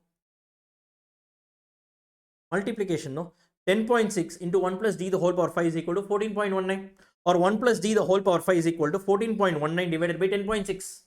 Correct? No? This is equal to what? 1.138. Now this you should go and see in your future value table. Clear with this? You should go and see it in your future value table. In your future value table, they are saying 1 rupee compounds to 1.335 in 5 years, right? At a compound rate of 6%. This value will generally be given in the question. That is, this is your compound interest rate. Your compound interest, your future value interest factor will be given in the question. Don't worry about that. Clear with this, guys? So basically what the meaning of this is, 1 rupee grows into 1.338 rupees in a span of 5 years only when the interest rate is 6%. This is the meaning of that. That is exactly what they have given, no? 10.6 rupee has grown to 14.19 rupee in a span of 5 years. Calculate the interest rate. We did all this calculation and we have said 1 plus g the whole power 5 is equal to 1.338 rupees. The table reference we took 1.338. If you go and find it in the table, you can find it under future value interest factor for 50 year. So at which rate is this amount tallying? If you see, you will get it exactly at 6%. Based on the table figure, we have got that growth rate is equal to 6%. Are you able to understand this? So this is what, for how many years? 5 years, 5 years, wait, I will show it right now. Appendix we will go. This is present value table, future value annuity, future value table. Now look at this. Future value table is there. Correct, guys? Right? So percentage, we don't know. We need to find out. But period was given. Yes. Go and see against which value the figure you are getting an answer of 1.338. If you exactly see, only if it is 6%, the value is matching with your answer of 1.338. And hence I can conclude by saying that my growth rate is actually compounding at 6%. In exam, what they will do, 6% value they will give, 7% value they will give, right? And you should rightly pick that it is 6%. That's all you need to do. No interpolation. No. Yeah. 2 figures randomly they will give. One figure will be correct, one figure will be wrong. They will test whether you are picking the right figure, right? How do you need to do this division? You do and arrive at the final answer, match it with the table given. Clear, guys? Right? That the third issue in the sum is also done. Clear with this? Now, having found the growth rate of 6%, so now what do you do? Simple. So here you do d1 by p0 plus d. d1 was how much? 15 rupees. P0, how do you get? So they have mentioned in the question that issue price was 125 minus 5, it's going to be 125 minus 5 is 120. Yes, plus G of 6%. Just now we got the 6%. The answer is going to be 18.5. Guys, clear with this. KE is done. Now, KP calculation, same D1 by P0 plus D. But what you need to do, ignore the flotation cost and all. So what is D1? Guys, come on, answer. 15%, 15 rupees. D1 was 15. No, it's given in the question, guys. What happened? You look very confused. What happened? I said KP, is it?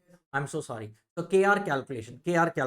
So KR calculation is D1 by P0 plus G, right? DR, the first year dividend is going to be what? 15 rupees. Now P0, what you should take here, ideally speaking, you should be taking the current market price. But what they have taken is, they have taken the issue price, but one thing is for sure, they have not adjusted the flotation cost. That is common. You should not take the flotation cost. Clear with this? You can also take 130 in this question, right? But always write a note when it comes to KR calculation. Clear with this? They have taken 125 and calculated. So D1 by P0 plus D, they have arrived at 18%, right?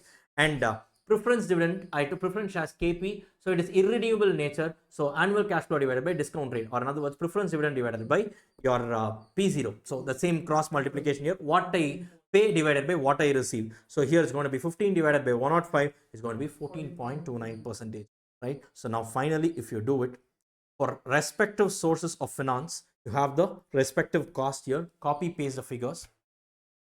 Now the book values are given at 120, 30, 36 and 9, correct? So what you do is, you can ideally calculate the proportions here. Now with respect to market value, what they have done in this question is, what was the market value here? 200 lakhs or 2 crores. What they have done, they have split it in the ratio of 120 is to 30. So, or this is nothing but 4 is to 1. Nah? Yes, 4 is to 1 they have split it. So basically 200 is being split into the ratio of 4 is to 1. So 200 divided by 5 into 4 is equal to 160 into 1 is equal to 40. So this 200 crores has been, or 2 crores has been split into 1.6 crores and 40 lakhs between your equity share capital component and your retained earnings component. Here with this, and they've done it like this. Or what is the alternative way of doing it? Don't split, just keep this as 200. 200 means 200 lakhs. Correct? 200 lakhs is 2 crores. And ignore this completely. No problem. Sir, will the answer change? Yes, it will change. It will definitely change. Don't worry about that. Here with this. Are you able to understand? They have just multiplied and they have said, if you are following book value weights, your WACC is going to be how much? It's going to be 33.73. If you're following market value weights, your WACC is going to be, sorry, it's not 33.73. Sorry, this is the total figure. Your WACC is going to be 17.29. Book value weights, market value weights, it's going. Are you clear with this? Are you able to understand this? Right? This is one very, very important question. And look at this, the market value of equity has been apportioned to the ratio of book value weights of equity and retained earnings, the ratio of 4 is to 1. Clear with this? Any problem? There's some key issues with there. So first one was about the manner of dealing with your retained earnings, the weight of retained earnings when the market value weight is being used. Number second, calculation of growth rate when a trend is given. And third thing of this question was the important thing, which was calculating the issue price of debenture when the yield was given. Clear with this? Just go and update your library. Mark this sum as very, very important, guys. Write down WACC, WACC. This is 12. Write down WACC hyphen KE semicolon KP semicolon KD semicolon KR. Right? Then put a semicolon. Write down treatment of retained earnings under MV weights, market value weights, under MV weights, market value weights, semicolon, calculation of G when trend is given,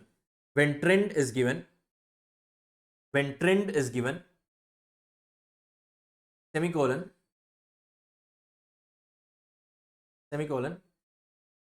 calculation of issue price of debentures when yield is given. Calculation of issue price of debentures when yield is given. When yield is given. Done? Please mark this sum as important. One of the best sums, excellent sums in this particular chapter. Right? Fine? Okay, guys. So now I am concluding this session for the day. So please revise till whatever we've covered till now, and I will see you all in the next one. Thank you all so much. Bye. Hey folks, welcome you all to a new session. This is CA Ganesh Bharadwaj. So now let's continue our discussion in this chapter, cost of capital. So till now, we have seen all the components of your different sources of finance, and we've seen all the costs associated with the respective sources of finance, namely your KD, KP, KE, and KR. And once that was done, we have also seen how to compute the overall weighted average cost of capital, right? And I think we did two sums with respect to computing your WACC, right? And especially in the last sum that we did in the previous session.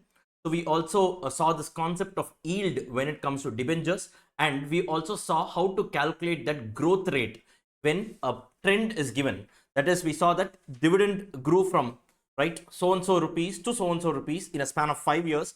So we saw how to use the future value table, and we computed the growth rate as well when it comes to that particular concept, right? So this is what we have seen till now. So now let's continue our journey in this particular chapter. So now, before we move on to the next question, I just want to explain one small concept, and then we will get started. Now, basically, if you see, there are two different types of companies, right? Or two different types of firms. One is called a levered firm. The other one is called as an unlevered firm. One is called as a levered firm. The other one is called as unlevered firm. Now, what do you mean by this word levered? The next chapter that we are going to do is called as leverages. There we will be seeing in depth. Okay. Now, first of all, you need to understand some terminologies. Now, we saw that in the balance sheet, right? In the balance sheet, you have different sources of finance: equity share capital, your retained earnings, your preference share capital, and your debentures and all of that, right? So all these things put together, that is different sources of finance, right? The composition or the mix from different sources of finance, this entire composition is actually called as capital structure. That is the manner in which I have structured my capital, my total funding is called as capital structure. Basically, the word capital structure means what? The different mix from different sources of finance. Let's say we'll say that this company's A's capital structure is from equity they have raised so much, from debenture they have raised so much, and from preference they have raised so much. Example I'm saying. So when they use the word capital structure, it refers to composition of your capital. Clear with this, right? The word capital structure is actually the next chapter is leverages. The chapter after that is called as capital structure decisions. Clear with this, right? It is all interlinked. Now, if a company has a debt component in its capital structure, it is called as a levered company. So suppose they are saying company A is levered. What is the meaning of that? One of the components of their source of finance is debt. Are you clear with this? Are you clear with this? So when I say levered company or a levered entity or a levered firm, if I just use the word levered, it means what? In its capital structure, definitely one component is debt. That is the meaning of that. Clear with this? Why this word alone? Next chapter we will be seeing the entire logic for that. Clear with this, right? Unlevered entity means what?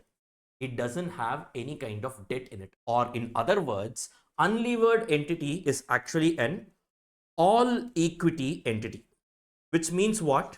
It has raised its entire funding only from one source, which is equity. Are you clear with this? Are you clear with this? So unlevered entities are generally all equity entities, right? Now this is the reason why I said. So then what about preference? Preference is one hybrid animal I told you. Generally, preference in all practical senses, preference and all will not be used. But in case they are just saying company A is unlevered entity, this is all they have said. It means what? It is an all equity entity. You need to understand that, right? Company B is a levered entity. If they say, it means what? It has some debt in one of its component in its capital structure. This is all you need to know. Are you clear with this? Are you clear with this? Right? Now, one step further. For an unlevered entity, it has raised, let us say there is a company, right? There is a company. I'm not sure. Do you guys know this company called Zerodha? Yes, Zerodha is one of the topmost broking firms in India, right? Stockbrokers. Zerodha, if you see, it's built on a very beautiful model called as a zero discount model, a zero brokerage model, right? Now, discount brokerage model. So what this company is actually, it was founded by two brothers, right? So Nitin Kamath and Nikhil Kamath, two brothers, they found this company. It's based out in Bangalore. Now what they have done is, it's a bootstrapped company. When I say bootstrapped, it means actually family savings, their own personal savings they invested. They didn't even go to external people for any kind of funding, not even through the equity route. They put their own money into the business and they started. That company is a unicorn startup. It's valued at more than $1 billion as on today, right? It's a very, very, very successful company. Now that company, they have made it a policy not to take 1 rupee from any outsiders or any kind of loan or anything. So now their only source of finance is what? Equity share capital, right? Or maybe once they have earned some profits and all, they get plow back into the business. Maybe it could also be retained earnings. Basically put together, it is what?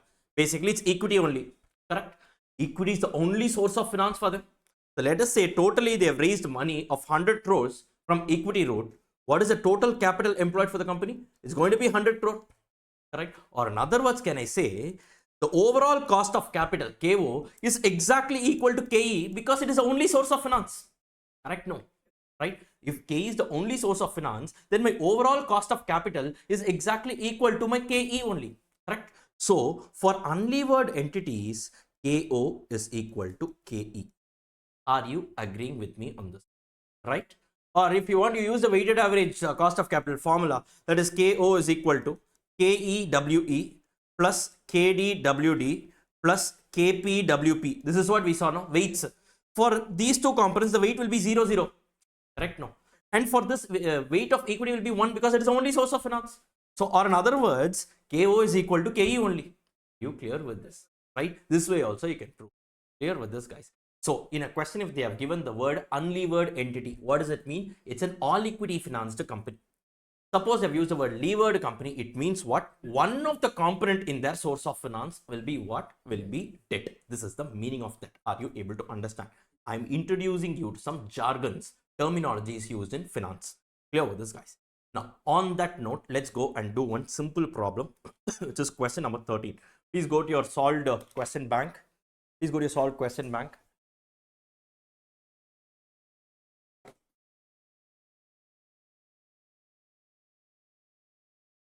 Okay, so let me quickly read out the question for you. Gamma Limited has in issue 5 lakh rupee 1 ordinary shares whose current ex-dividend market price is 1.5 rupee per share. Ex-dividend market price per share means actually normal market price per share. Okay, there is a concept called ex-dividend cum dividend and all. I will tell more about it later on. Right, it's not required right now. Ex-dividend. Normal market price means what? Ex-dividend market price. Clear with this. What is the current market price of the share? 1.50. The company has just paid a dividend of 27 pies per share and the dividends are expected to continue at this level for some time, right? Which means what? The dividend is going to be the same throughout. Constant dividend model. In this case, what model will you use for calculating KE? Your dividend price model, no? Guys, dividend price model, first method of calculating KE, dividend price model. What is the assumption? Dividend amount will be constant for the rest of the life. Correct? There is no growth here. So you will not use Gordon's model. Clear with this. If the company has no debt capital, means what? It's an unlevered entity. What is the weighted average cost of capital? So how can we compute weighted average cost? Simple, they've given no debt, which means calculate KE and tell them that look, since there is no debt, in this component, it is actually an unlevered entity. For an unlevered entity, KE is equal to KO. Hence, whatever KE that we computed, that itself is equal to KO. Are you clear with this? How do you compute KE? This is why I said first, the market value of equity shares is what? 5 lakh into 1.5, right? It is going to be, so 5 lakh shares into 1.5 is going to be 7,50,000, right? The market value of debt is what? 0, because they have not raised anything. Since there is no debt in the capital structure, it is an unlevered entity, and the WACC KO is equal to KE. Clear with this? This background only, I just gave it to you right now, right? So KE, how will you find out? Simple, D divided by P0. That is what I pay upon what I receive. This is perpetual. Clear with this? Here D or D1 is equal to D2 is equal to D3 is equal to D infinity. Why? Because rest of the life the dividend is going to be the same only. There is no growth here. Clear with this? So they have written D1. You can simply write D divided by P0. That's what we saw. Or D divided by net proceeds.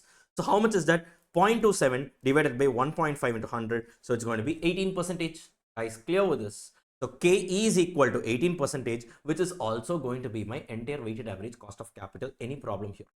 Any problem here? No, right? That's about this particular question. Just go and update your library of edges. That's all. Write down. WACC hyphen unlevered firm. WACC hyphen unlevered firm. Semicolon KE is equal to KO. WACC hyphen unlevered firm. KE semicolon KE is equal to KO. Are we done here? Are we done here? Any issue, guys? Any problem here? No. See, whatever I'm teaching here right now, slowly we will link it later on. So the concept of, sir, levered means what? What do you mean by leverage? Leverage effect, everything that's covered in a separate chapter. Clear with this? Whatever is required at the moment, I will be teaching you. So it's going to be, and completely I have structured it in a certain way so that it doesn't hinder with your logical flow of understanding. You follow the same route. Clear with this, guys? Next. Now, suppose in the question they have given short-term debt. Read the next question. From the following information, determine the appropriate weighted average cost of capital relevant for evaluating long-term investment projects of the company. KE is given as 18%. Guys, yes. Now, after tax cost of long-term debt, KD is given as 8%. After tax cost of short-term debt is given as 9%. KR reserve is given as 15%, and each of these sources of finance, the book value figures, market value figures are given. Calculate the WACC. Very simple. Respective cost multiply with the respective weight. Once you do it using book value weights, once you do it under market value weights, arrive at the weighted average cost of capital. Very simple. Now, I didn't pick this sum for that. The unique thing here is they have given something called a short-term debt. What should we do? Sir, you didn't teach us, sir. What is this cost of short-term debt? What do we do? Whenever in the question they have given the cost of short-term debt, you should ignore it. Why? Now, first of all, you tell me, guys, what is this chapter dealing with? Come on, what is this chapter dealing with? Cost of capital, right? Cost of capital. Cost of capital goes on to achieve which objective of our subject? Your financing decision. Financing decision means what? Your decisions that you take related to fundraising activity. Correct, guys? Right? Long-term sources of finance only we talk about. That is a component of capital employed. Guys, correct? So, only those sources of finance, right, that are a part of your capital structure will be considered for the purpose of decision making here. Now, short-term debt means what? Example, creditors. Sir, creditor, will it have a cost? Of course, it does have a cost. I will tell you what it is. Creditors, sir, how do you even consider? How are they saying it's a short-term debt? Now, what do you mean by a creditor? He will supply you some material today. He will accept the payment, let's say after 2 months or 3 months, depending on your credit policy. Literally speaking, he is funding you not by giving you cash, but by giving you some material. He is funding you in kind.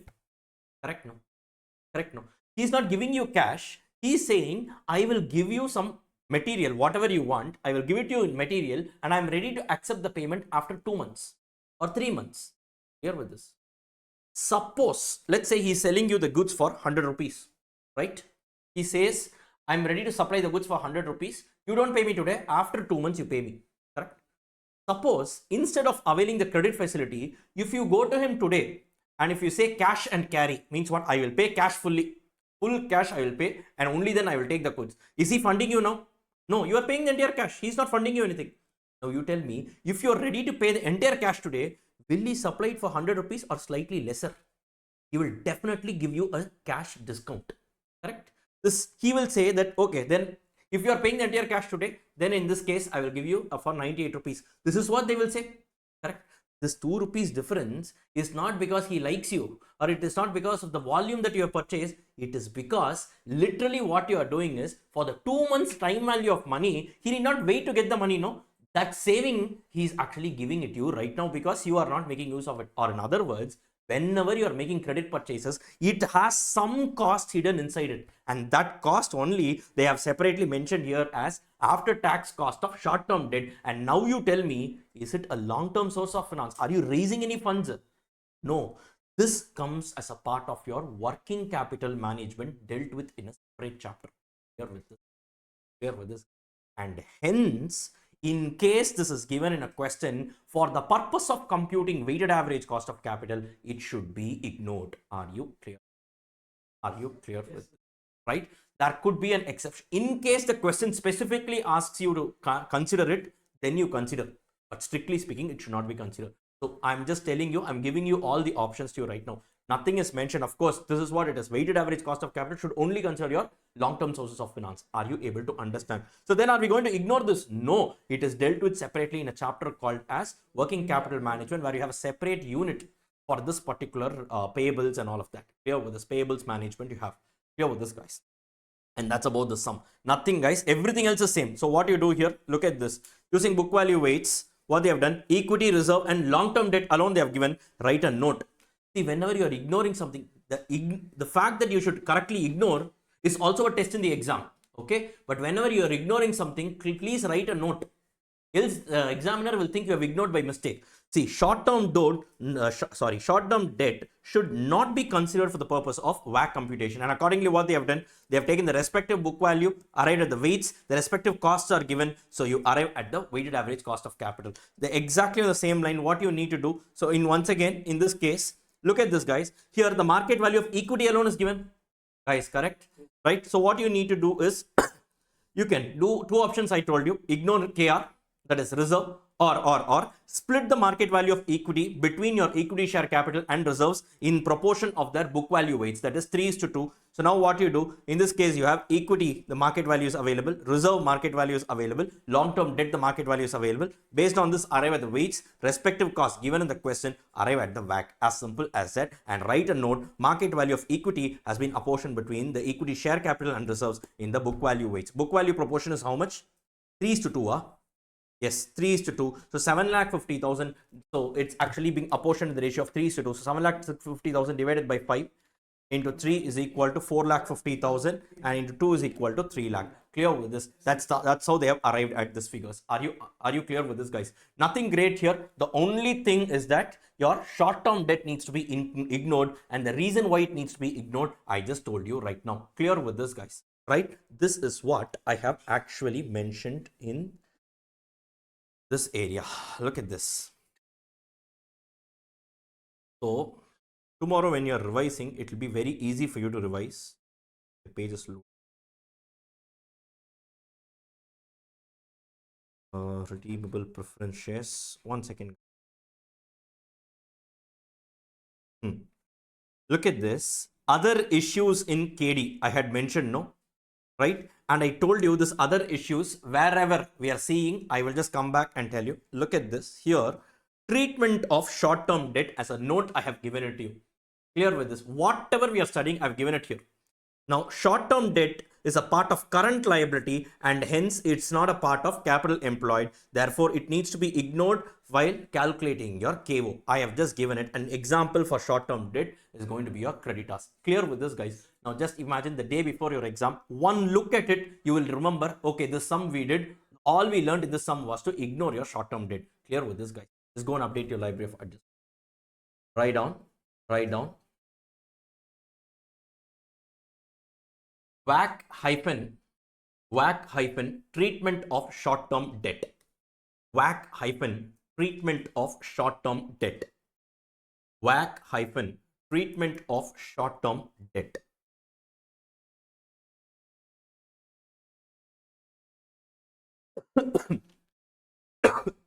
Sorry.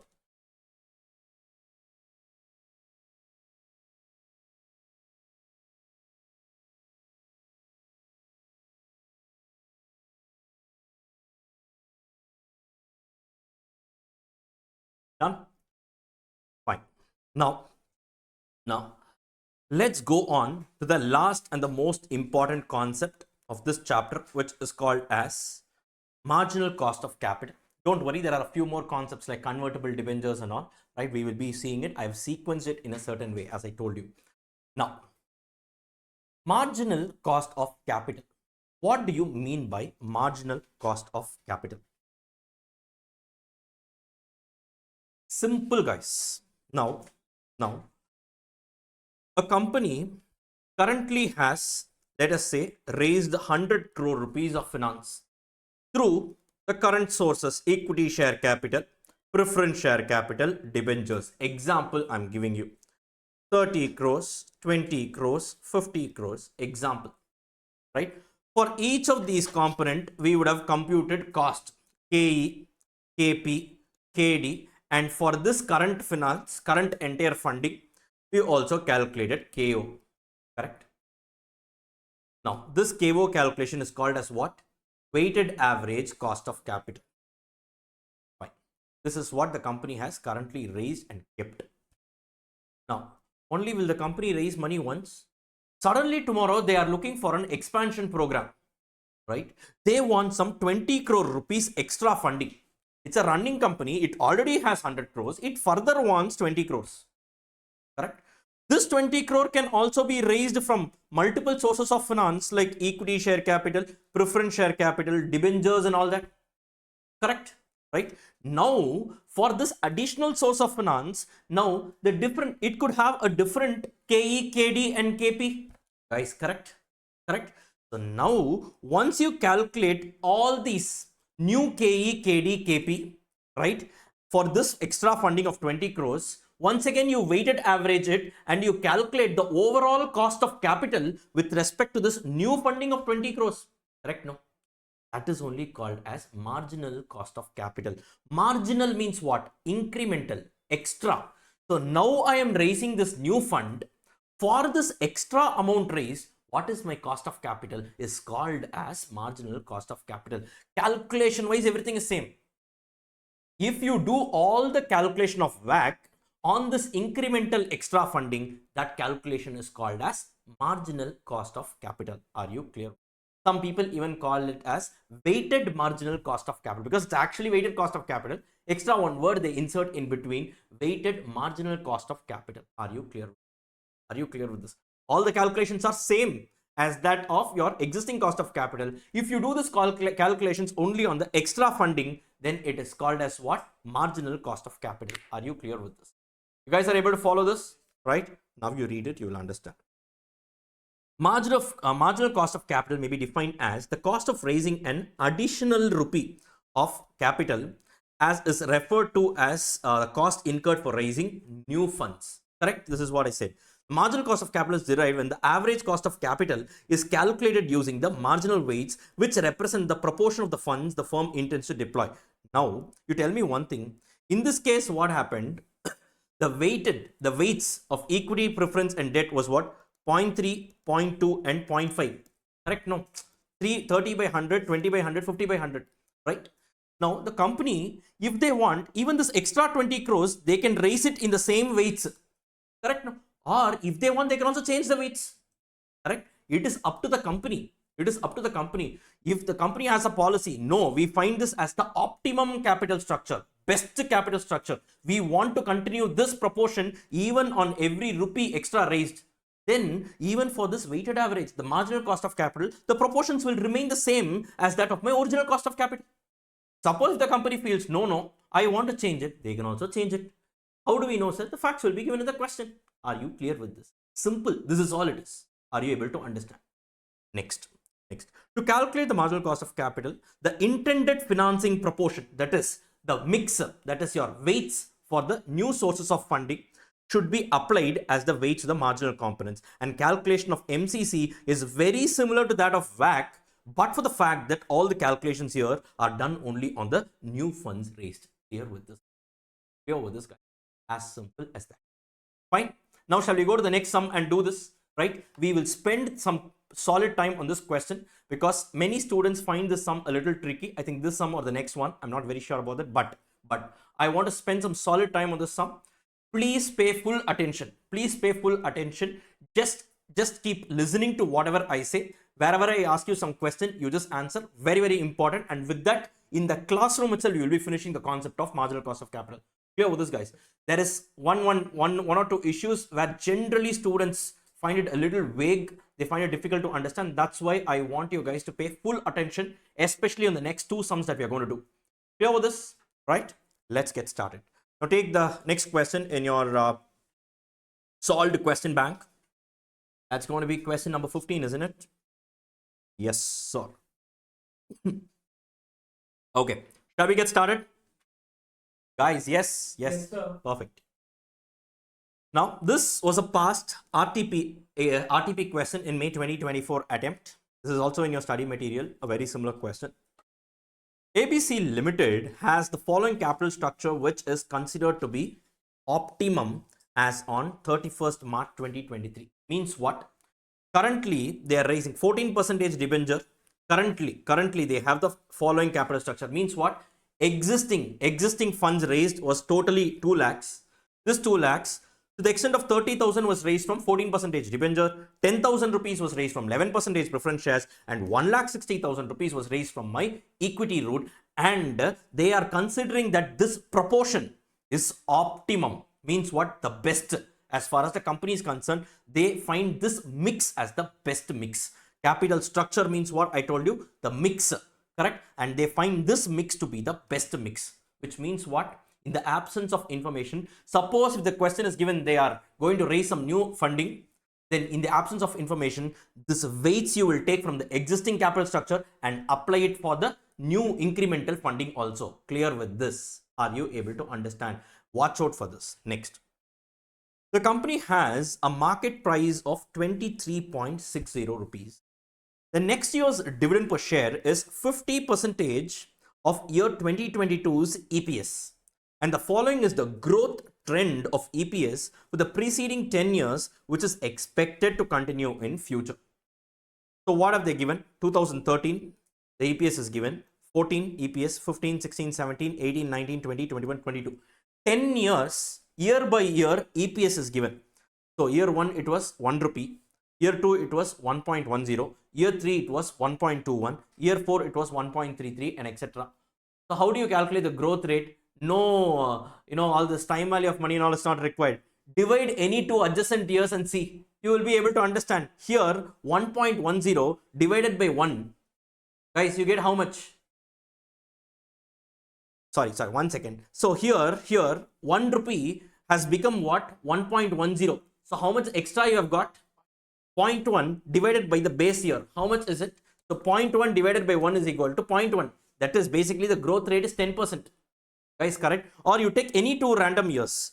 These 2 years let us take. So how much is it? 1.95, correct? Minus 1.77. How much is it? 1.95 minus 1.77 is going to be 0.18 divided by 1.77. You get how much? 10.16%. Approximately you get 10%. So basically what has happened is year on year, if you compare any two adjacent years, you see the extra growth divided by the previous year as the base. If you see, you will get the growth rate. Are you clear with this? Are you clear with this? In case it is given, this is all you need to do. Very simple. Clear with this, right? Fine. Next one. So they have given what? The current market price. Guys, they have given the current market price. Next year's dividend is 50% of year's 2022's EPS. Correct? So year 2022's EPS is given. 50% of that is going to be D1. Guys, yes. D1, you have P0 do you have? Yes, the market price is there. G do you have? Just now I told you how to calculate. With this Gordon's model, you can calculate KE itself. Guys, clear with this? One reading of the question, you can find this out. Next. The company issued new debentures carrying a 16% rate of interest, and the current market price of debenture is going to be 96 rupees. Right? The preference shares 9.2 rupees with an annual dividend of 1.1 per share. So preference share has a current market price of 9.20, annual dividend is 1.1, were also issued. The company is in the 50% tax bracket. Now, what they are asking, number one, calculate the cost of new debt, calculate the cost of new preference, calculate the cost of new equity, assuming the new equity from retained earnings. No problem. No problem. Fine. So basically KR is equal to KE. That is not a problem at all. Normal calculations you can do. That is the reason why there is no flotation cost in the question. Clear with this guy. Next. Calculate the marginal cost of capital when no new shares are issued. Now, have they given the proportion in which the new funding is being raised? Have they given the proportions in the question? Specifically, how much amount is getting raised? They have not given. Have they given any proportion in which it is going to be raised? No, it is not given. So what you can do is you can use the existing capital structures weights, right? And you can calculate the respective cost using the data given and apply these weights alone using the existing capital structure. And with this, you can arrive at the marginal cost of capital. Here with this, for you to calculate the marginal cost of capital, you don't need to know how much extra amount is actually raised. All you need to know is only the proportion in which it is raised. Correct? No. At the end of the day, WACC, how do you calculate? Respective costs with the respective weights only you calculate. If you know the weights and if you know the cost from every source of finance, you will be able to calculate WACC. Similar thing is for your marginal cost of capital also. Nothing is given in the question. So what I will do, from the existing capital structure, I will take the weights and assume that the company is going to follow the same weights for the new funding also. Why? Because they have used the word optimum here. Here with this. And for the new funding, can I calculate the respective costs? Yes, I can calculate the respective costs. Now you can just marry the two figures and you will get your marginal cost of capital. Here with this. Here with this. Now, part C, mark this as very, very important. The wordings are very tricky and many students, based on my past experience, find first of all, they are not able to understand what is being asked. What is being asked itself, they are not able to understand because the wordings are such. So even if you are not able to understand, don't worry. It's a very tricky area. Fine. It doesn't mean that you don't know the subject. It's not like that. The tricky area, it is a very tricky area. That's why I mark this separately. And compute the marginal cost of capital when the funds exceeds. Fine. This we will do it later on. Right, guys? Done? Now, what I will do is, I will give you a minute time. Don't jump to the solution. Read the question fully, right? Digest the facts, read the question fully. And when we are solving it, whenever I'm asking you any question, you please answer to it. I'll give you a minute time. It's worth the time. You please look at your book, read the entire question, digest the facts. Don't jump to the solution. I will walk you through the solution myself, right? A minute time, please take it.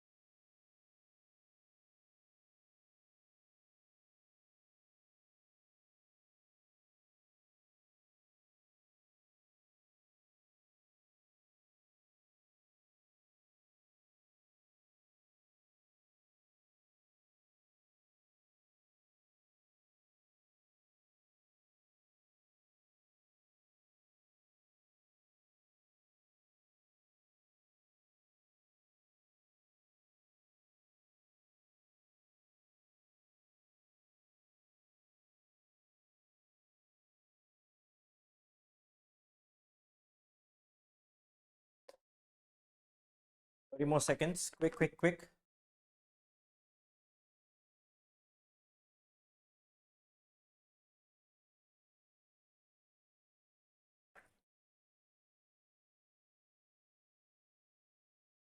Even the ones who are watching this on a recorded mode, please don't look at the solution.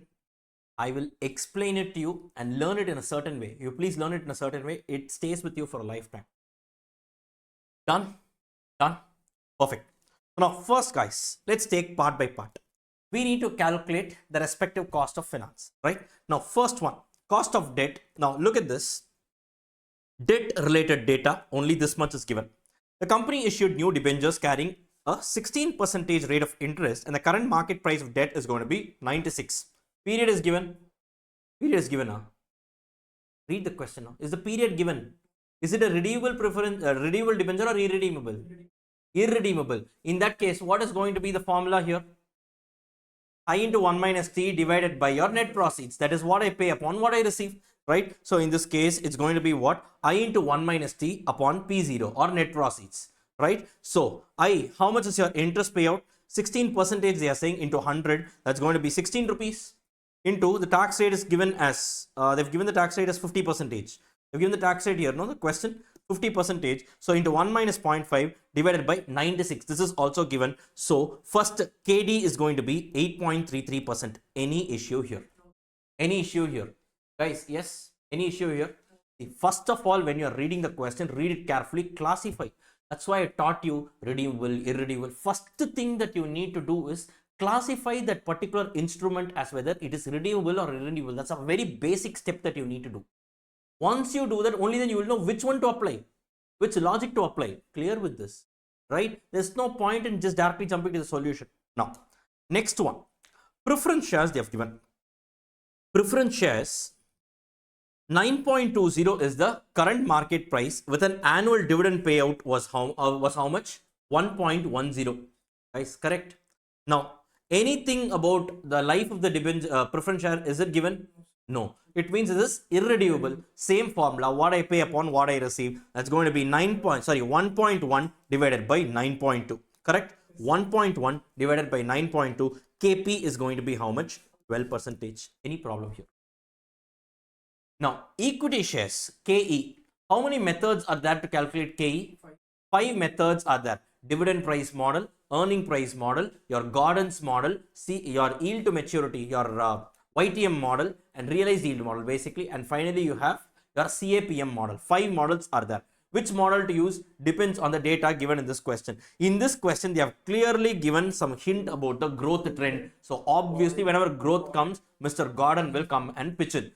Correct, guys? Right? So clearly, Gordon's model. KE for Gordon's model, how will you calculate? KE is equal to D1 by P0 plus G. Correct? Now, this is the formula, right? Logically derived everything we've seen. Now, D1 is how much, guys? D1 is how much? They have clearly given next year's dividend per share is 50% of year 22's EPS. How much is year 22's EPS? 2.36. 50% of 2.36 is how much? 1.18. Correct? So directly I can say D1 is equal to 50% of year 2022's EPS, which is 1.18. Correct? The first figure we have got 1.18. So Gordon's formula, D1 by P0 plus D. Topmost, D1 calculated. Getting it? Next, P0. How much is P0? That is nothing but net proceeds. Net proceeds they have given in the question is 23.60. Directly you can just take that and you can put it here, 23.60. Guys, yes?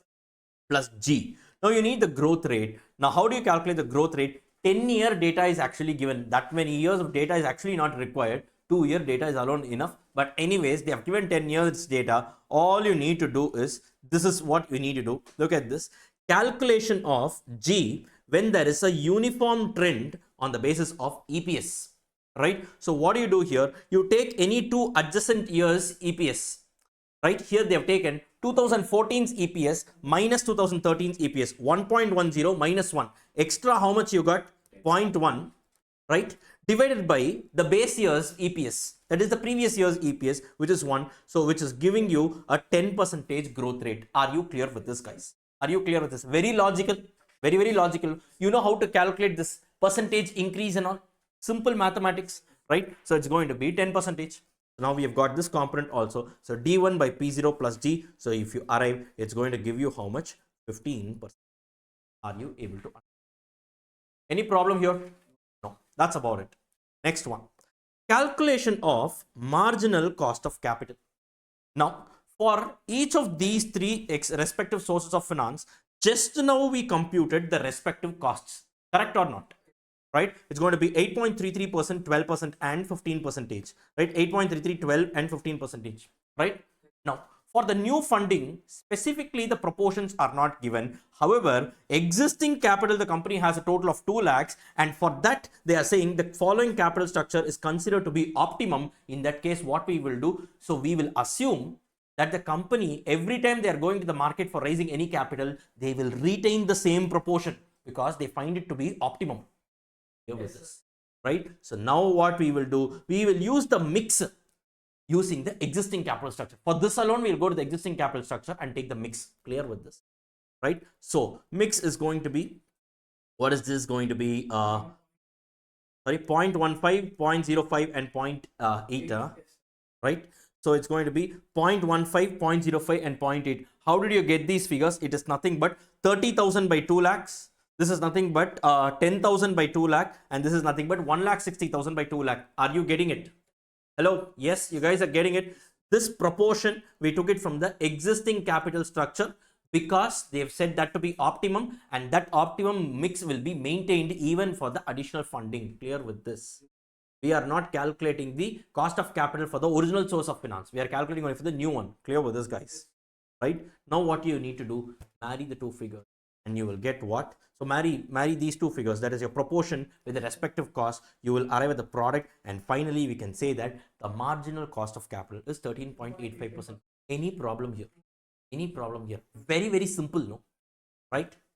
Now comes the most interesting part. Now comes the most interesting part. Done with this? Done with this? Clear? Now, read the part number C. Read part number C. We will go slow here. Read part number C. Determine the amount that can be spent for capital investment before new ordinary shares must be sold, assuming that retained earnings for the next year's investment is 50% of 2022. Read the question once again. I will give you some maybe 20-30 seconds to digest the facts. This alone, you read it. Try to interpret. Try to interpret.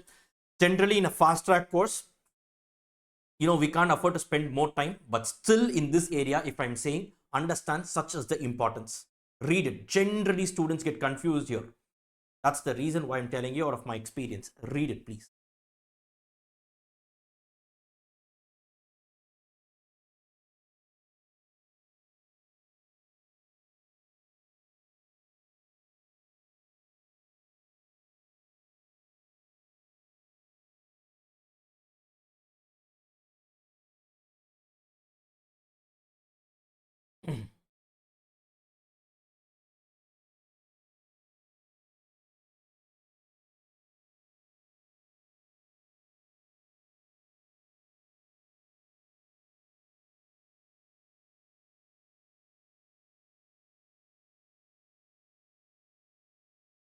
Done? Now, what have they asked in this particular area? Determine the amount that can be spent for capital investment. How can you spend for capital investment? You can't spend an amount without raising it. Correct? Or in other words, indirectly they are asking you how much additional amount they can raise. This is the indirect meaning of this. See, how can you spend some money? Only if you have a funding for that. Correct? So indirectly, the spending refers to how much amount can the company raise. Right? Further read it. Before new ordinary shares must be sold. Sold means what? Issued. Before the company issues any equity shares, which means what? They don't want the company to issue any shares. Correct? So why are they giving all this data? Wait. Assuming that the retained earnings for the next year's investment is 50% of 2022. 3 sentences are given here, right? Or rather 2 sentences are given here, but they have used capital spent for capital investment. Before new ordinary shares must be sold, they have talked something about retained earnings. Now, If you are reading it for the first time, if you're learning the subject for the first time, definitely you will not be able to connect the dots. What are these three things? Why are they given in a single part of the question? What are they actually asking? Very simple, provided you understand the logic. Your calculation is very simple, right? Not a problem at all, but you should know what they're asking for. Now, what do they want to know basically is, the company wants you to, the question wants you to calculate how much extra amount in total can the company raise, right? How much extra amount can the company raise without issuing equity share capital, without issuing fresh equity shares, but still they want to retain this whatever mix the company is currently following. What is the mix the company is currently following? 0.15, 0.05, 0.8, correct? Or in other words, if a company raises 1 rupee, they will not raise it 1 full rupee from equity or 1 full rupee from preference, 1 full rupee from your debentures. If every rupee they are raising, they will maintain the mix. 15 paise will come from debenture, 5 paise will come from preference, 80 paise will come from equity component. Correct? No. Or if the company is raising 100 rupees, 15 rupees will come from debenture, 5 rupees will come from preference, and 80 rupees will come from equity. They will always want to maintain this. Here with this. Now, what they are saying is, so what are the three sources here? Debenture, preference, equity.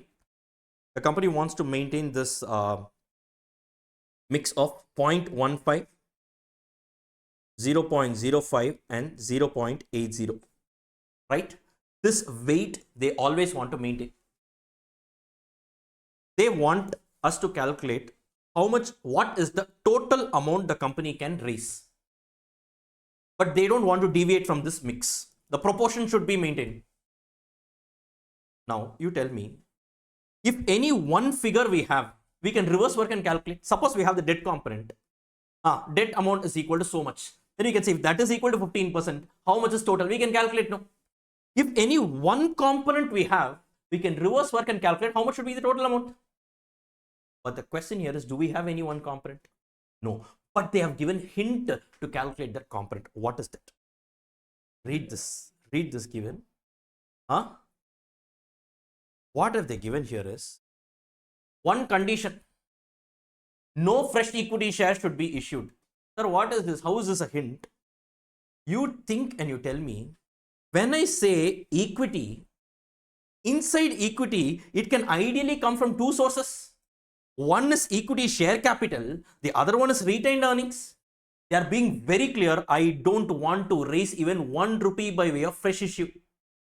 Which means the entire equity component should come only from your retained earnings, right?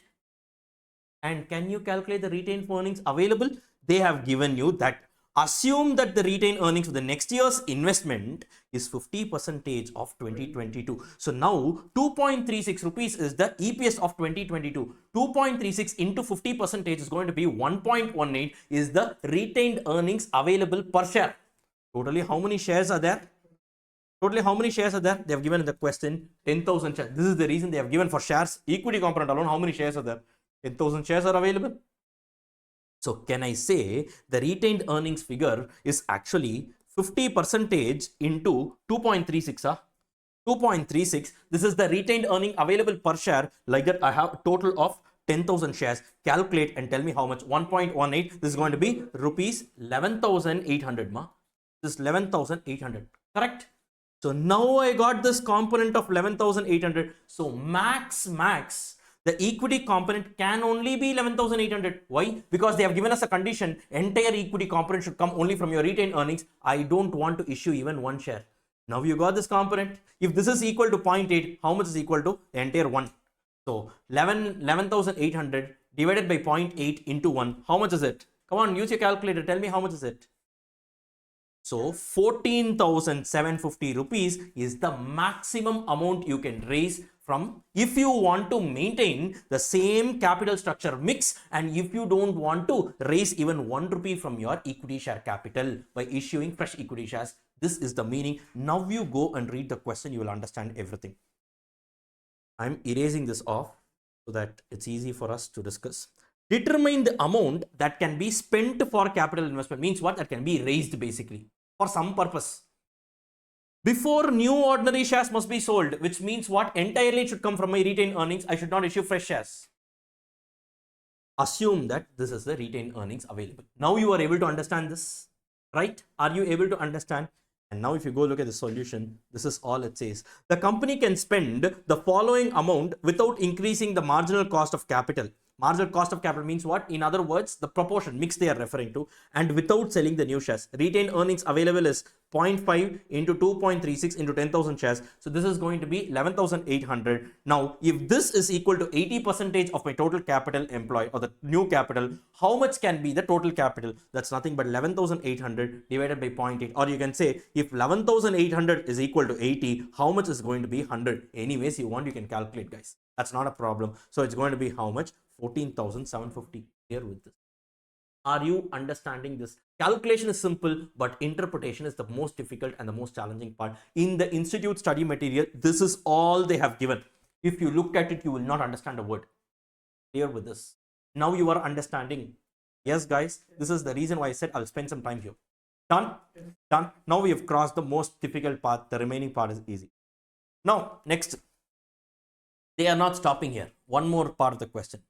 Compute the marginal cost of capital when the funds exceed the amount calculated in C. Now in this case, what you need to do, if you are C, maximum amount that can be actually raised without issuing fresh equity shares is how much?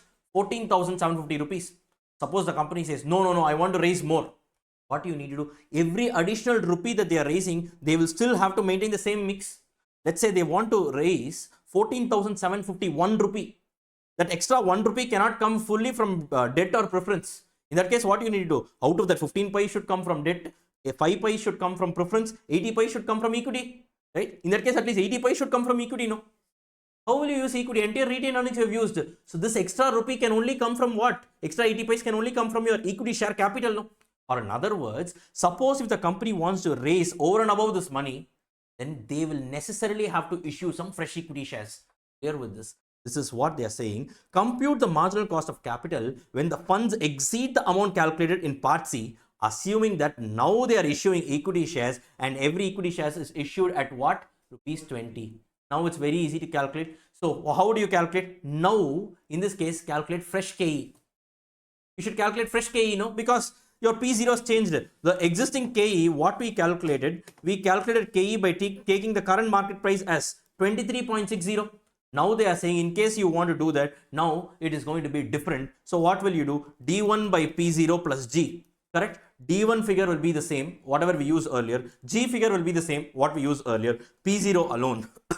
Sorry, we will use this 20 rupees as the issue price. So now what you do here, now look at this. In this case, D1 is going to be 1.18. G will be the same, 0.10, but P0 alone, they have just given. The company spends X. If the company spends in excess of this figure, it will have to issue the fresh equity shares at the rate of rupees 20 per share. So now what happens to my KE? My revised KE is going to be 15.9%. Are you clear with this? Are you clear with this? And now what do you do, guys? Now what do you do? So using the new specific cost, KD will not change, KP will not change, but KE alone, the new KE will now come in. Are you clear with this? Right? With this, you apply the existing mix. Mix will never change. That's the whole point. That's the whole condition here. Are you clear with this? Right? And in this case, this is the current market price. This has changed, no? Current market price. We didn't adjust for any flotation cost. So the entire equity component, right, will be having the same KE only. Both retained earnings, KE is equal to KR, no? So everything will be the same only. So this 15.9% will be given a weightage of 15.9% of KE will be given a weightage of 0.8. So you mix everything and you will arrive at the new marginal cost of capital to the extent of 14.57%. Are you clear with this? Right? And that's about this question. A beautiful sum. Please mark this as important. It's a must visit the day before your exam.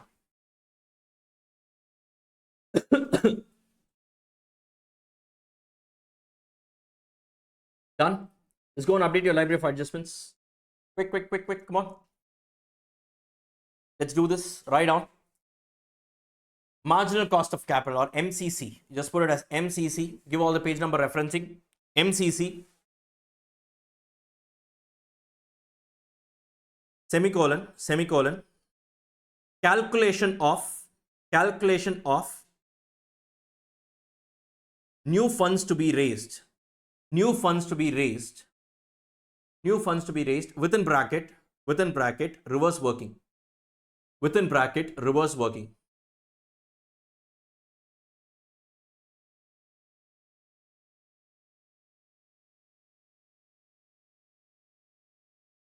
Done. Shall we move on to the next question, guys? Hello? Yes. Let's move on to the next one. So this is question number 16. Masco Limited wishes to raise an additional finance of 10 lakh for meeting its investment plans. It has 2,10,000 in the form of retained earnings available for investment purposes. Further details are given as follows. The debt equity mix is 3:7. Wait, what are they saying? Every time they are raising any additional funding, they will make sure that they are going to retain this mix of 3:7. Means what? If they raise 1 rupee, 30 pice will come from debt, 70 pice will come from equity. If they are raising 1 crore, 30 lakh will come from debt, 70 lakh will come from equity. They will always maintain it. That is the meaning of this. Clear with this? Next. Cost of debt. Interesting.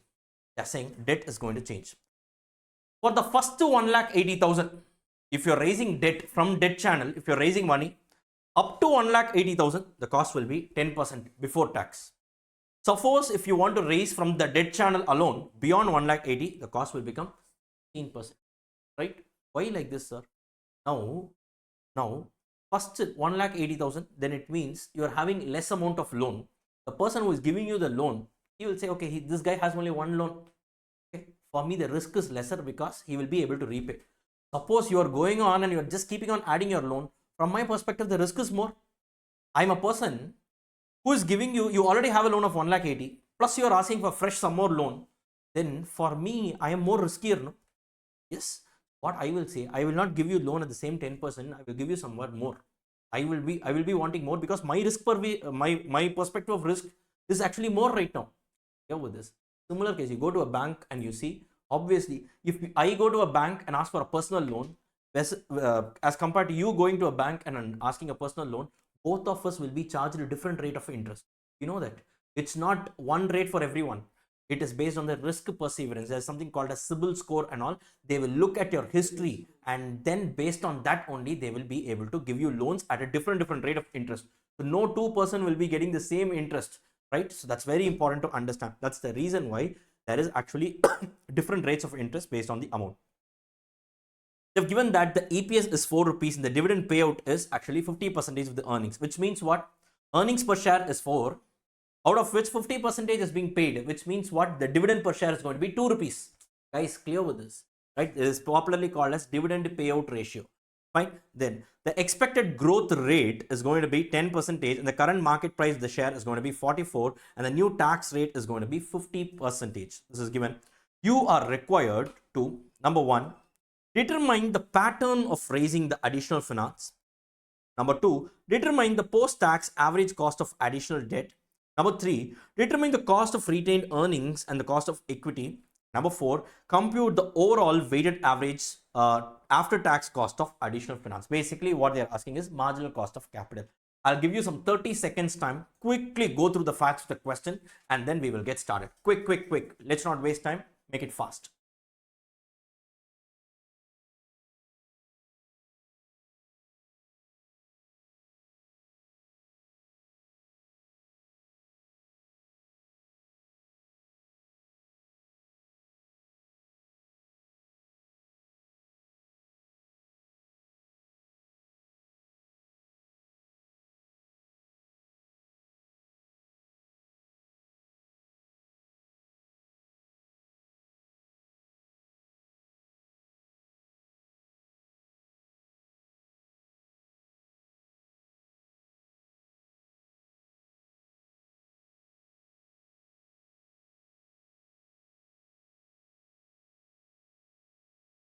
Done? Right. Now tell me, guys.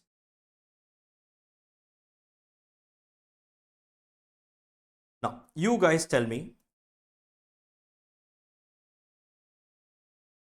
Totally, the company is going for an extra funding of how much? 10 lakhs. Guys, answer no, please. Just gave you some time to read the question also, right? Out of this, they are very clearly saying they need to maintain a debt equity ratio of how much? How much? 3:7.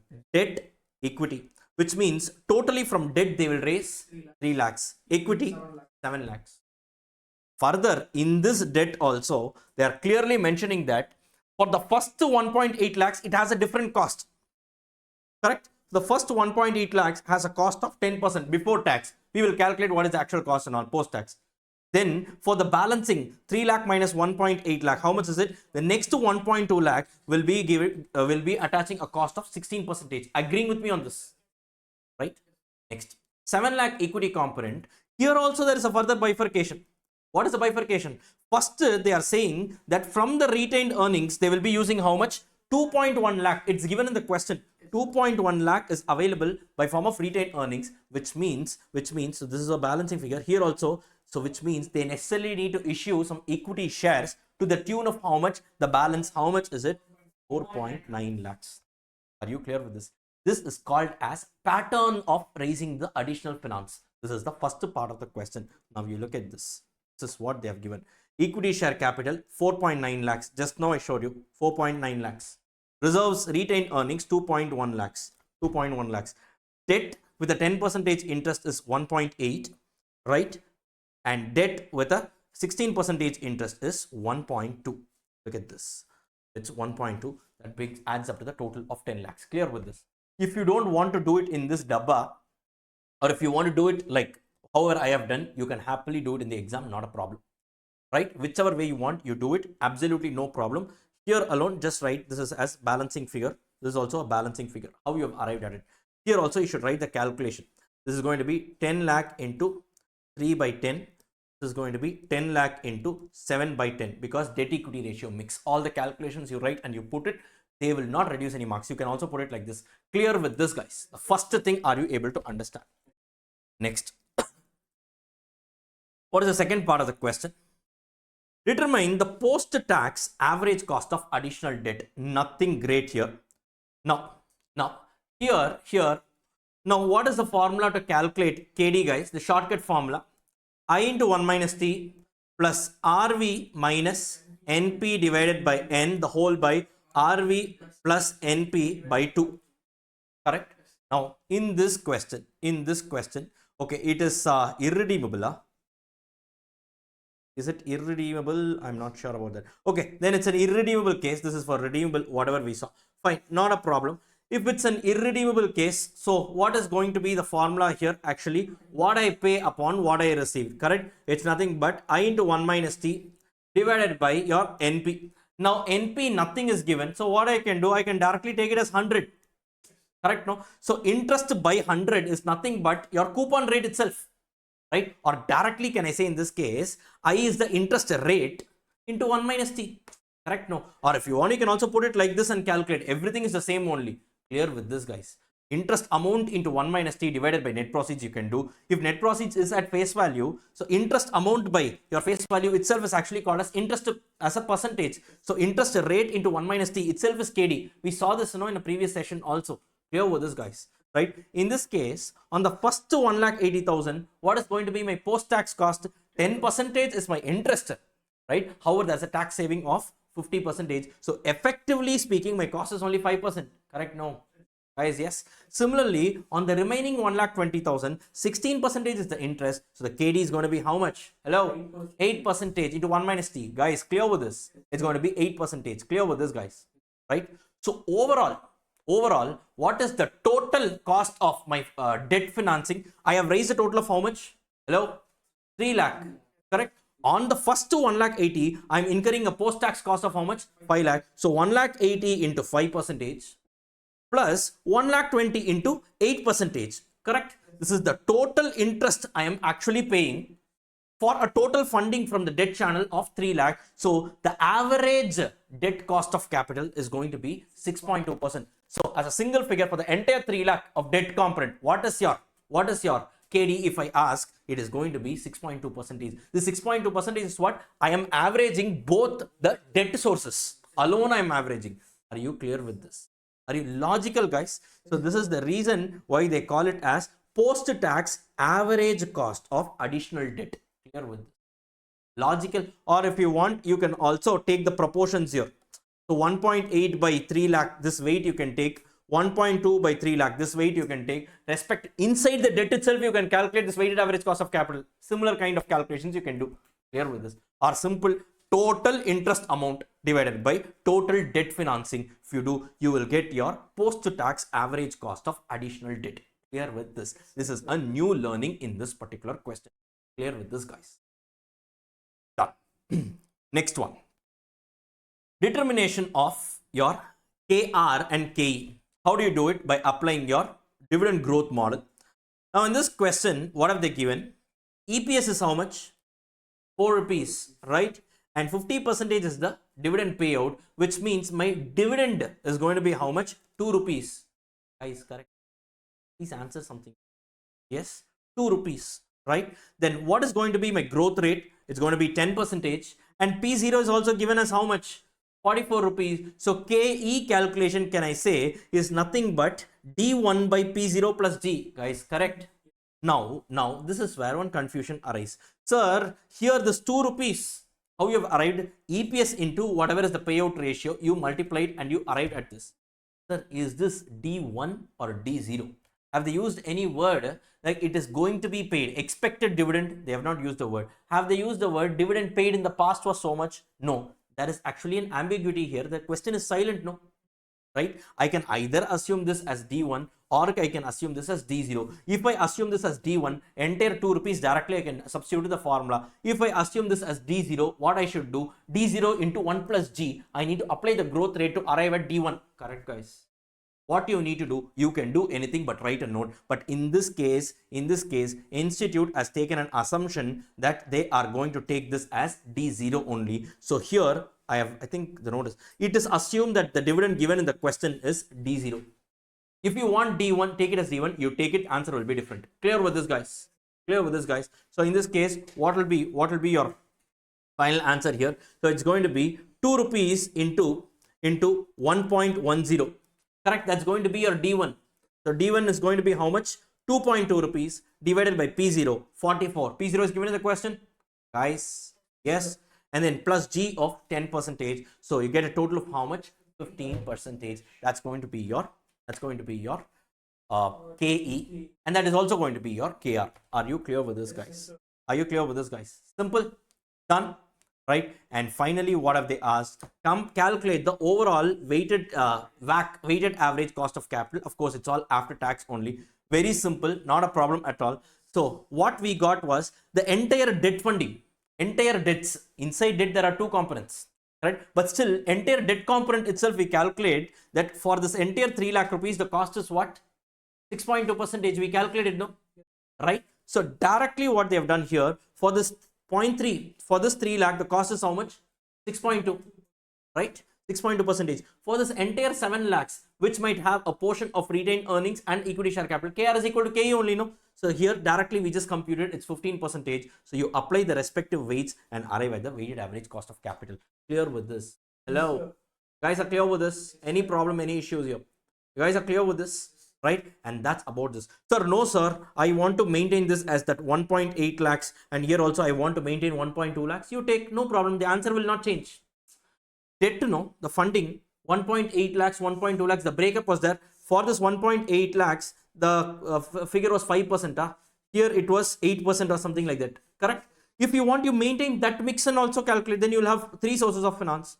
Equity, debt 1, debt 2. You do the same calculation, you will only get 12.36%. What we did was, this figure we averaged out and we computed it as 6.2.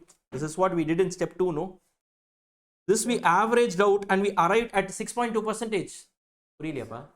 You're able to understand biology? Yes, you're here? Okay. Physically you're here, but mentally also. Okay, fine. It's going to be 6.2%. Guys, clear with this? Right? And that's the reason we are able to do it. If you want, you retain every source of finance and also compute the WACC. It will be the same only. There will not be any change here. Are you clear with this? Yes. Yes, guys. Fine. Just go and update your library of adjustment. That's about the sum. Write down. Write down. Write down. marginal cost of capital, MCC, semicolon, semicolon, calculation of post-tax average cost of additional debt, MCC, semicolon, calculation of post-tax average cost of additional debt.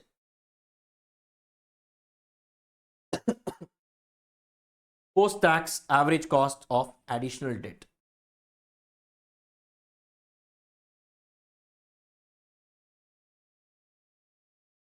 Are we done here? Done? Okay. Now let's move on to the next question. Question number 17. Gitarth Limited has a current debt equity ratio of 3:7.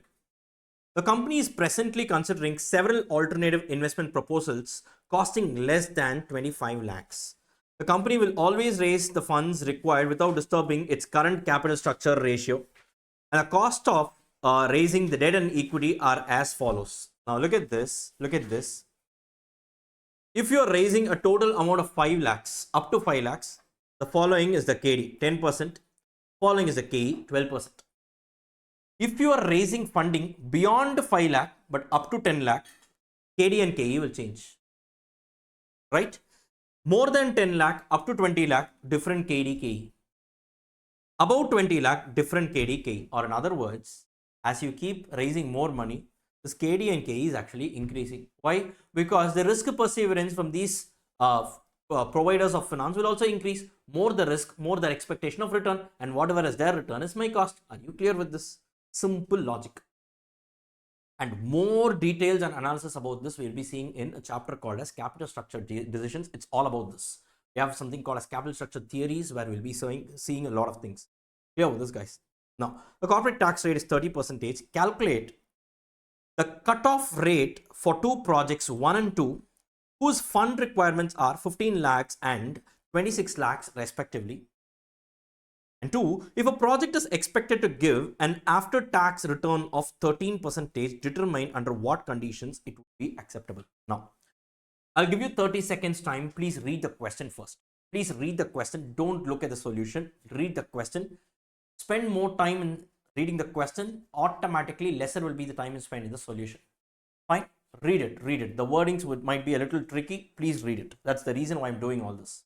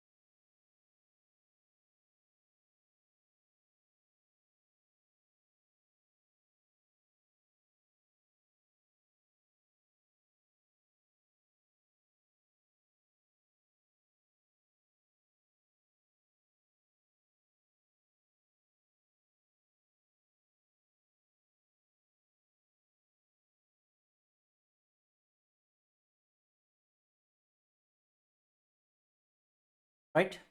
Done? Okay. Now, what have they mentioned in the question? Now, every rupee the company is going to raise, they will be maintaining this debt equity ratio. They will not change. The capital structure will not change. This is what they have given. Now, the company is looking for several investment proposals costing less than 25 lakhs. All those things are fine. But what they are saying is, now for the first 5 lakhs they raise, for the first 5 lakhs the company raise, This will be the respective cost of KD, KE. Next 5 lakh, that is 5 to 10, this will be the cost. Then for the next 10 lakhs, that is above 10 up to 20, the difference between this 10 and 20 is 10 lakhs. For the next 10 lakh, respective cost of KD and KE is given, and above 20 lakhs, so this is going to be the cost. This is what they have given. Clear with this? Now, what they want us to calculate is cutoff rate. Cutoff rate means what? Basically, it is nothing but weighted average cost of capital. I told you at the very beginning of the chapter, weighted average cost of capital can also be called as cutoff rate or the minimum required rate of return. These are the interchangeably usable words. Why and all, I will just share it with you in a few minutes from now. But first, how do you calculate the weighted average cost of capital here? First, there is a slab wise calculation of WACC here. So how do you compute this? Up to the first 5 lakh rupees, guys, carefully listen. The first 5 lakh rupees, every rupee the company raises, there is not a problem at all. 0.3 will come from debt, 0.7 will come from equity. Any issue here? Any issue here? No. Correct? Or in other words, for the first 5 lakh rupees the company raises, right? 1.5 lakh will come from my debt, 3.5 lakh will come from my equity. Correct? And for the first for the first 5 lakh, right? In this case, what will be the respective KD and KE? It is given in the question 10 and 12%. Correct? No? 10 and 12%. Assume that this KD itself is computed and given. It's post-tax. Nothing needs to be done here. Clear with this? So, if I average it out, or in other words, can I say, in this 5 lakh rupees, guys, in this 5 lakh, first 5 lakh I'm raising. In this, 1.5 lakh has a cost of 10%. Correct? 3.5 lakh has a cost of 12%. Correct? Or in other words, this entire 5 lakh as a whole has a weighted average cost of 11.4%. Agreeing with me on this. So every rupee in this first 5 lakh bears a cost of 11.4% after mixing for this debt and equity, averaging out for debt and equity. Agreeing with me? Yes. Independent breakup inside this is only that, debt and equity, but average cost of this first 5 lakh is going to be 11.4. Agreeing with me on this? Agreeing with me on this? Will it be the same? Will it be the same throughout? Suppose I want to raise 10 lakhs, then still the weighted average cost of capital for the entire 10 lakh will be 11.4. No, for the first 5 lakh, inside it every rupee raised, right? For the first 5 lakh alone, overall the cost is 11.4. If you go beyond 5 up to 10, there is another slab applicable for you. What is that? For the next 5 lakh, if you see, once again, I'm not going to change the mix. But for the next 5 lakh, what happens? KD becomes 12, KE becomes 13.5. If you average out, inside the next 5 lakh, the cost is going to be how much? 13.05%. Or in other words, if I'm raising 10 lakh rupees as a whole, for the first 5 lakhs are 11.4%. For the next 5 lakhs, sir, the overall cost is 13.05%. Are you agreeing with me on this? Now, if you go beyond 10 lakhs, but up to 20 lakhs, what will happen? Which means for the next 10 lakhs over and above 10 lakhs, 10 lakhs you have raised till now. Further, beyond 10 up to 20, this difference of 10 lakhs, what will be the cost? Once again, I will retain the same mix of 0.3 to 0.7, but then here the cost becomes how much? KE is 13, KD is 13, KE is going to be 15%. Average it out, and I'm saying the next 10 lakh, every rupee will cost me how much? 15.4%. Now, over and above 20 lakh, what happens? So the KD is 14, KE is 16. If you average it out, it's going to be how much? 15.4%. Are you clear with this? Or representatively, if you want me to put it in one single line, I will say for the first 5 lakh, what is going to be my KO? KO is going to be, come on, calculate. I mean, it's there, no? It's going to be how much? 11.4, 11.4%. Right? 5 lakh up to 10 lakh, which means for the additional 5 lakh, how much is going to be my KO? It's going to be 13.05%. Now, more than 10 lakhs, but up to 20 lakhs, how much is it going to be? I will change this. Yes. Up more than 10 lakh, up to 20 lakh, KO is equal to how much? 14.40%, and beyond 20 lakhs, how much is that going to be? KO is equal to 15.4%. So which means here there is no one cost of capital. I have different costs depending on the range in which I am lying. Clear with this, guys? Clear with this, guys? So for the first 5 lakh, the cost is 11.4. For the next 5 lakh, the cost is 13.05. For the next 10 lakh, the cost is 14.4. And beyond that, every rupee that I raise is going to cost me for 15.4%. Agreeing with me on this? Guys, agreeing with me on this? It's a very important understanding. Now, first project. The company is having 2 projects, they are saying. Project means what? On the investment side, right? So on the balance sheet, on the asset side, they are saying, look, calculate the cutoff rate. Means what? What will be the cost if I am planning to fund for my project 1?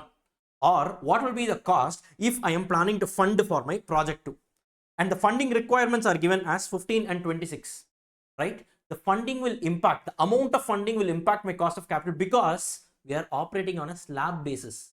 Here with this. Now what will happen? The first project, what is the total funding required? 15 lakh rupees, correct? So can I say, guys, for the first project, total of how much I need? 15 lakh. Entire 15 lakh will have one cost. No. For the first 5 lakh, I have a cost of 11.4%. Just now we saw. For the next 5 lakh, I have a cost of how much? 13.05%. And for the next 5 lakh, how do you get this? The project value itself is 15 lakh only. The next 5 lakh, I get a cost of how much? 14.4%. Are you clear with this? Or in other words, so basically what I say, on the first 5 lakh, I incurred a cost of 11.40, multiply the 2. So what is the total cost you incurred in amount? 57,000. For the next 5 lakh, you had to incur a cost of 13.05, multiply it, you incurred a total of 65,250 rupees. This is the cost pertaining to the second 5 lakh. The third 5 lakh, you incur a cost of 14.4%. The cost incurred in amount was 72,000. So overall, to raise 15 lakh rupee, you had to pay an amount or incur a cost in amount of 1,94,250, or to put it as a percentage, 1,94,250 is the cost pertaining to 15 lakhs. What is going to be my effective overall cost of capital if I'm going for a funding requirement of 15 lakh rupees? It is going to be 12.95%. Or you can also take the weights here, guys. This is what 0.3333, 0.3333, 0.3333, multiply with the respective cost, you will arrive at the weighted average cost. Both are same. Mathematics, simple mathematics. Here with this, right? So what is the cost of capital with respect to project 1? It's going to be 12.95%. Here with this. Now, why do we call this as a cutoff rate? Because this cost, how did we calculate? This is the cost of funding this project. Correct? Guys, carefully listen. I'm going to interlink this with another chapter or another decision in this entire subject. What is this 12.95%?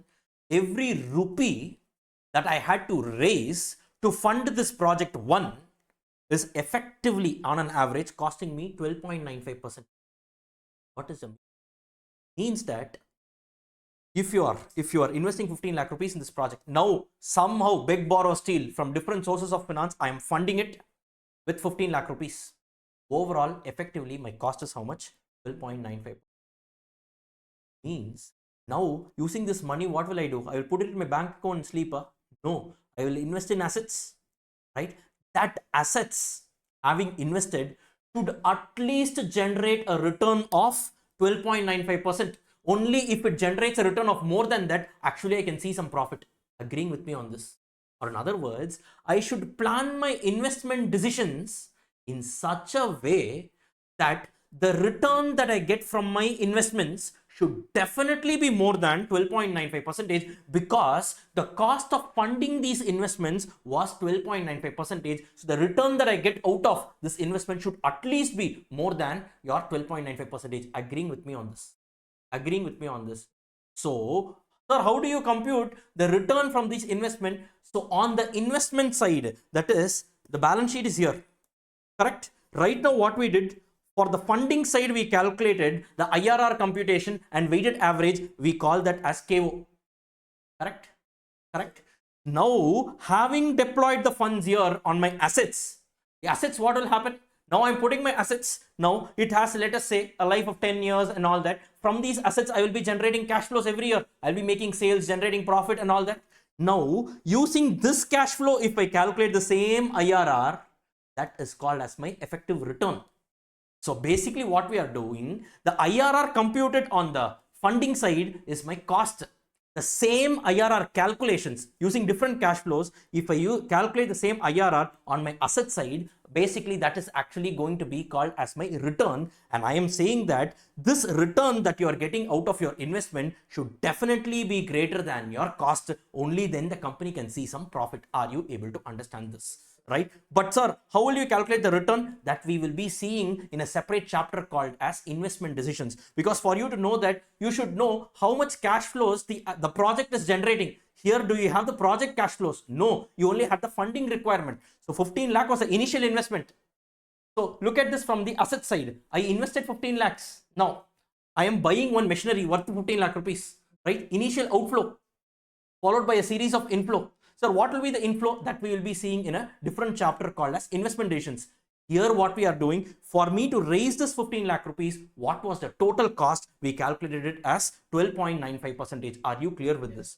This 12.95% should be the minimum required rate of return that should have been generated, or that my investments should generate. Are you able to understand this? Are you able to understand this? Clear with this? This is a very, very important understanding, which we'll be seeing in a later chapter called as capital budgeting, also known as investment decision. Clear with this? Right? There also we'll be computing IRR, but using the different cash flows on the asset side. If you calculate the IRR on the cash flows that is happening on the sourcing, financing side, that is called as KO. IRR calculated, that is actually called as a return. Are you clear with this? And your return should at least be equal to your KO, if not more. Only then the company will earn a profit. Are you able to understand? Overall, this is the big picture of the entire subject itself. Here with this, guys, very important understanding. Now coming back to the discussion. Similarly, for project 2, what is the total amount required, guys? What is the total amount required? 26 lakh. So 26 lakh, entire 26 lakh, will it be having the same cost? No. First 5 lakh had a cost of 11.4%. Next 5 lakh had a cost of 13.05. Next 10 lakh had a cost of 14.4. Here 14.4, and the balance 6 lakhs, that is 26 minus 20, had a cost of 15.4%. Correct? So now what do you do? So arrive at, so the total cost in terms of amount is going to be 3,58,650 you spend, divided by a total funding of 26 lakh. The effective cost that you're getting from this project is going to be how much? So it's going to be 13.76. The effective cost of raising 26 lakhs is going to be how much? 13.79%. Are you clear with this? Are you able to understand? This is what they have asked for in this particular first part of the question. Now read the second part. Now they are saying, if a project is expected to give an after tax rate of return of 13%, what they are saying, sir, you gave me some money, right? So for project 1 it was 15 lakh, project 2 it was 26 lakh, correct? This money was invested in a machinery, and I invested in that machinery. Every year I'm generating a cash flow. I calculated the IRR on the asset side, and they are saying that IRR is equal to 13%. Or in other words, the net return I am getting out of my investments is 13%. They are saying under what conditions it will be acceptable. First, I'm telling you guys, project number 1, as per whatever fact given in the question, project 1, they are saying, gives you a return of 13%. Guys, yes, they have given in the question. Sir, how do you know? They have given in the question. They are saying project 1 is giving you a return of 13%. For this project 1 to raise this 15 lakh, what was the cost you incurred? 12.95%. Correct? So you incurred a cost of 12.95, but it is giving a return of 13. Is it acceptable? Is it acceptable? Think no. What happened? You look very confused. Return that comes out of the project. Cost is 12.5. Return is more than cost. You can happily go for the project. Simple. Clear? Now, what happened in case of project 2? For project 2, the cost of funding this 26 lakh was how much? 13.79. But having invested this 26 lakh, I was able to generate only how much? 13%. Will you go for project 2?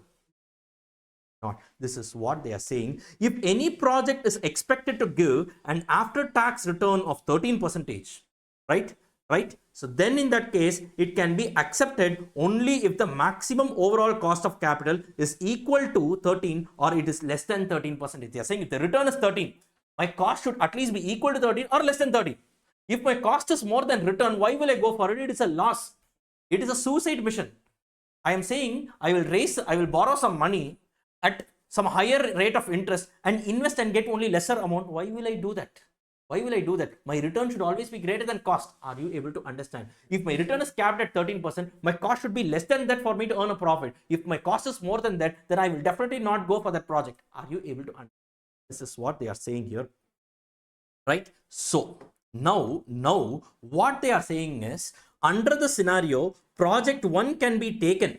Why? Because its cost is 12.95%, return is 13, return more than cost.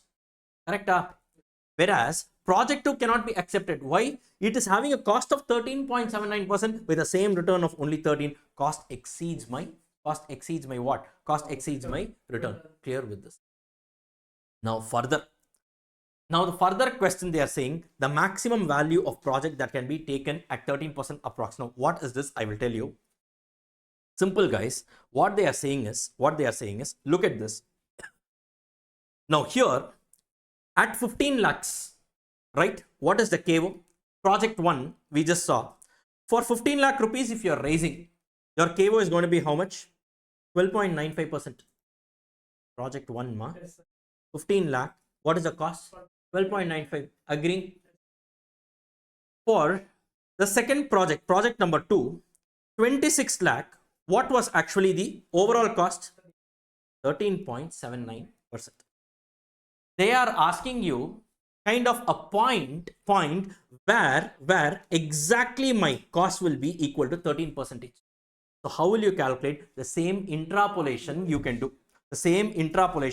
do. So how will you do that? Very simple. Now look at this. From 15 lakh, incrementally it is 26 lakh. What is the difference? 15 to 26 is 11 lakhs. Correct? So can I say, if I want to increase my value by 11 lakhs, right, my percentage, that is my KO, should increase by how much? 13.79 minus 12.95. How much is it? 13.79 minus 12.95. How much is that? 0.84. But I want my KO to max increase only up to 13%. That is 13 minus 12.95. How much is it? If I wanted to increase only by 0.05%, by how much should the value be increased? So if you do this interpolation, what will you get? The base 15 lakh plus what is this? 11 lakh for a 0.84% increase. How much will it be for 0.05? It's very simple. So it's going to be, so 11 lakh divided by 0.84 multiplied by 0.05. Normal interpolation, no? So 11 by, if 11 is for 0.84, how much should it be for 0.05? Are you clear with this? Normal interpolation that we did.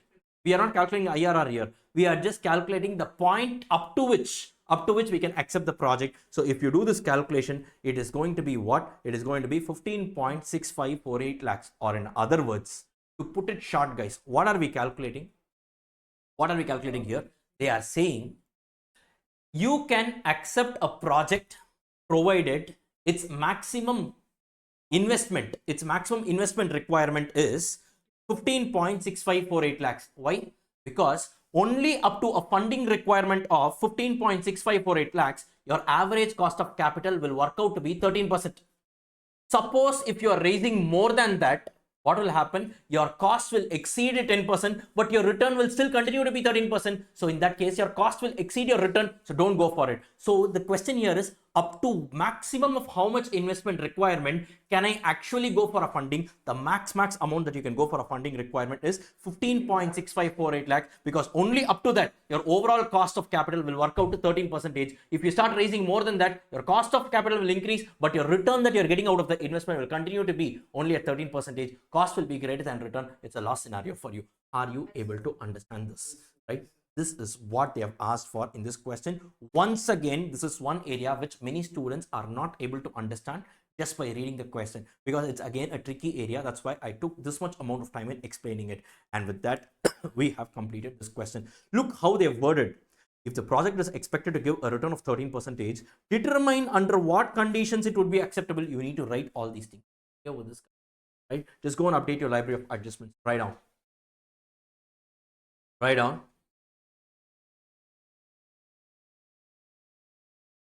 MCC. Sorry, this was not marginal cost of capital. Sorry guys, it's not MCC. WACC using slab rates. WACC using slab rates of two projects, semicolon, accept stroke reject criteria with calculations. Accept stroke reject criteria with calculations, and mark this sum as very important. Mark this sum as very important. This was in a past MTP question. I found this as very interesting, so I just took this up.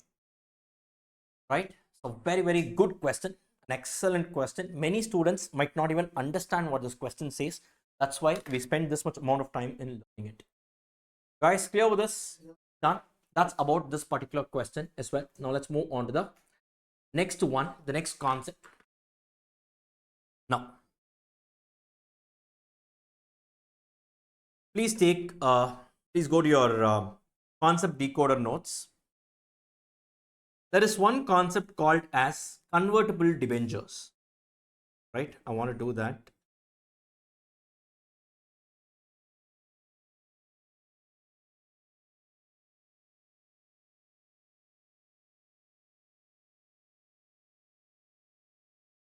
Yes. Convertible debentures. Now guys, what do you mean by convertible debentures? Exactly. So you might have read theoretically as to what do you mean by a convertible debenture. It means what? The debentures are issued now, and on the date of redemption, you are given a choice to convert these debentures into equity shares. It is only a choice, right? When will you exercise that choice? They are saying these debentures are redeemable at par, which means what? 100 rupee debenture. Right? It will be redeemed at par. 100 rupees if you want, you take. Or I'm giving you one more option. Instead of the company paying you 100 rupees back, they will say, instead, I will give you 3 equity shares. I will not pay you anything. Instead, I will give you 3 equity shares of the company. Right? So instead of a debenture holder, now you become the equity shareholder of the company. Yeah, with this. You tell me, when will you exercise the option? You are left with option. The company can't force you. It is convertible, right? You are given the option. When will you exercise the option of going for this equity share, or whether going for the cash value of 100? Simple logic. On the day of redemption, let us say per equity share in the market, it is quoting at 40 rupees. And they are telling you they are willing to give you 3 equity shares. 3 into 40. What is the equity shares value? 120 rupees. Option number 1 was they will pay you 100 rupees, or option number 2, they will give you 120 rupees worth of equity shares. Which one will you go for? Obviously, now you will say, I will go for equity shares only. Clear with this? Sir, no sir, I am not a person. I don't want to hold this equity shares. Who is asking you to hold? Take the equity share, go to the secondary market, sell it, encash it. Today itself you will get 120 rupees. Clear with this guy? Clear with this? Provided it's between Monday to Friday, right? Because only then the markets are open. Clear with this, guys? Yes, are you able to understand? As simple as that. So, or in other words, convertible debentures, everything is the same. You only have one extra calculation of redemption value.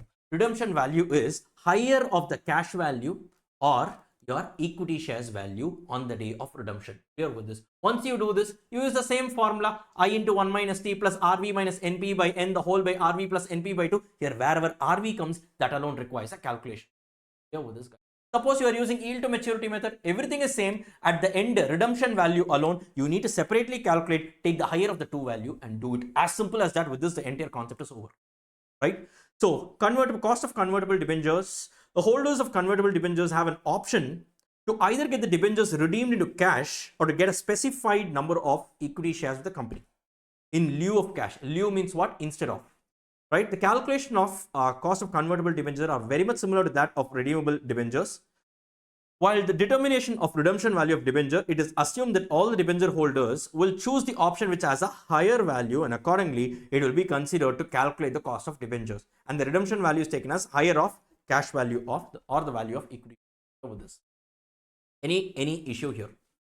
Any issue here? No. With this, quickly let's go on to the next question, guys. Let's go on to the next question, which is question number. What's the next question? 18, no? Right? Question number 18. Now, quickly, shall we get started, guys? Yes, let's do this question. A company issued 10,000 15% convertible debentures of rupees 100 each with a maturity of 5 years. 1 second. This convertible debenture can only be redeemable in nature. Can there be irredeemable in nature? If there is no redemption, where is the question of conversion? When will you convert it? Here with this, right? So obviously it has a finite life. So now they are issuing 10,000 15% convertible debentures of 100 each with a maturity period of 5 years. At maturity, the debenture holders will be given an option to convert the debentures into equity shares of the company in the ratio of 1:10. Means what? 10 shares for every debenture held. The current market price of equity shares is 12 rupee each, and historically the growth rate of shares is 5%. Compute the cost of debentures assuming a 35%. Now you tell me, if you are a debenture holder, will you, at the time of redemption, will you take cash or will you take equity shares? They are going to give you 10 shares, right? And every share has a market value of how much? 12 rupees. So what is the value? 120. So 120 versus 100. Which one will you prefer? Huh? You will prefer equity shares, right? But can you take 12 rupees? Can you take 12 rupees as the price to calculate the redemption value? Absolutely not. Read the question carefully. They are saying current market price. Today it is 12. When you are calculating the redemption value, you should calculate the value of equity share at the end of 5th year, my friend. Right? So you need to arrive the future value of this 12 rupees. That will be the equity share, the market price of equity share at the time of redemption. That value you multiply with 10 shares, arrive at the redemption value. Here with this. Right? So always understand, we need to take the current market price of equity share at the time of redemption and not today. Clear with this. Don't jump to the answer. Wait and you watch it. Clear with this, guys? Are you able to understand this? That's about it, right? Now look at this. How do you arrive? Now they have given historically it is said that the growth rate of the shares is 5%. Now 1 second. Immediately when you see growth rate, don't think it is Gordon's model. Gordon's model says dividend grows as a certain rate. Here we don't need any KE calculation. Nothing is required here. Basically they are saying today the market value is 12. Every year incrementally it will grow by 5%. That's all they are saying. Clear with this? The moment you read the word growth, don't say it's Gordon. Simple. They are saying this has nothing to do with Gordon's model, because Gordon model says your dividends grow at the rate of, here they are saying the share price will grow at 5%. Normal calculation, right? So how will you calculate? How will you calculate the market value of the equity share, every equity share at the end of 5th year? 12 into 1.05 to the power 5. Correct? Correct? No. Yes. Compound rate. Future value is equal to present value into 1 plus r the whole power n. Guys, yes. Right? That is how you need to calculate. Look at this. Determination of redemption value. So, which sum are we in? We need to calculate KD. Correct? No. For you to calculate KD, one of the ingredients is going to be your redemption value.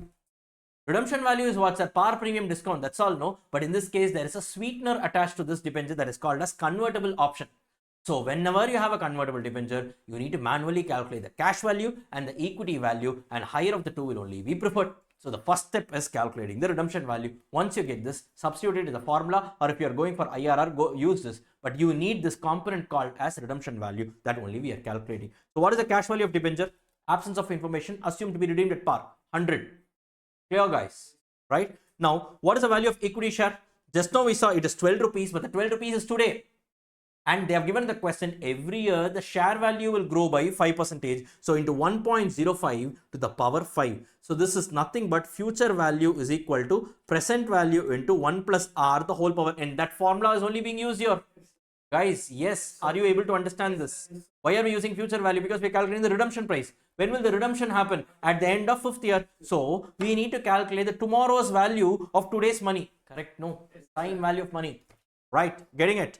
Fine. So if you do that calculation, so you get that the redemption value is going to be 153.12. Now, between 153.12 and 100, whichever is higher, 153.12, obviously that is going to be taken as a redemption value since it is higher than the cash option and it is more attractive to the investor. So now what will you do? Apply it in your KD formula. What is the formula of KD? Come on, tell me, guys. I into 1 minus T plus RV minus NP by N the whole by RV plus NP by 2. As simple as that. And now what you need to do here is 15 into 1 minus 0.35 plus redemption value just now we calculated minus net proceeds, absence of information, face value by the life, the whole by 153.12 plus 100 by 2. If you do it, the calculation finally you'll get 16.09%. Guys, clear with this? Or alternatively, if you are going for the present value method, popularly known as YTM, also known as IRR method, right? So what you need to do here is you take the relevant cash flows. Year 0, what will be the cash flow, guys? Negative 100. Correct? No, sorry. Year 0 is going to be, ideally speaking, year 0, you are going to get the cash flow from the investors, positive 100, right? During the life, what is going to be your post-tax interest? Post-tax interest is going to be 15 into 0.65, no? Guys, 15 into 0.65, no? 15 into 0.65, it's going to be 9.75. That's how they have calculated this. Post-tax interest. Here, you're not able to understand. No, I'm saying I into 1 minus T, T is what? 35% tax.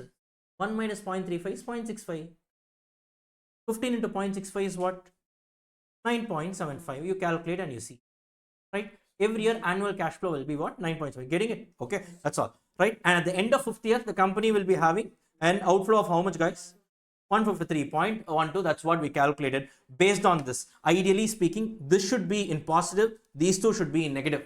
Right? Even if you do it the other way around, it will be correct only, not a problem. Right? So they have taken two trials, 15%, 20%, one positive NPV, one negative NPV, and interpolation technique, they have arrived at KD. Clear with this? Now look at this. As per IRR method, how much is KD? 15.43. As per approximation, 16.7%, close to 1.4% is the difference. That's why this method is actually not correct. Right? In exam, you do this only, saves time. But I'm telling you, are you able to understand? That's why it's called the approximation method. Same figures only. Right? So IRR is always correct. One more thing I'll tell you. Here, lower rate is what? 15. Higher rate is what? 20. Final answer, you're getting what? 17.43. Strictly speaking, if you take the first trial as 17, second trial as 18, and if you do it, the answer will be more accurate. It will not be 17.43. It will differ. That's where I said in the last class or somewhere I said, based on the trials, the answer will differ. More the spread, more the inaccuracy. As far as possible, the spread should be lesser. Only then it will be more accurate. Clear with this? These are all some computation issues. So that's the thing. That's the reason. That's one practical difficulty when it comes to this particular concept of IRR. There's no other option, right? And the discount rates and all will be given in the question generally. So that's the reason why you need not worry in figuring out.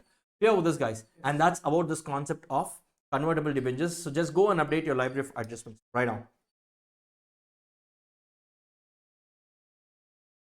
Right on.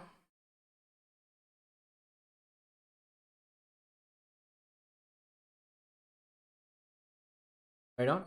So, KD hyphen cost of convertible debenture. KD hyphen cost of convertible debenture.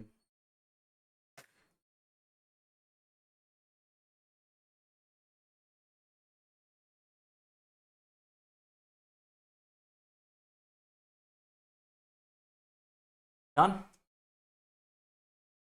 Right. Okay, fine. So with this, I'm concluding this session. So please revise till whatever we have covered till now, and I will see you all in the next one. Thank you all so much. Bye-bye. Hey folks, welcome you all to a new video. This is CA Ganesh Bharadwaj. So now let's continue our discussion in this chapter, cost of capital. Now please go to the next question, question number 19. Right, so in the previous session we saw the concept of convertible debenture and we did one numerical problem, which was question number 18. So now let's go to question number 19 and please mark this sum as important. Right, it's a good question, a must visit the day before your exam. And in fact, this is also a very popular exam question. So now let me quickly read the question out for you. Guys, full focus. Deal? Yes. A company issues 15% convertible debenture of rupees 100 each at par with a maturity period of 6 years. Right? So the period life is going to be 6 years. The par value, the face value is 100 and it's going to be a 15% debenture carrying a coupon of 15%. On maturity, each debenture will be converted into 2 equity shares of the company. The risk-free rate of return is 10%, and the market risk premium is 18%, and the beta of the company is 1.25 times. The company has paid a dividend of 12.76 rupees per share, and 5 years ago it paid a dividend of 10 rupees per share with a flotation cost is 5% of the issue amount. Now, 5% preference shares of rupees 100 each at a premium of 10% was issued. These shares are redeemable after 10 years at par with a flotation cost of 6%. Assuming a corporate tax of 40%, calculate the cost of convertible debenture using approximation method. Use YTM method to calculate cost of preference. Now, preference shares calculation KP, nothing great. It's the same. Okay, so no value addition here. This entire question revolves around calculating your KD predominantly. First part of the question is the main deal. Done. Now, what should you calculate? Come on, guys. What have they asked? First part of the question. KD calculation. KD, how will you calculate? You know that formula. They have asked you to use the formula I into 1 minus T plus RV minus NP by N the whole by RV plus NP by 2. Here, everything I is 15%. So 15 into 100, 15 rupees I into 1 minus T, tax rate is given. As RV, that redemption value is where the entire calculation lies in, right? Now, because this is a convertible debenture, redemption value will be higher of the cash value and the value of equity share at the end of the period. The period is going to be 6 years. Here with this. Now, in this question, you need to calculate KD. For you to calculate KD, you need to have one ingredient called as redemption value. For you to calculate this redemption value, you need to find out what will be the market price per share of every MPS of equity share at the end of 6th year. Correct? No? To put it short, this is the sequence of events that need to be done. The first step of this question is what? Basically, you need to find out the market price for every equity share at the end of 6th year. Correct? Done. What have they given in the question? Read this. Now, with respect to equity, this data is only given. RF is how much? 10%. Guys, yes. Now, market risk premium is 18%. What is 18%? Very good. It is not RM, it is RM minus RF. Use the word premium. Very good. Now, beta is given as 1.25. With this, what you can calculate? What you can calculate? Very good. KE can be calculated. K is equal to RF plus beta times RM minus RF. Directly you can calculate KE. Correct? KE, but is KE asked in the question? No, but wait. KE can be calculated using CAPM method. Correct? Flotation cost is given as 5% of issue amount. This was also given. Apart from that, one more thing is given. 5 years ago, the company paid a dividend of ₹10, right? And recently, just now, the company has paid a dividend of how much? 12.76, right? 5 years ago, it paid how much? 10. In a span of 5 years, it has turned into how much? 12.76. Using this data, what can you calculate? What can you calculate? Exactly, growth rate can be calculated. Here with this. Here with this. So now, why are we doing all these things? Well, guys, very, very beautiful question. What you need to do. What you need. Now, in this question, first we need to calculate the value of equity share. Correct? The value of equity share at the end of 6th year, you need to calculate. Correct? No? Right? Now, This is actually an equity share where the dividends are growing every year. Correct? No, because they have given there's a trend. Dividends are growing. So clearly in this question, this equity share valuation needs to be done using Gordon's model. Correct? What does Gordon's model tell you?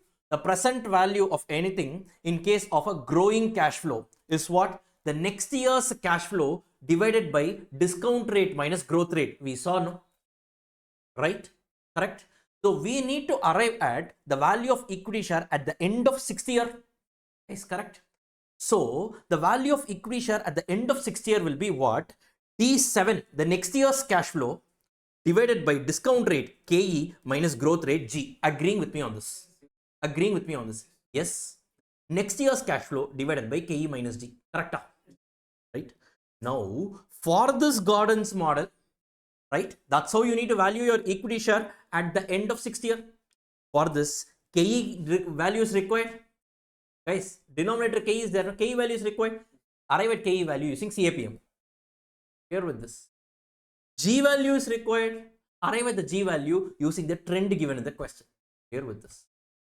And once you calculate G, now they have given recently, they have paid a dividend of how much? 12.76. So 12.76 into 1 plus growth rate to the power 7 you will do. You will arrive at the dividend payable at the end of 7th year. Are you able to understand this? This is the thing to crack in this question. Are you able to understand? Right? So many students find this very, very difficult to understand. Technically speaking, for the purpose of this entire calculation which we did, this 10 rupee of dividend is irrelevant because it was paid 5 years ago. But then why have they given that 10 rupee of dividend value is required only for the purpose of finding out the trend and arriving at the growth rate? 10 rupees becomes 12.76 rupees in a span of 5 years. So D minus 5 is actually 10. 5 years ago, D0 is actually 12.76. Using this data, you calculate G. Once you arrive at G, this 10 rupees is not at all relevant. So now what will be the dividend at the end of 7th year? It is going to be 12.76 into 1 plus growth rate to the power 7. Are you able to understand this? This understanding is very important. Now, if this is the case, then you are actually sorted for this. Here with this guy. Right? Now, shall we proceed? So now, this sum, the value of equity share at the end of 6th year needs to be done as per Gordon's model. Correct? No? Because it's going to be the dividend is growing. They have not said the price of the share is growing. Dividend is growing. Right? Hence, we are using Gordon's model. Clear with this? Right? So for this, we need to calculate these two ingredients called as KE and G. So first what they have done, so it is given that RF is 10%.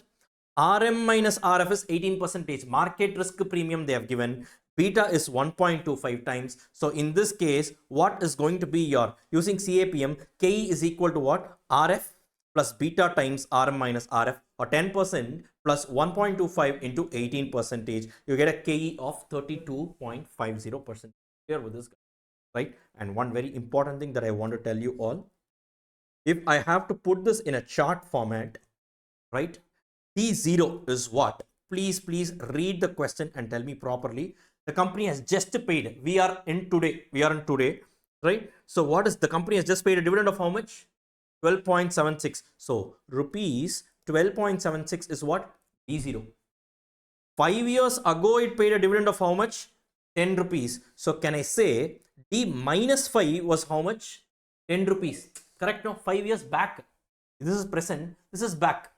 Correct? And we need to calculate D7 for the purpose of Gordon's model. Correct? No. Guys, are you clear with this? Have the clarity. So strictly speaking, in this case, this is not D5 ma. Please rewrite this as D minus 5. Strictly speaking, this is D minus 5. 5 years ago. Clear with this, right? Are you able to understand this? Are you able to understand this? Guys, are you all able to understand this? Don't mix this up. Yes. Now, first for Gordon's model, denominator, one denominator figure you have got, one of the ingredients in the denominator, KE you have got. Correct? No? Right? It is nothing but D7 divided by KE minus G, where now KE figure we have got. The next target is what? Arrive at the G figure. Correct? How do you arrive at G figure? We know that future value is equal to present value into 1 plus R the whole power n, compound interest formula. Now they have given 10 rupees, guys, 10 rupees has become 12.76 rupees in a span of 5 years, which means at what rate has it grown? Clear? So strictly speaking, forget this D minus 5 or D0 and all. You forget all this. 10 rupees has grown to how much? 12.76. What is going to be the actually the discount rate, or what is going to be the rate? That's what we need to calculate. Or can I say 12.76 is equal to 10 into 1 plus R the whole power 5? Guys, correct? Or this is nothing but I'm just putting it here. So 12.76 divided by 10 is equal to 1 plus R the whole power 5. Guys, correct? Or can I say 12.76 divided by 10 the whole to the power 1 divided by 5. To the power 5 here, if it goes to the other side, becomes 1 by 5 is equal to 1 plus R. Correct? No? Or can I say R is equal to 12.76 divided by 10 the whole power 1 by 5 minus 1. I say this. Ideally, this is nothing but the growth rate. All these things are not required. Why am I saying this is, look, there is one formula that I have given you in the book, right? That is nothing but one of the ways in which you can calculate the growth rate. I have just given one formula there. That's the reason why I just gave you this. 1 second. Where is it? I think it's below.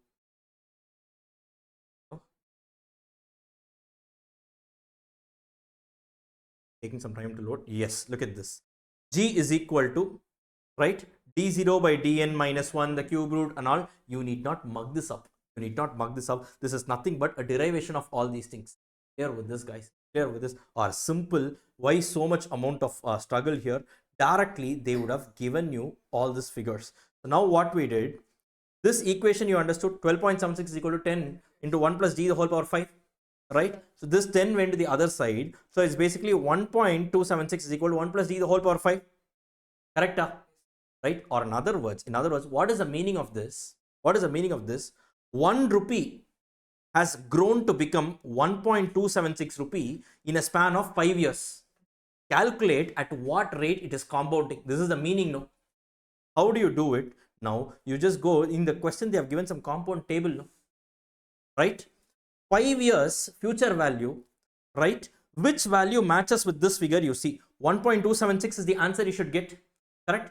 So 1 rupee becomes 1.276 rupee in a span of 5 years. At what rate of interest? If you see, exactly it matches at 5%. This is all you need to do. You need not do all this cube root calculation and all. This is all you see you need to do. You write this from the table. It can be arrived as follows to understand this, right? So from the future value table, so G is equal to 5%. Guys, clear with this? So now what happened, guys? You got the KE figure. Hello, look at this. Yes, you got the G figure, right? Now D7 can you calculate? Yes, I have D0 with me. What is D0? D0 is 12.76, correct? So what is going to be D7? So 12.76 into 1.05. The growth rate is 5%, no? To the power 7. Are you able to understand? I get this D7. So now directly I can go ahead and substitute. So D7 by KE minus D is 12.76 into 1.05 to the power 7 divided by, this is KE and this is G. Are you? If I do this, I will get the value of every equity share at the end of 6 years. It arrives to 65.28. Are you able to understand this? Yes, right?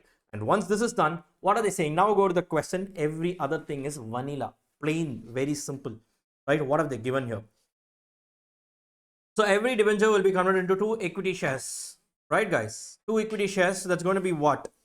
It's going to be what? What is the value? Per equity share is going to be 65.28. So 65.28 into 2. So the redemption value of debenture, the equity value of debenture is going to be 130.56. Compare this with 100 of cash value. Obviously, which one will they prefer? They will only prefer the equity component. So now what they will do, they have also mentioned, so now we need to calculate KD. Now only the sum is actually starting, basically, as in now it's a final step. You can just substitute. So KD formula, what is it? I into 1 minus T plus RV minus NP by N the whole by RV plus NP by 2 plus, okay, by 2, correct? the whole into 100. So now they have given that flotation cost is 5%. So issue price is 100 minus 5 is going to be 95. The number life is going to be 6 years. Interest, I think, what was it, 15%? Yes, 15% tax rate is going to be 4. So 15 into 1 minus 0.4. Yes, 40%. Yes. Plus RV, just now we calculated. Minus NP, just now we saw in the top, right? By N the whole by RV plus NP by 2. If you do it, you will arrive at 13 points. Clear with this. Look at the beauty of this question. You used Gordon model to arrive at the value of equity share, but under Gordon model, KE calculation alone was done using CAPM method. See, look at the beauty in which they have interlinked this question. Are you clear with this? This was a past exam question, if I'm not wrong, right? And it's also there in your study material. Watch out for these kind of beautiful questions. Two model in a single question, which never talked about equity. This question was about KD calculation. But since it was a convertible debenture, it required some concepts of equity. See, look at the beauty of this question. And that too, two models it required. Are you able to understand? Right? Right? This is why CA Institute stands apart. Right? Give credit where it's due. This is the reason. So now if you learn this thing logically, see how beautifully you're able to interconnect the subject. It's all it takes, guys. It's not difficult. Right? Conceptual learning is the most and the best smart way of learning the subject. Right? And then the next one is going to be what? Your preference share capital. Guys, this is simple, guys. Normal calculation, YTM method. What you need to do is to take two trials. Sir, which two trials to take and all they have given now? Right? One should be 3%, one should be 5%. That's why they have given. Correct? All the values. So you guys ask me, sir, how do we know which trial to take? Generally, they give this table. You use this table for the trials. Simple. Guys, clear? So look at this. Look at this. At 3%, NPV is negative. At 5%, NPV is positive. You do an interpolation, arrive at the KP figure. Guys, done. I am not going to repeat this and waste your time. Clear with this. That's about it. Go and update your library file. Just write down. Write down. Write down. Cost of convertible debenture, semicolon. Cost of convertible debenture, semicolon. Calculation of G using trend. Calculation of G using trend. Semicolon. Semicolon.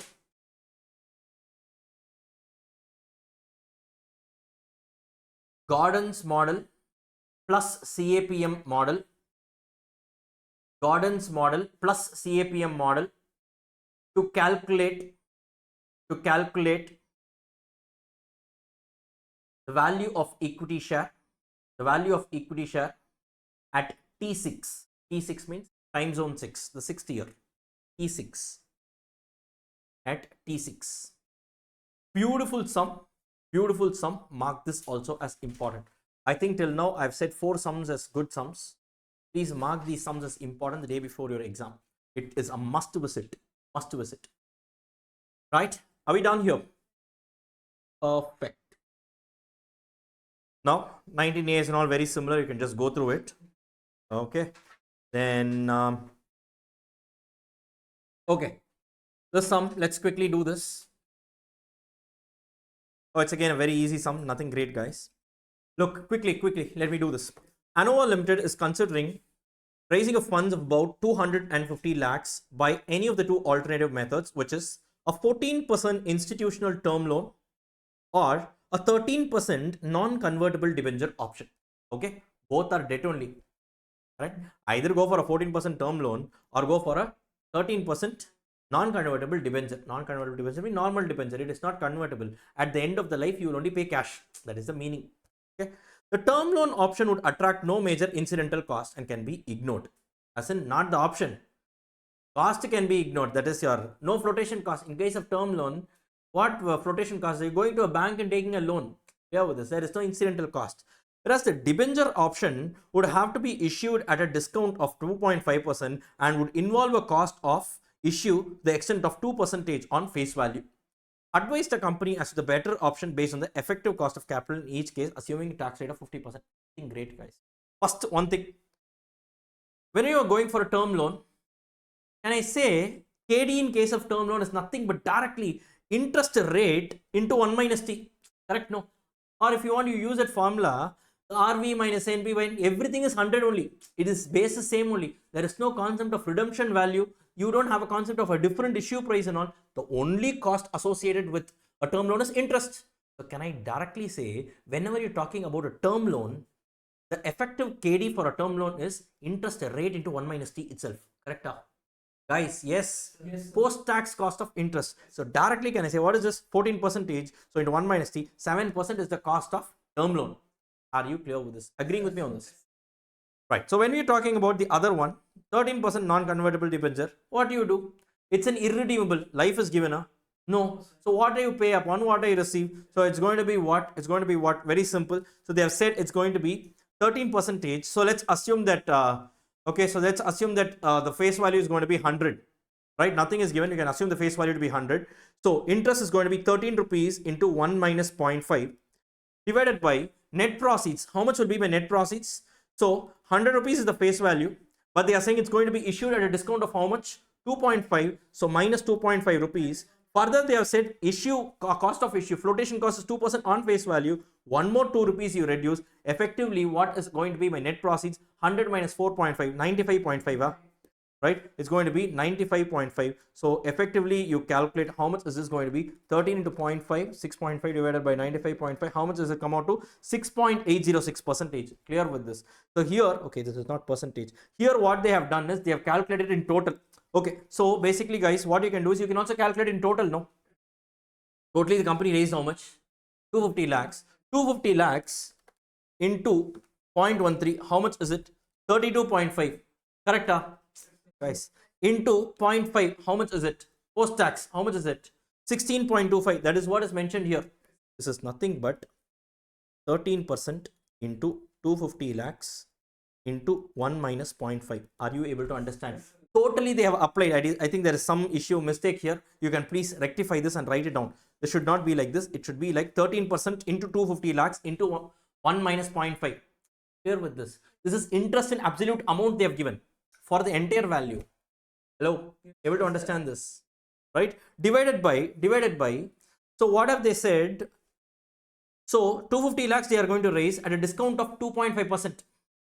Correct? Yes. Which means 97.5% of 250 lakhs. How much is it? 250 into 0.975. How much is it? 250 lakhs. Guys, 250 lakhs at a discount of 2.5%. It's 0.975 into 250 lakhs. How much does it come out to? 243.75. That is what they have mentioned here. Minus, what have they said? A further, what is it? 2% is the flotation cost on the face value on what? 250 lakhs. 250 lakhs is the par value. So 250 into 0.02 you do. How much you get? How much you get? 5. That is what they have got here. Clear with this? All these things are not required. On a per debenture level, you can do it. No. Why do you want to break your head with all this? 13 rupees per debenture. What is the interest cost? 13 into 1 minus T divided by every debenture is actually issued at a discount. So 100 minus 2.5. How much is it? 97.5 is the issue price minus flotation cost of 2 rupees. 95.5 rupees is going to be my net proceeds. Clear with this, guys? So basically, you don't need this calculation. You follow this calculation, you will get the same answer of 6.806. Are you able to understand, guys? Yes, right? No need, do it on a per debenture level. Generally, when we do it on a total level, when the flotation cost is given in a bulk figure, here the flotation cost is given on a per debenture level. No, why do you want to break your head with all this? Fine, done. So the post-tax cost, in case you're going for a term loan, is how much? 7%. Whereas the post-tax cost, if you're going for this non-convertible debenture option, is how much? Only 6.806%. So between the two, which one will you prefer? I'm asking you, it's a no-brainer, no? This is between a 7% source of finance and a 6.8% source of finance. Which one will you prefer? The one which has a lower cost, no? What happened? Good morning. Is it awake? Yes. Since the period of debt is missing, we are assuming to be perpetual.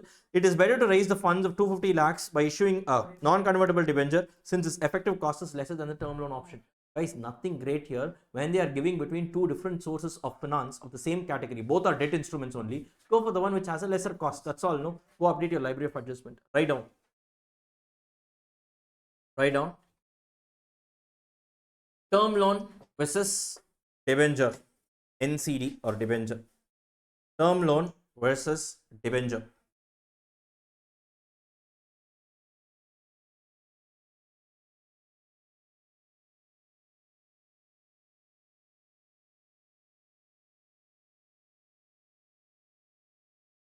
Done? Done? So see, here I have given one. Cost of long-term bank loan.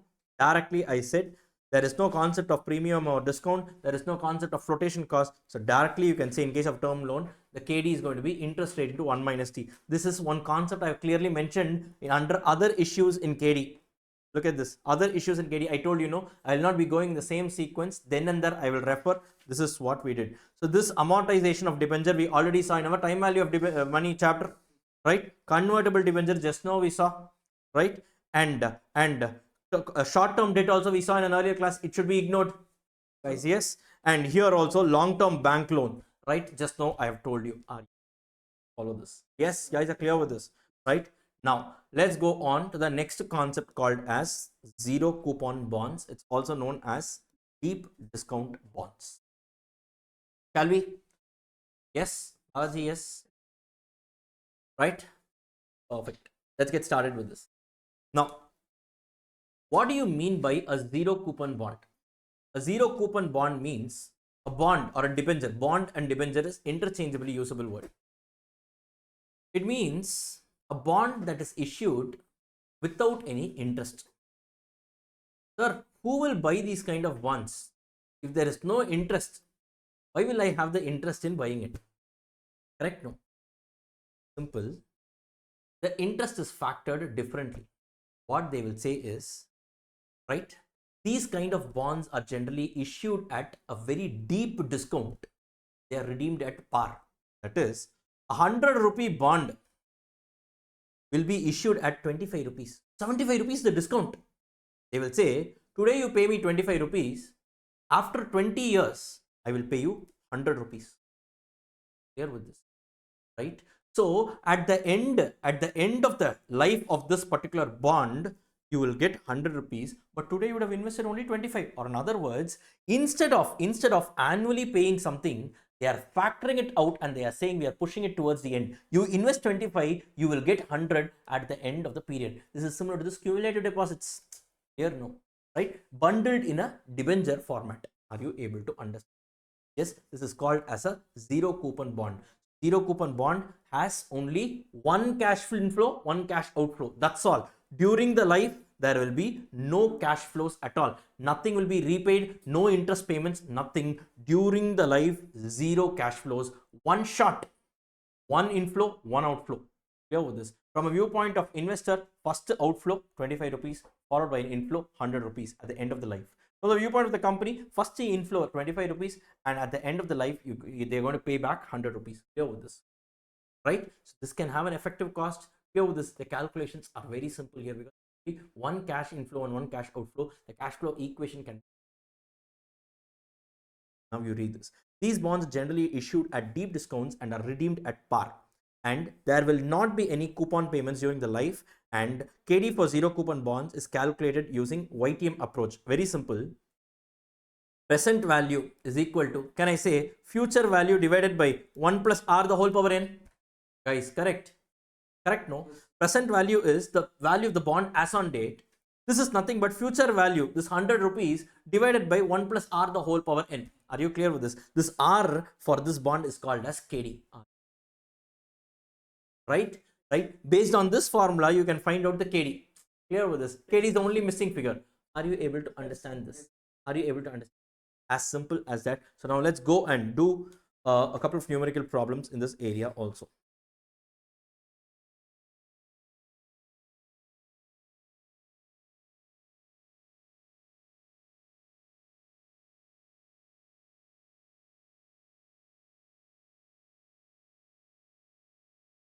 I'll come back to 21.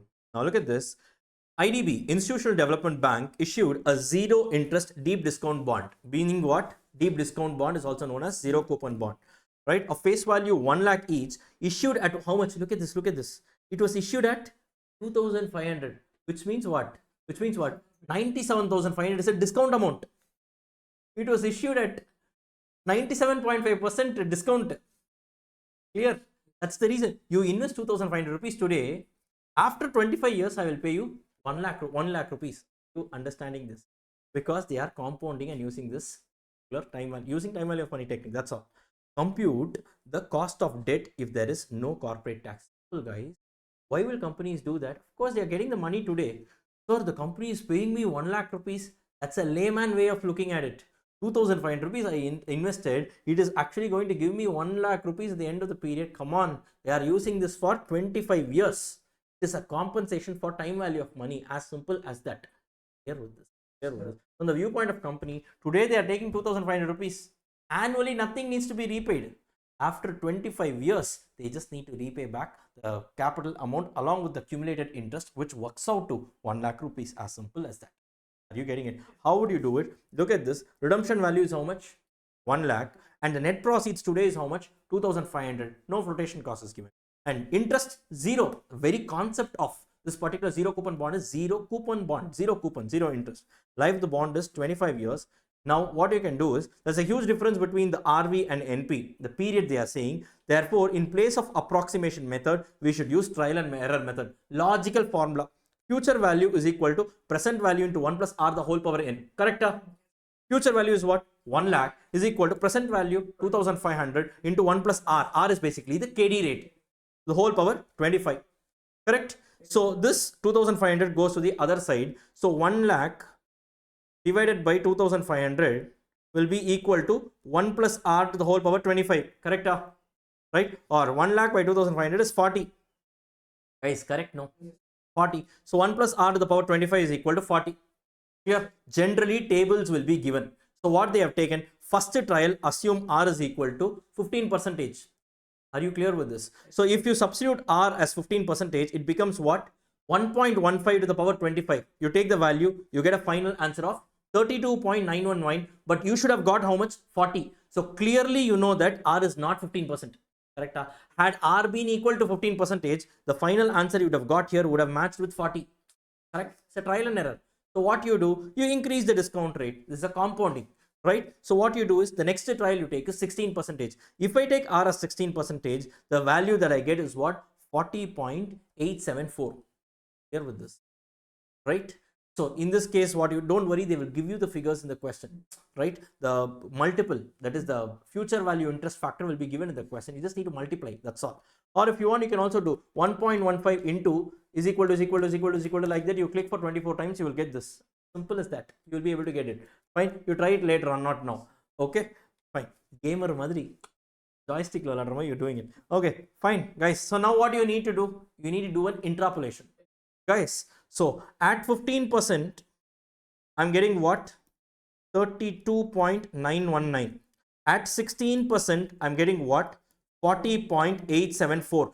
But my R, I know, lies somewhere in between. How do you know that? Because I need an answer of 40. Clear? One value gives me slightly less than 40. One value gives me slightly more than 40. So by interpolation technique, what you need to do, you will arrive at this figure of 15 point.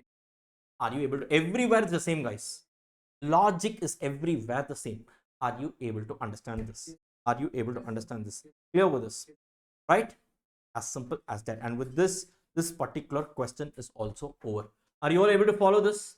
Right? Please go and update your library of adjustments. Write down. Write down. This is question number 22. I give all the page number referencing and write down. Zero coupon bond, ZCB. Write down ZCB hyphen KD calculation. ZCB hyphen KD calculation. Are we done here? We move on to the next one.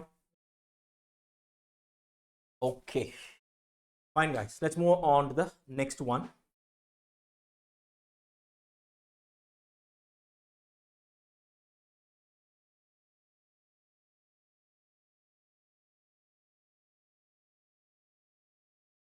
Okay, fine. Go to question number 21. Suppose we are considering investing in a zero coupon bond that matures in 5 years and has a face value of 1,000. If these bonds are priced to yield 10%, which means KD is given in this question, right? What will be the present value? Very simple. Very simple. Present value is equal to future value divided by 1 plus r the whole power n. Guys, correct? No? Here, future value is given because it will be redeemed at par but issued at a discount. Correct? No? Right? So can I say the value of bond today, B0, or nothing but present value, is equal to 1000 divided by 1 plus r, 1 plus 10% or 0.10 to the power, what is the number of years? 5 years. Correct? Guys, yes, as simple as that. As simple as that. So arrive at this figure, you get how much? You get 620.92. So basically, a 1000 rupee bond should be issued at 620.92 today.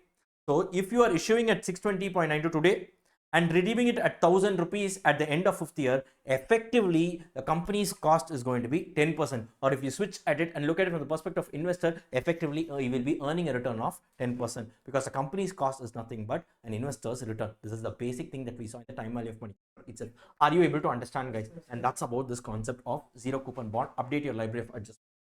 Write down ZCB hyphen calculation of B0. B0 stands for what? Within bracket, write down PV, present value. Calculation of B0 is present value.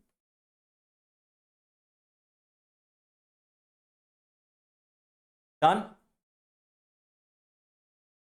Done. Okay. Now,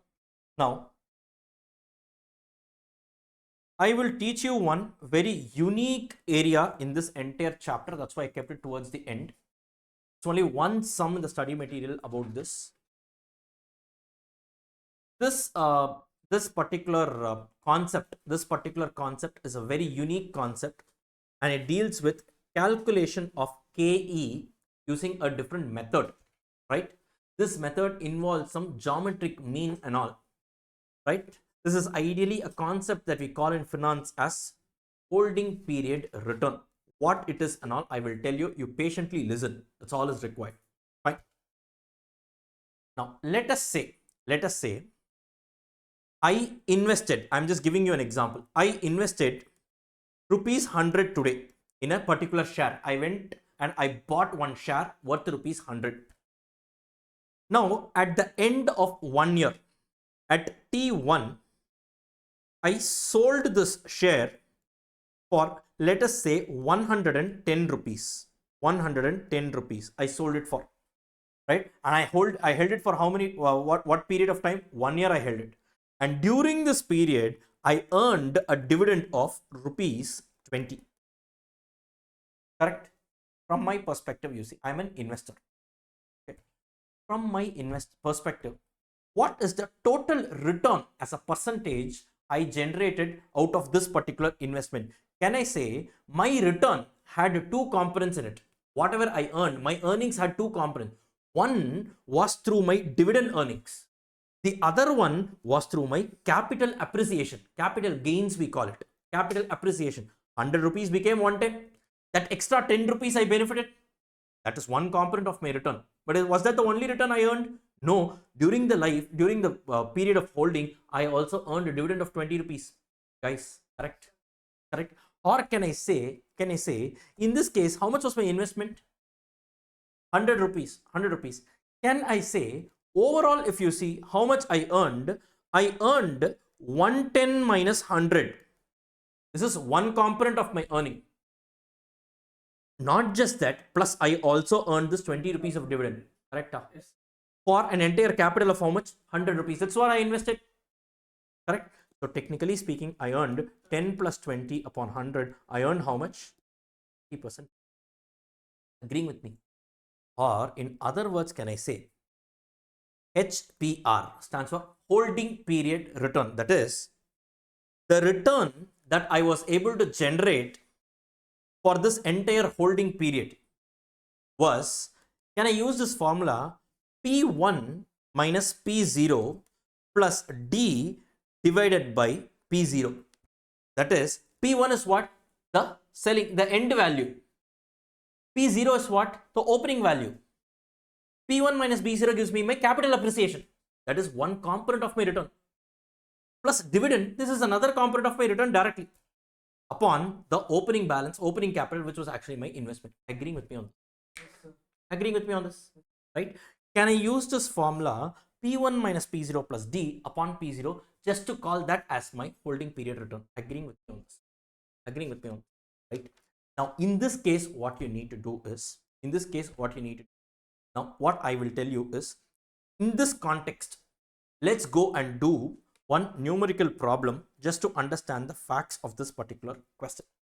Now guys, this is called as calculation of KE under realized yield approach. Okay. Now, you didn't have a doubt. First, let me create the doubt for you. The realized yield approach we already saw. KE, one of the KE methods of calculation. You said, no sir, that is done from the perspective of investor, assuming that he sells in the secondary market, it has a finite life and all, and from his perspective you calculate the IRR, and it is based on the principle that the return from the perspective of the investor is the cost from the viewpoint of the company. Yes, everything is correct.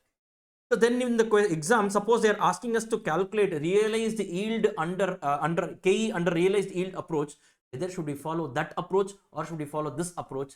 Very clearly, depending on the wordings or depending on the facts given in the question itself, you will know which method they are asking. That clearly will be from the perspective of the investor, you will know that. But this method is a very unique and a one-off and a very rarely used method. One question in the study material they have given, I didn't want to skip that also, that's I'm doing it here. Fine. What do we do? How do we do? I'm going to explain this concept using this numerical problem. Clear with this? Read this question. Calculate the cost of equity from the following data under realized yield approach. Suppose it was that sum. What they would have said? Mr. A had bought the share for 100 rupees. After 5 years, he's expecting to sell this for 120 rupees during the period he earned it. Like that, only the wordings will be there. Here, what have they given? Year-wise dividend per share is given, and price per share at the beginning of every year they have given. Clear with this, right? Nothing is given from the perspective of investor and all. Clearly, this sum needs to be done using this particular concept of holding period return. Clear with this? Because holding period return at the end of the day, what is the formula? P1 minus P0, that is that every year capital appreciation plus dividend divided by the opening value P0. Correct? No? That's how you calculate.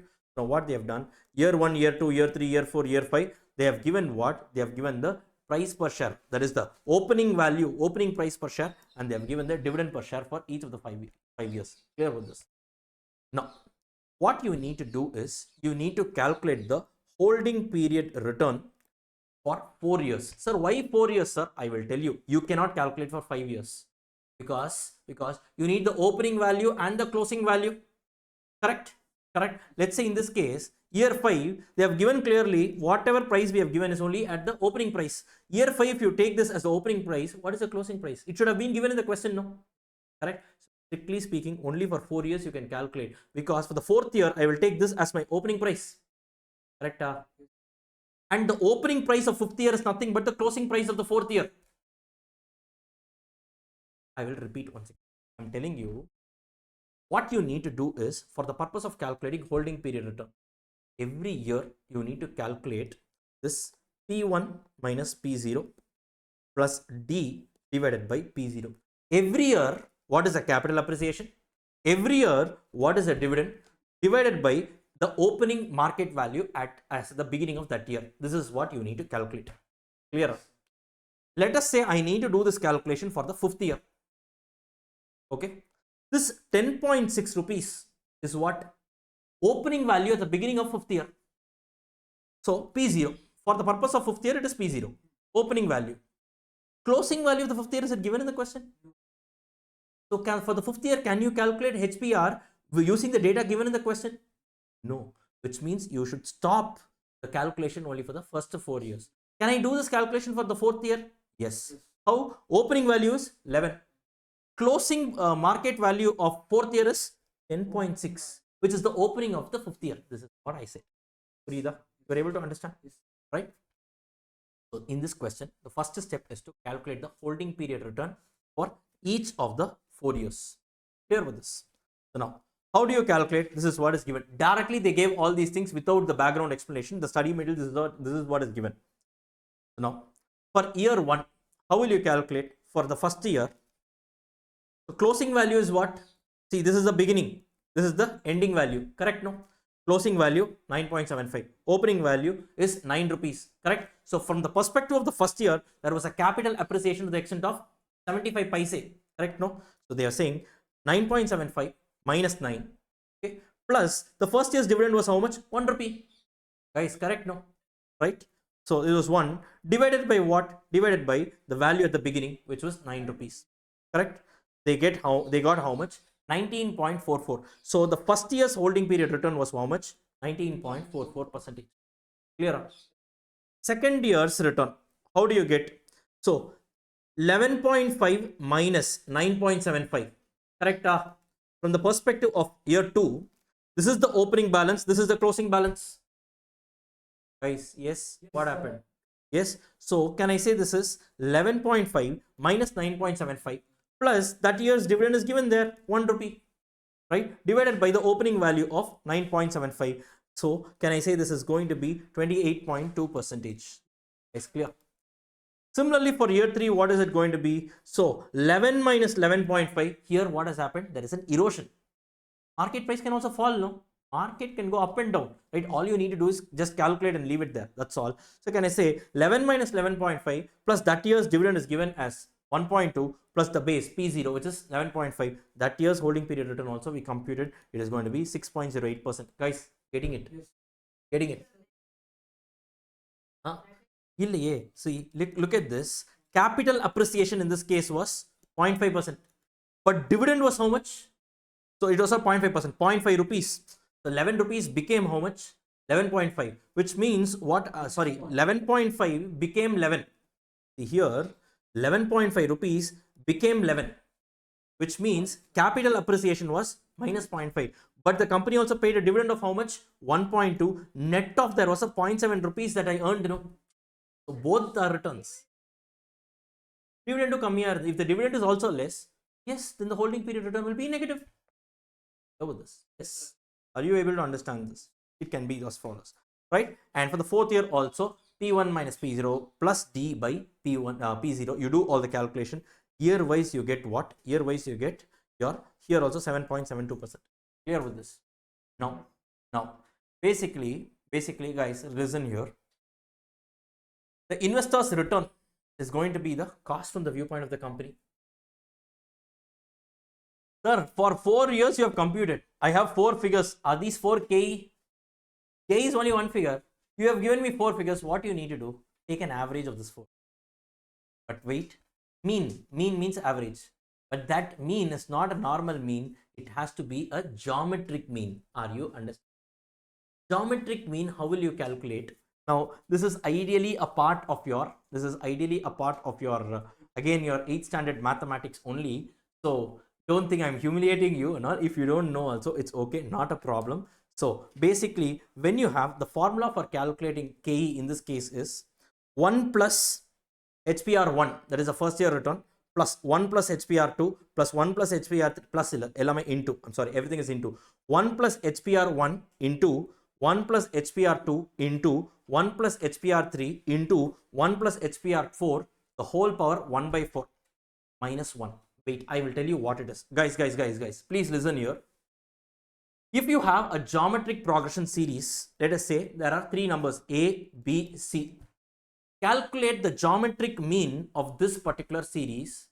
Geometric mean calculation is basically A into B into C to the power 1 by 3. Or in other words, it is multiply all the numbers in this particular series and the whole to the power 1 by n. How many number of entries are there in that series? You need to do that. Suppose there are 4 numbers here, that's why we have done 1 by 4. Suppose for 5 years we computed, you should have done to the power 1 by 5. Are you able to understand this? Number 1. Number 2, you always, every year it compounds, no? Every year it compounds, no? That's why we do 1 plus that return. 1 plus that return, we do it, and finally once we compound it, we reduce that 1 on the outside. This is how your geometric mean is computed. This is the formula for computing a geometric mean. Clear with this, guys? Right? Suppose in this case we had 5 figures, what will it be? So 1 plus every year's return, like that you need to do multiply 5 years to the power 1 by 5 minus 1 on the outside. Clear with this? If 3 figures are given to the power 1 by 3, finally minus 1. So now what we did here, the first year was 0.194. So 1 plus 0.194 is 1.194 into 1.2821 into 1.0609. I mean, they have just completely written into 1.0772. There are 4 numbers here, hence the power 1 by 4 minus 1. If you do, overall you get. Yeah, sir, to the power 1 by 4, how can we do it? If it is even, it is not a problem. Click on square root twice, you will get it. If not, generally, guys, this figure will be given in the question. This figure will be given in the question. To the power and all exponentials will be given in the question, right? You just need to, you multiply these figures, right? You get an answer that you multiply with. If 1 to the power something, what is the value? So they will give you this figure. The entire value will be given in the question. You need not have to worry about that. Are you able to understand?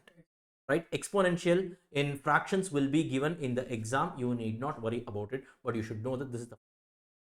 Are you able to? Yes, yes. And using this method, that is the realized yield method. In this case, the answer comes out to KE value is 15%.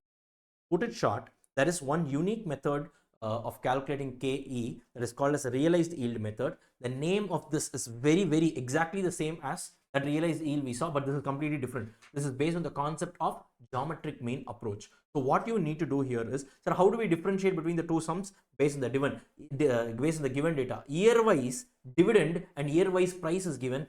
Clearly, they are expecting you to follow the geometric mean approach. In this case, how do we do? Year-wise calculate the holding period return.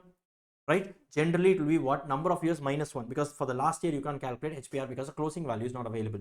Clear with this? So what do? Year wise you calculate the data, right? HPR, and then what you need to do is 1 plus HPR, like that you need to do for all the 4 years. Multiply this to the power 1 by n. N is the number of years. Finally, you do minus 1. Whatever answer you get, that is simple. Or in other words, year wise return, calculate, find out the geometric mean of this. Whatever answer finally you get is called as KE under this realized yield.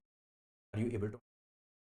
Yes, yes, and that's about this particular concept as well. Just go and update your library of adjustments, and most importantly, please mark this sum as unique. I will not call it as important, but it is unique, very unique. Definitely, you will miss it in case you don't mark this as unique. It's a very unique sum. That's why I didn't do this along with the KE calculation, if you notice. Because if I teach you there, then you will think for all the sums you need to do it like this. No, this is a different animal altogether. Treat it separately. Write down holding period return. Wait. KE using holding period return. Holding period return within bracket geometric mean. Within bracket geometric mean.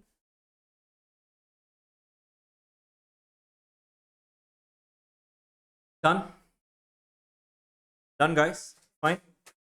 Now, the next question is a direct question. Please do it by yourself. Calculation of KE and KD. It's a very simple question, nothing great. Now, let me go to question number 25. Right? Have we, guys? 2 more sums and we are done with this chapter. Literally, see, we are covering all the questions. Right? It's a comprehensive coverage. Despite the fact that this is a fast track batch, we're covering literally all the questions. Right? Only I'm avoiding repetitive nature or things which you can manage. Literally, we're solving all the questions. Now, a good question. This question is not there in your study material, but I took this up from some older past exam question. I personally feel these kind of questions can come in your exam. Now, today being 1st Jan 2019, Ram is considering to purchase an outstanding corporate bond having a face value of 1000 that was issued on the 1st of Jan 2007.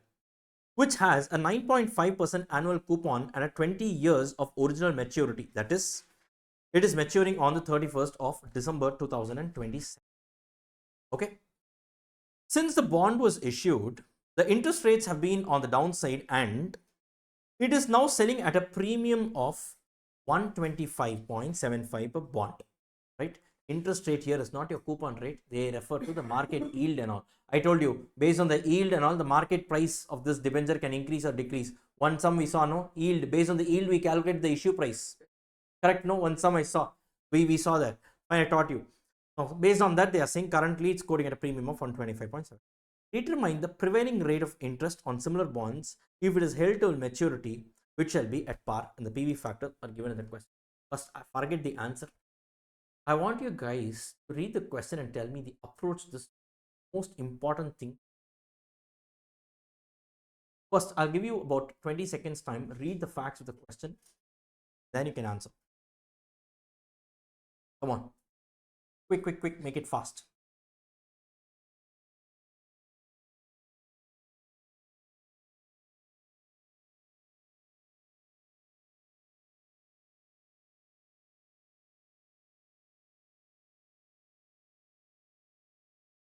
Done. Okay. Now look at this.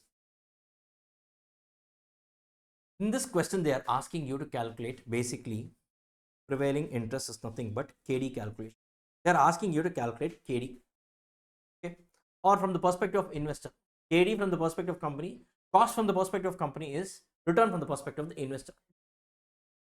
What they are saying. Can anyone tell me what is the life of or the period of this particular debenture for all our calculation? 20 years. Now, this debenture was issued on 2007 January, 1st January. It is, when is it redeeming? 2027, 31st December. Today is, not today exact day, in the question, present, today is 2009. And we are talking about Mr. Ram, who is entering the market, debt market. Debentures will be listed in debt market, I told you. He is entering the market today on the 1st of Jan 20. He is entering today. From today, what is the remaining life? 8 years. 8 years. 1st Jan 2019 means entire 2019 is there. 20, 21, 22, 23, 24, 25, 26, 7. First of all, for the purpose of financial management, we are taking decision, which means past is past. Move on. Okay, right? Message for you. Okay, so past is past, move on. Basically, here what we are saying is Mr. Ram is also moving on in life, and basically today the remaining life with respect to the debenture is going to be 9 years. Guys, getting it? Come back, getting it, right? So for all calculations purposes, you need to consider only 9 years. Here, very simple. Today, if he is going to the market and buying this debenture, per debenture, what will be the amount he has to pay and get it? Hello? Per debenture, what is the amount that he needs to pay to buy the debenture? What is the current market price of the debenture? 125.75 is perfectly the wrong answer. Because read the question carefully, it is selling at a premium of 125.75. The face value is 1000. So 1000 plus 125.75. Today he needs to pay 1125.75. So first thing, life 20 years. There we made a mistake. Number two, having decided that we should be remaining life, then also we said only 8, not 9. Having calculated that, at least now the first cash flow, whether we are getting it. See, this is how the question is framed. They know the psychology, not you. Many students made this mistake. This is how the questions are being framed now. Something like that. Okay, right? So basically now what happened is, if he is entering into the market today on the 1st of Jan 2019, his initial outflow will be what? 1125.75. And if he's going to hold it on till the maturity, at the end of the life, he will get how much? 1000 rupees redeemed at par. And during the life, he will get how much interest? 9.5% on 1095 rupees every year you will get. These are the cash flows. You discount it and you arrive at the IRR. Discount as in the rate that makes my NPV equal to 0. You arrive at IRR. Now, for you to take that IRR, how will you calculate? 2 trials are given here. This is all about the question, guys. Easy, no? Provided you read it properly. Getting it? Now, don't blame that the course is difficult. A little observation skill can save your life with 4 months. Right? It's no joke, guys. I'm not saying this as, to make fun and all. On a serious note, I'm saying we have to be serious when it comes to looking at the questions. 4 months is no joke. Right? 4 months delayed now is not just whatever it's not the incremental cost. If you see, if you're talking about in terms of finance, so you would have qualified 4 months earlier. So which means per month, let us say the moment you qualified, at least some minimum, I'm saying 70,000 rupees salary you will get. So 7 into 4, how much is it? 2.1 lakh is the opportunity cost of this observation error you made in the class today. That's how you need to look at it, right? Why am I saying it is basically be more observant when it comes to your solving your questions, right? Not a joke, guys. I'm just seriously telling you, be very, very observant, not just for our paper, all the papers, right?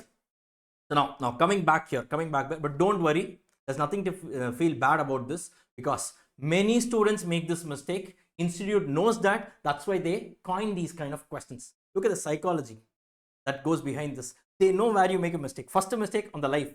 Second, even if you figure out past is past and moving on, that move on life is also calculated wrongly, right? And having calculated that, now today if I go to the market, what is the price? That premium amount is only mentioned here. That you need to take care of it properly. Here with this, right? Have that in your mind. Now look at this. The year 0 outflow is going to be 1125.75. I just told you, every year you're going to get an interest payment of 95, and at the end of the life you're going to get 1000 rupees. That is going to be a redemption value. So at 6% discount rate, you get a positive NPV, 8% discount rate, negative NPV. What you need to do is interpolation, and you arrive at your net KD value. Are you able to understand? Or KD, basically from the viewpoint of company, from our viewpoint, is going to be the net return. Are you able to understand this, guys? Yes, beautiful sum, right? So please go and update your library of adjustments right now. We're using the same wordings of the question. Calculation of prevailing rate of interest. Calculation of prevailing rate of interest. Prevailing. Prevalent. Prevailing.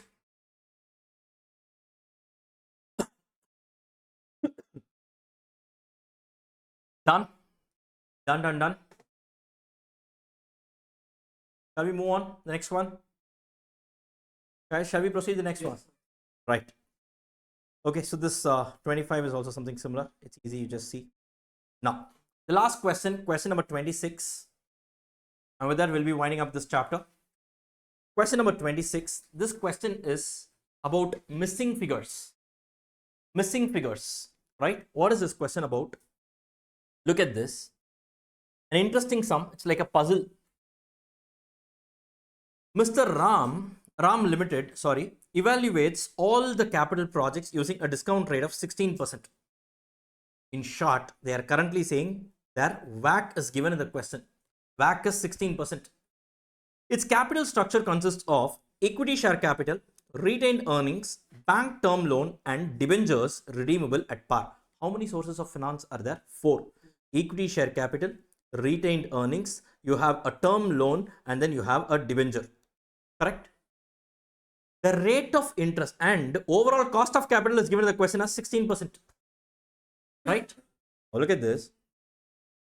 The interest rate on the term loan, it carries an interest rate that is 1.4 times that of debentures interest. Here with this. If the rate of interest on debenture is, let us say, X, what will be the interest rate on term loan? It is 1.4x. The meaning? Hello?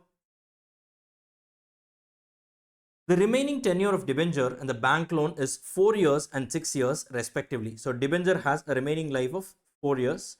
Term loan has a remaining life of 6 years. This is what they've given. The book value of equity share capital, retained earnings, and the bank loan is 20 lakh, 30 lakh, 20 lakh respectively. So equity is going to be 20 lakh, retained earnings 30 lakh, and bank loan they have given is 20 lakh. This is the book value. Whatever is given here, I'm just putting it in a structured format. Debenture, which is currently having a value of 30 lakh. This is also given 30 lakh. Is currently trading at a market price of how much? 98 rupees per debenture. The ongoing PE multiple for shares of the company stands at 4. What it is PE multiple, I'll tell you right now. You are required to calculate. You need to find the missing figures. Calculate the rate of interest on bank loan. Calculate the rate of interest on debenture. Very simple. If you calculate X, that is rate of interest on debenture, your term loan interest is going to be 1.4%. 1.4 on X. Here with this.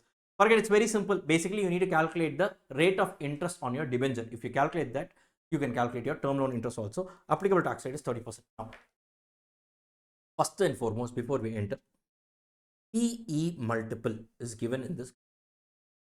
What do you mean by PE multiple? More details about this we'll be seeing in our upcoming chapters. Don't worry about it. PE means what? Yes, I'll tell you. PE stands for, P stands for price, E stands for earnings, right? And PE stands for, PE ratio is nothing but MPS upon EPS. That is market price per share upon earnings per share. Clear with this? Or this is nothing but, sir, why are we actually learning all this? I mean, what does PE's ratio stand for? Suppose the company is earning per share, it is earning, let us say 10 rupees, right? And currently the company's share market value, currently the company's market price is trading at 60 rupees. Example, I'm saying P ratio means what? 60 upon 10, which is 6 times. Or in other words, it says your price is quoting 6 times your earnings. This is the meaning of that. Clear with this? Clear with this? P ratio generally means what? It expresses the number of times, it expresses your earnings, it expresses your market price in terms of number of times your earnings. Clear with this? If someone says P ratio is 6 times, it means what? Means what? If the company is earning 1 rupee, the price will be 6 rupees. Or in other words, to put it short, the price is 6 times the EPS of the share. Clear with this? Sir, with this, what we can calculate? Wait. This is where it requires some presence of mind. Please focus here. It requires some presence of mind. Now, what requires is one of the formulas for calculating KE. KE has totally how many methods of calculation? 5. First method, dividend price approach. Second method, earnings price approach. Earnings price approach is what? Basically, what I pay upon what I receive. Instead of dividend, it is going to be earnings per share. We saw that, no? So KE, one of the formula is what? EPS divided by net proceeds, or P0, or that is nothing but current market price. MPS. Correct? No? Correct? No? Yes.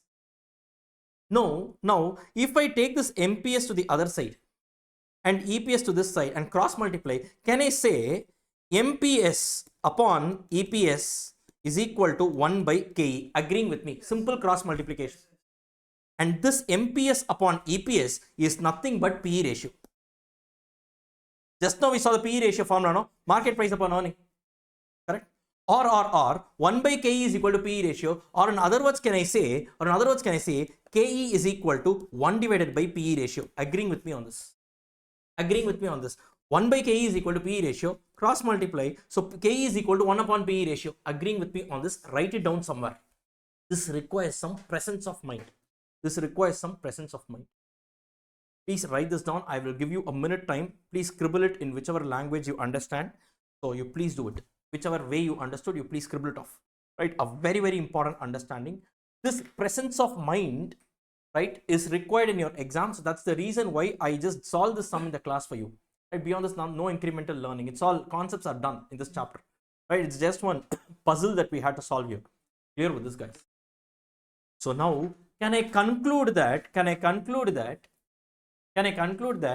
this earnings price model, correct? This earnings price model led me to one more formula, which is K is equal to 1 upon PE ratio. Agreeing with me on this? Guys, are you able to understand this? Any problem here? In this question, what have they given?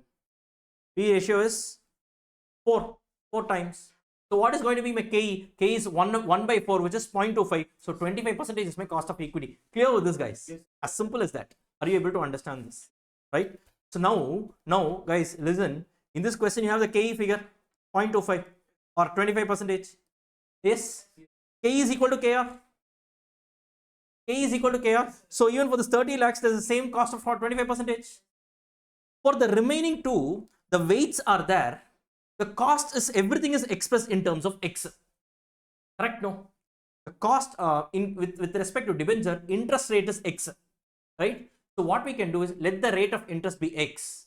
Right? shortcut formula for KD, what we will do, I into 1 minus T plus RV plus NP, RV minus NP by N, the whole by RV plus NP by 2. There, this entire formula, what we will do is, wherever interest amount comes, there alone we will take it as, the face value into X, we will keep it, right? So in other words, we will establish KD in terms of X, correct? And they have given the question, term loan is 1.4 times the interest, the interest on term loan is 1.4 times the interest on your debentures, correct? So that can also be expressed as X. All other data is available. Total cost of capital is also available. With this, you have only one variable to calculate, which is X figure. If you arrive at the X figure, the answer is done. Are you able to understand how to exactly to do it? I will quickly walk you through. First, guys, you just have to follow here. Nothing needs to be done. Let the rate of interest on debenture be X, right? So the rate of interest on loan will be what? 1.4x. I just told you. Hello? So now let's calculate KD on debenture. KD formula is what? I into 1 minus T plus RV minus NP by N, the whole by RV plus NP by 2. Correct? I is what? See, this is not multiply, this is X, right? This is 100x. Interest amount, how will you calculate? Coupon rate, hello? Coupon rate into your face value, correct? Face value is 100. The coupon rate, X, is expressed as a percentage, no? The interest rate, the rate of interest on debenture is what? X. So can I say the interest amount is 100x? Example, suppose if my interest is 6%. So 6% into 100 is 6 rupees, no? So we have kept that X. We don't know what that figure is, 6% or 7%. We don't know that. So we kept it as X. So 100x is nothing but your interest amount, correct? Yes. Into 1 minus T plus RV, redemption value is how much? 100. Correct? Nothing is mentioned. At par. NP, today how much do I get? Look at the question they have given. Currently, my debentures are trading at 98 rupees. So today if I go and raise this money, I'm going to get only 98, guys, correct? So look at this. It's going to be 98 by life is 4. The whole by RV plus NP by 2. Clear with this? But what will happen here in this case, if you solve this, so what will happen here? 100x into 0.7, 1 minus 0.3 is 0.7. So 100 into 0.7 is 70. So this can be rewritten as 70x plus, so 100 minus 90 is almost 2. 2 by 4 is nothing but 1 by 2. 1 by 2 is nothing but 0.5. So my numerator is 70x by 0.5. The whole divided by 100 plus 98 by 2, which is 198 by 2, which is 99. Correct? So can I say this is nothing but 70x plus 0.5 divided by 99. This is my KD figure. Correct, guys? Correct, guys? Are you getting it? Are you getting it? Now, KE can we calculate? Just now I told you it's nothing but 1 by PE ratio. That's nothing but 0.25. Just now we saw that. Hello? Yes, you guys are getting it? Now, each of the source of finance, these figures are all given. The total value is 1 crore. With this, I can calculate the weights. Any problem here? No. KE, 0.25. Just now we calculated. Hello? K is equal to KR. That's also 0.25. Correct?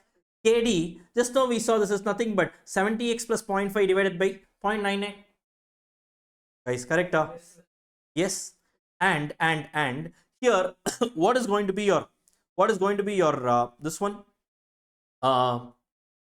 Your interest rate on loan. I mean your KT, basically your KD on your term loan. They have said it is going to be the rate of interest on my term loan is going to be how much? 1.4x.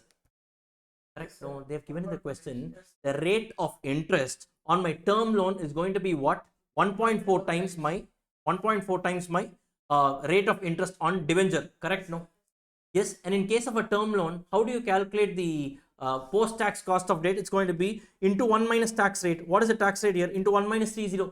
Guys, correct? Interest rate into 1 minus T. Interest rate for your term loan is 1.4x.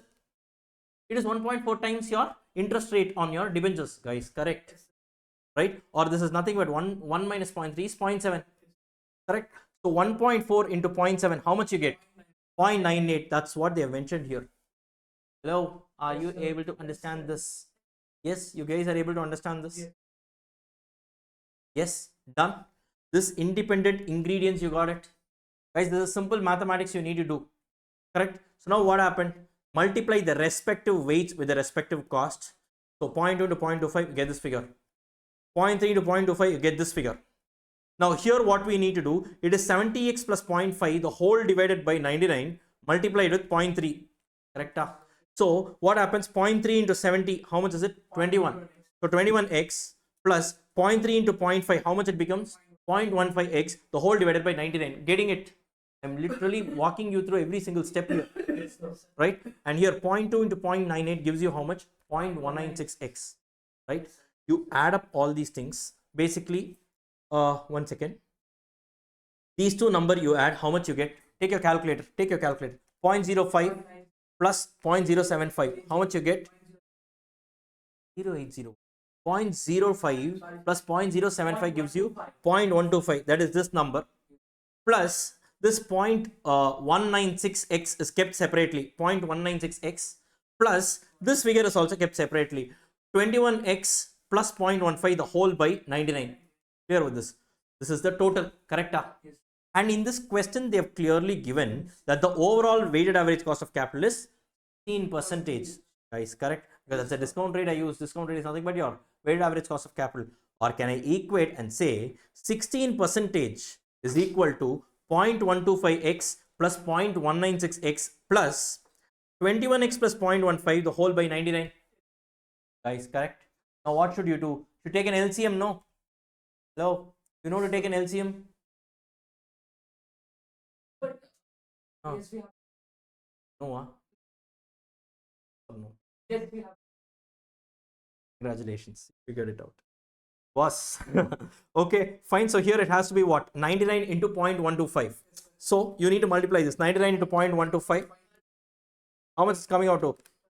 12.375. 99 into 0.196x. How much is it? 19.404x plus 21x plus 0.15 remains here. So now you have a whole common of 99, right? You take it to the other side. So what happens? 0.16 into 99. Guys, every step I have mentioned, all these steps they skipped in your MTP or wherever I took this question from, right? I have made sure to add everything because I know some students will ask, sir, how to do the calculations, right? And I'm literally walking you through every single calculation which is not even related to FM. Okay. Now what do? You add all the numbers. So here you get what? Okay, so these two are in x, no? So the x variable figures are what? So 19.404x plus 21x, how much you get? 40.404x. Can I say this is equal to, so 0.16 into 99, how much you get? 15.84. So it's equal to 15.84 minus this goes to the other side. These two goes to the other side. So 12.375 plus 0.15, how much is it? 12.375 plus 0.15, it's 12.525. 12.525 goes to the other side. Guys, any problem here? Normal calculation. Normal calculation. So finally you solve this, guys. Basically you get x value as 8.2. Okay, clear, as simple as that. And now once you get x is equal to 8.8, x is what? The coupon rate on my debentures, right? So what will be the coupon rate on my term loan? It's going to be 1.4 times my x value. It's going to be 11. That's about it. Go and update your library of adjustment. Right now. We have covered this so much comprehensively in a fast track batch itself. Nothing more you need beyond this. Write down. Missing figures to calculate KD and KT. I call KT. KT means cost of term loan. It's actually not a terminology used in a study material, but we are just updating our library of adjustment. It's okay. Missing figures to calculate KD and KT. KD and KT. T stands for term loan. Semicolon. One more learning point in this question. What was that? What did we learn? One more thing. Yes. Write down. KE is equal to 1 by PE. KE is equal to 1 by PE. Right? And with this, we have comprehensively covered this entire chapter of cost of capital. If we total all the sums that we have done till now, actually in this chapter, it's coming out to 26 sums we have done. In total, we have done a total of 26 sums. Sir, totally only 26 sums are there? No, totally 34 sums are there. There are some 11A, 11B, 11C and all. So totally we have done 26 sums in the classroom itself, right? Even in the fast track batch, literally every single question we have done. Similar questions alone, I am not doing it. Fine, that's about it. Those sums also you can do it by yourself based on whatever we have studied. In-depth coverage was done here. Clear? Beyond this, nothing else is required in this particular chapter. Please practice this entire chapter once again, right from the beginning. Every single sum, you please take out your notebook and solve it. That's a very, very important thing to do. Number one. Number two, if you notice, I would have kept some MCQs also, right? In this book, MCQs and one case study based MCQ, which is there in the study material. I have just given it here. Now, in my opinion, MCQs are something that needs to be solved by you because there is no conceptual learning in an MCQ. I have literally taught you all the concepts in this chapter. We have learned many kind of adjustments using the numerical problems. Right now, you apply all this knowledge and you can easily do these kind of MCQs. 100% it is something that you need to do. Even if I do max, what will I do? I will just say, see this we saw, now this concept we saw it, that's the maximum I can do. Please take that effort from your side, right? That is something that you need to do for sure, because case study based MCQs can be, literally time consuming. So unless and until you put your pen on a piece of paper and start solving it, you will not get it. So get that speed. For you to get that speed, you need to do the practice. Number one. Number two, any which ways, for every time an RTP or an MTP or any kind of exam question comes in, I anyways solve this entire RTP, MTP and exam papers, respective attempts. We've already solved it and it is there on our YouTube channel. You can actually, if at all you want to take reference from there, you can watch that also. I'll be solving as separate videos. I am not putting it as a part of course content because the course will become then very big, right? So it is anyways there available for everyone, right? Free of cost. You can go to our channel, right? Just search for my name and you will get it. As simple as that, right? Beyond that, nothing else is required with respect to your case study based MCQs. And most importantly, I request you to please do this. Go to your Board of Studies portal. There you have this feature where you can log in using your student registration number, and you just need to enter your date of birth. Automatically, institute has a database at which level you are in foundation, inter, final. So if you are obviously a foundation student, so for foundation, subject wise, chapter wise, institute is actually having a very good initiative where you can take case study based MCQs from there, right? And it is actually like, a gaming level. They have easy, medium, hard and all, right? You please take that case study based MCQs. You make use of all these things. These are the perquisites that you get by paying all your registration fees you guys paid for the intermediate course, not your exam fee. Registration fee you paid for registering for this course, right? That registration fee, actually for whatever you've paid, institute has come up with some beautiful initiatives. Make use of that. You need not pay any extra money in getting some MCQ test series, and it's not required with respect to MCQs.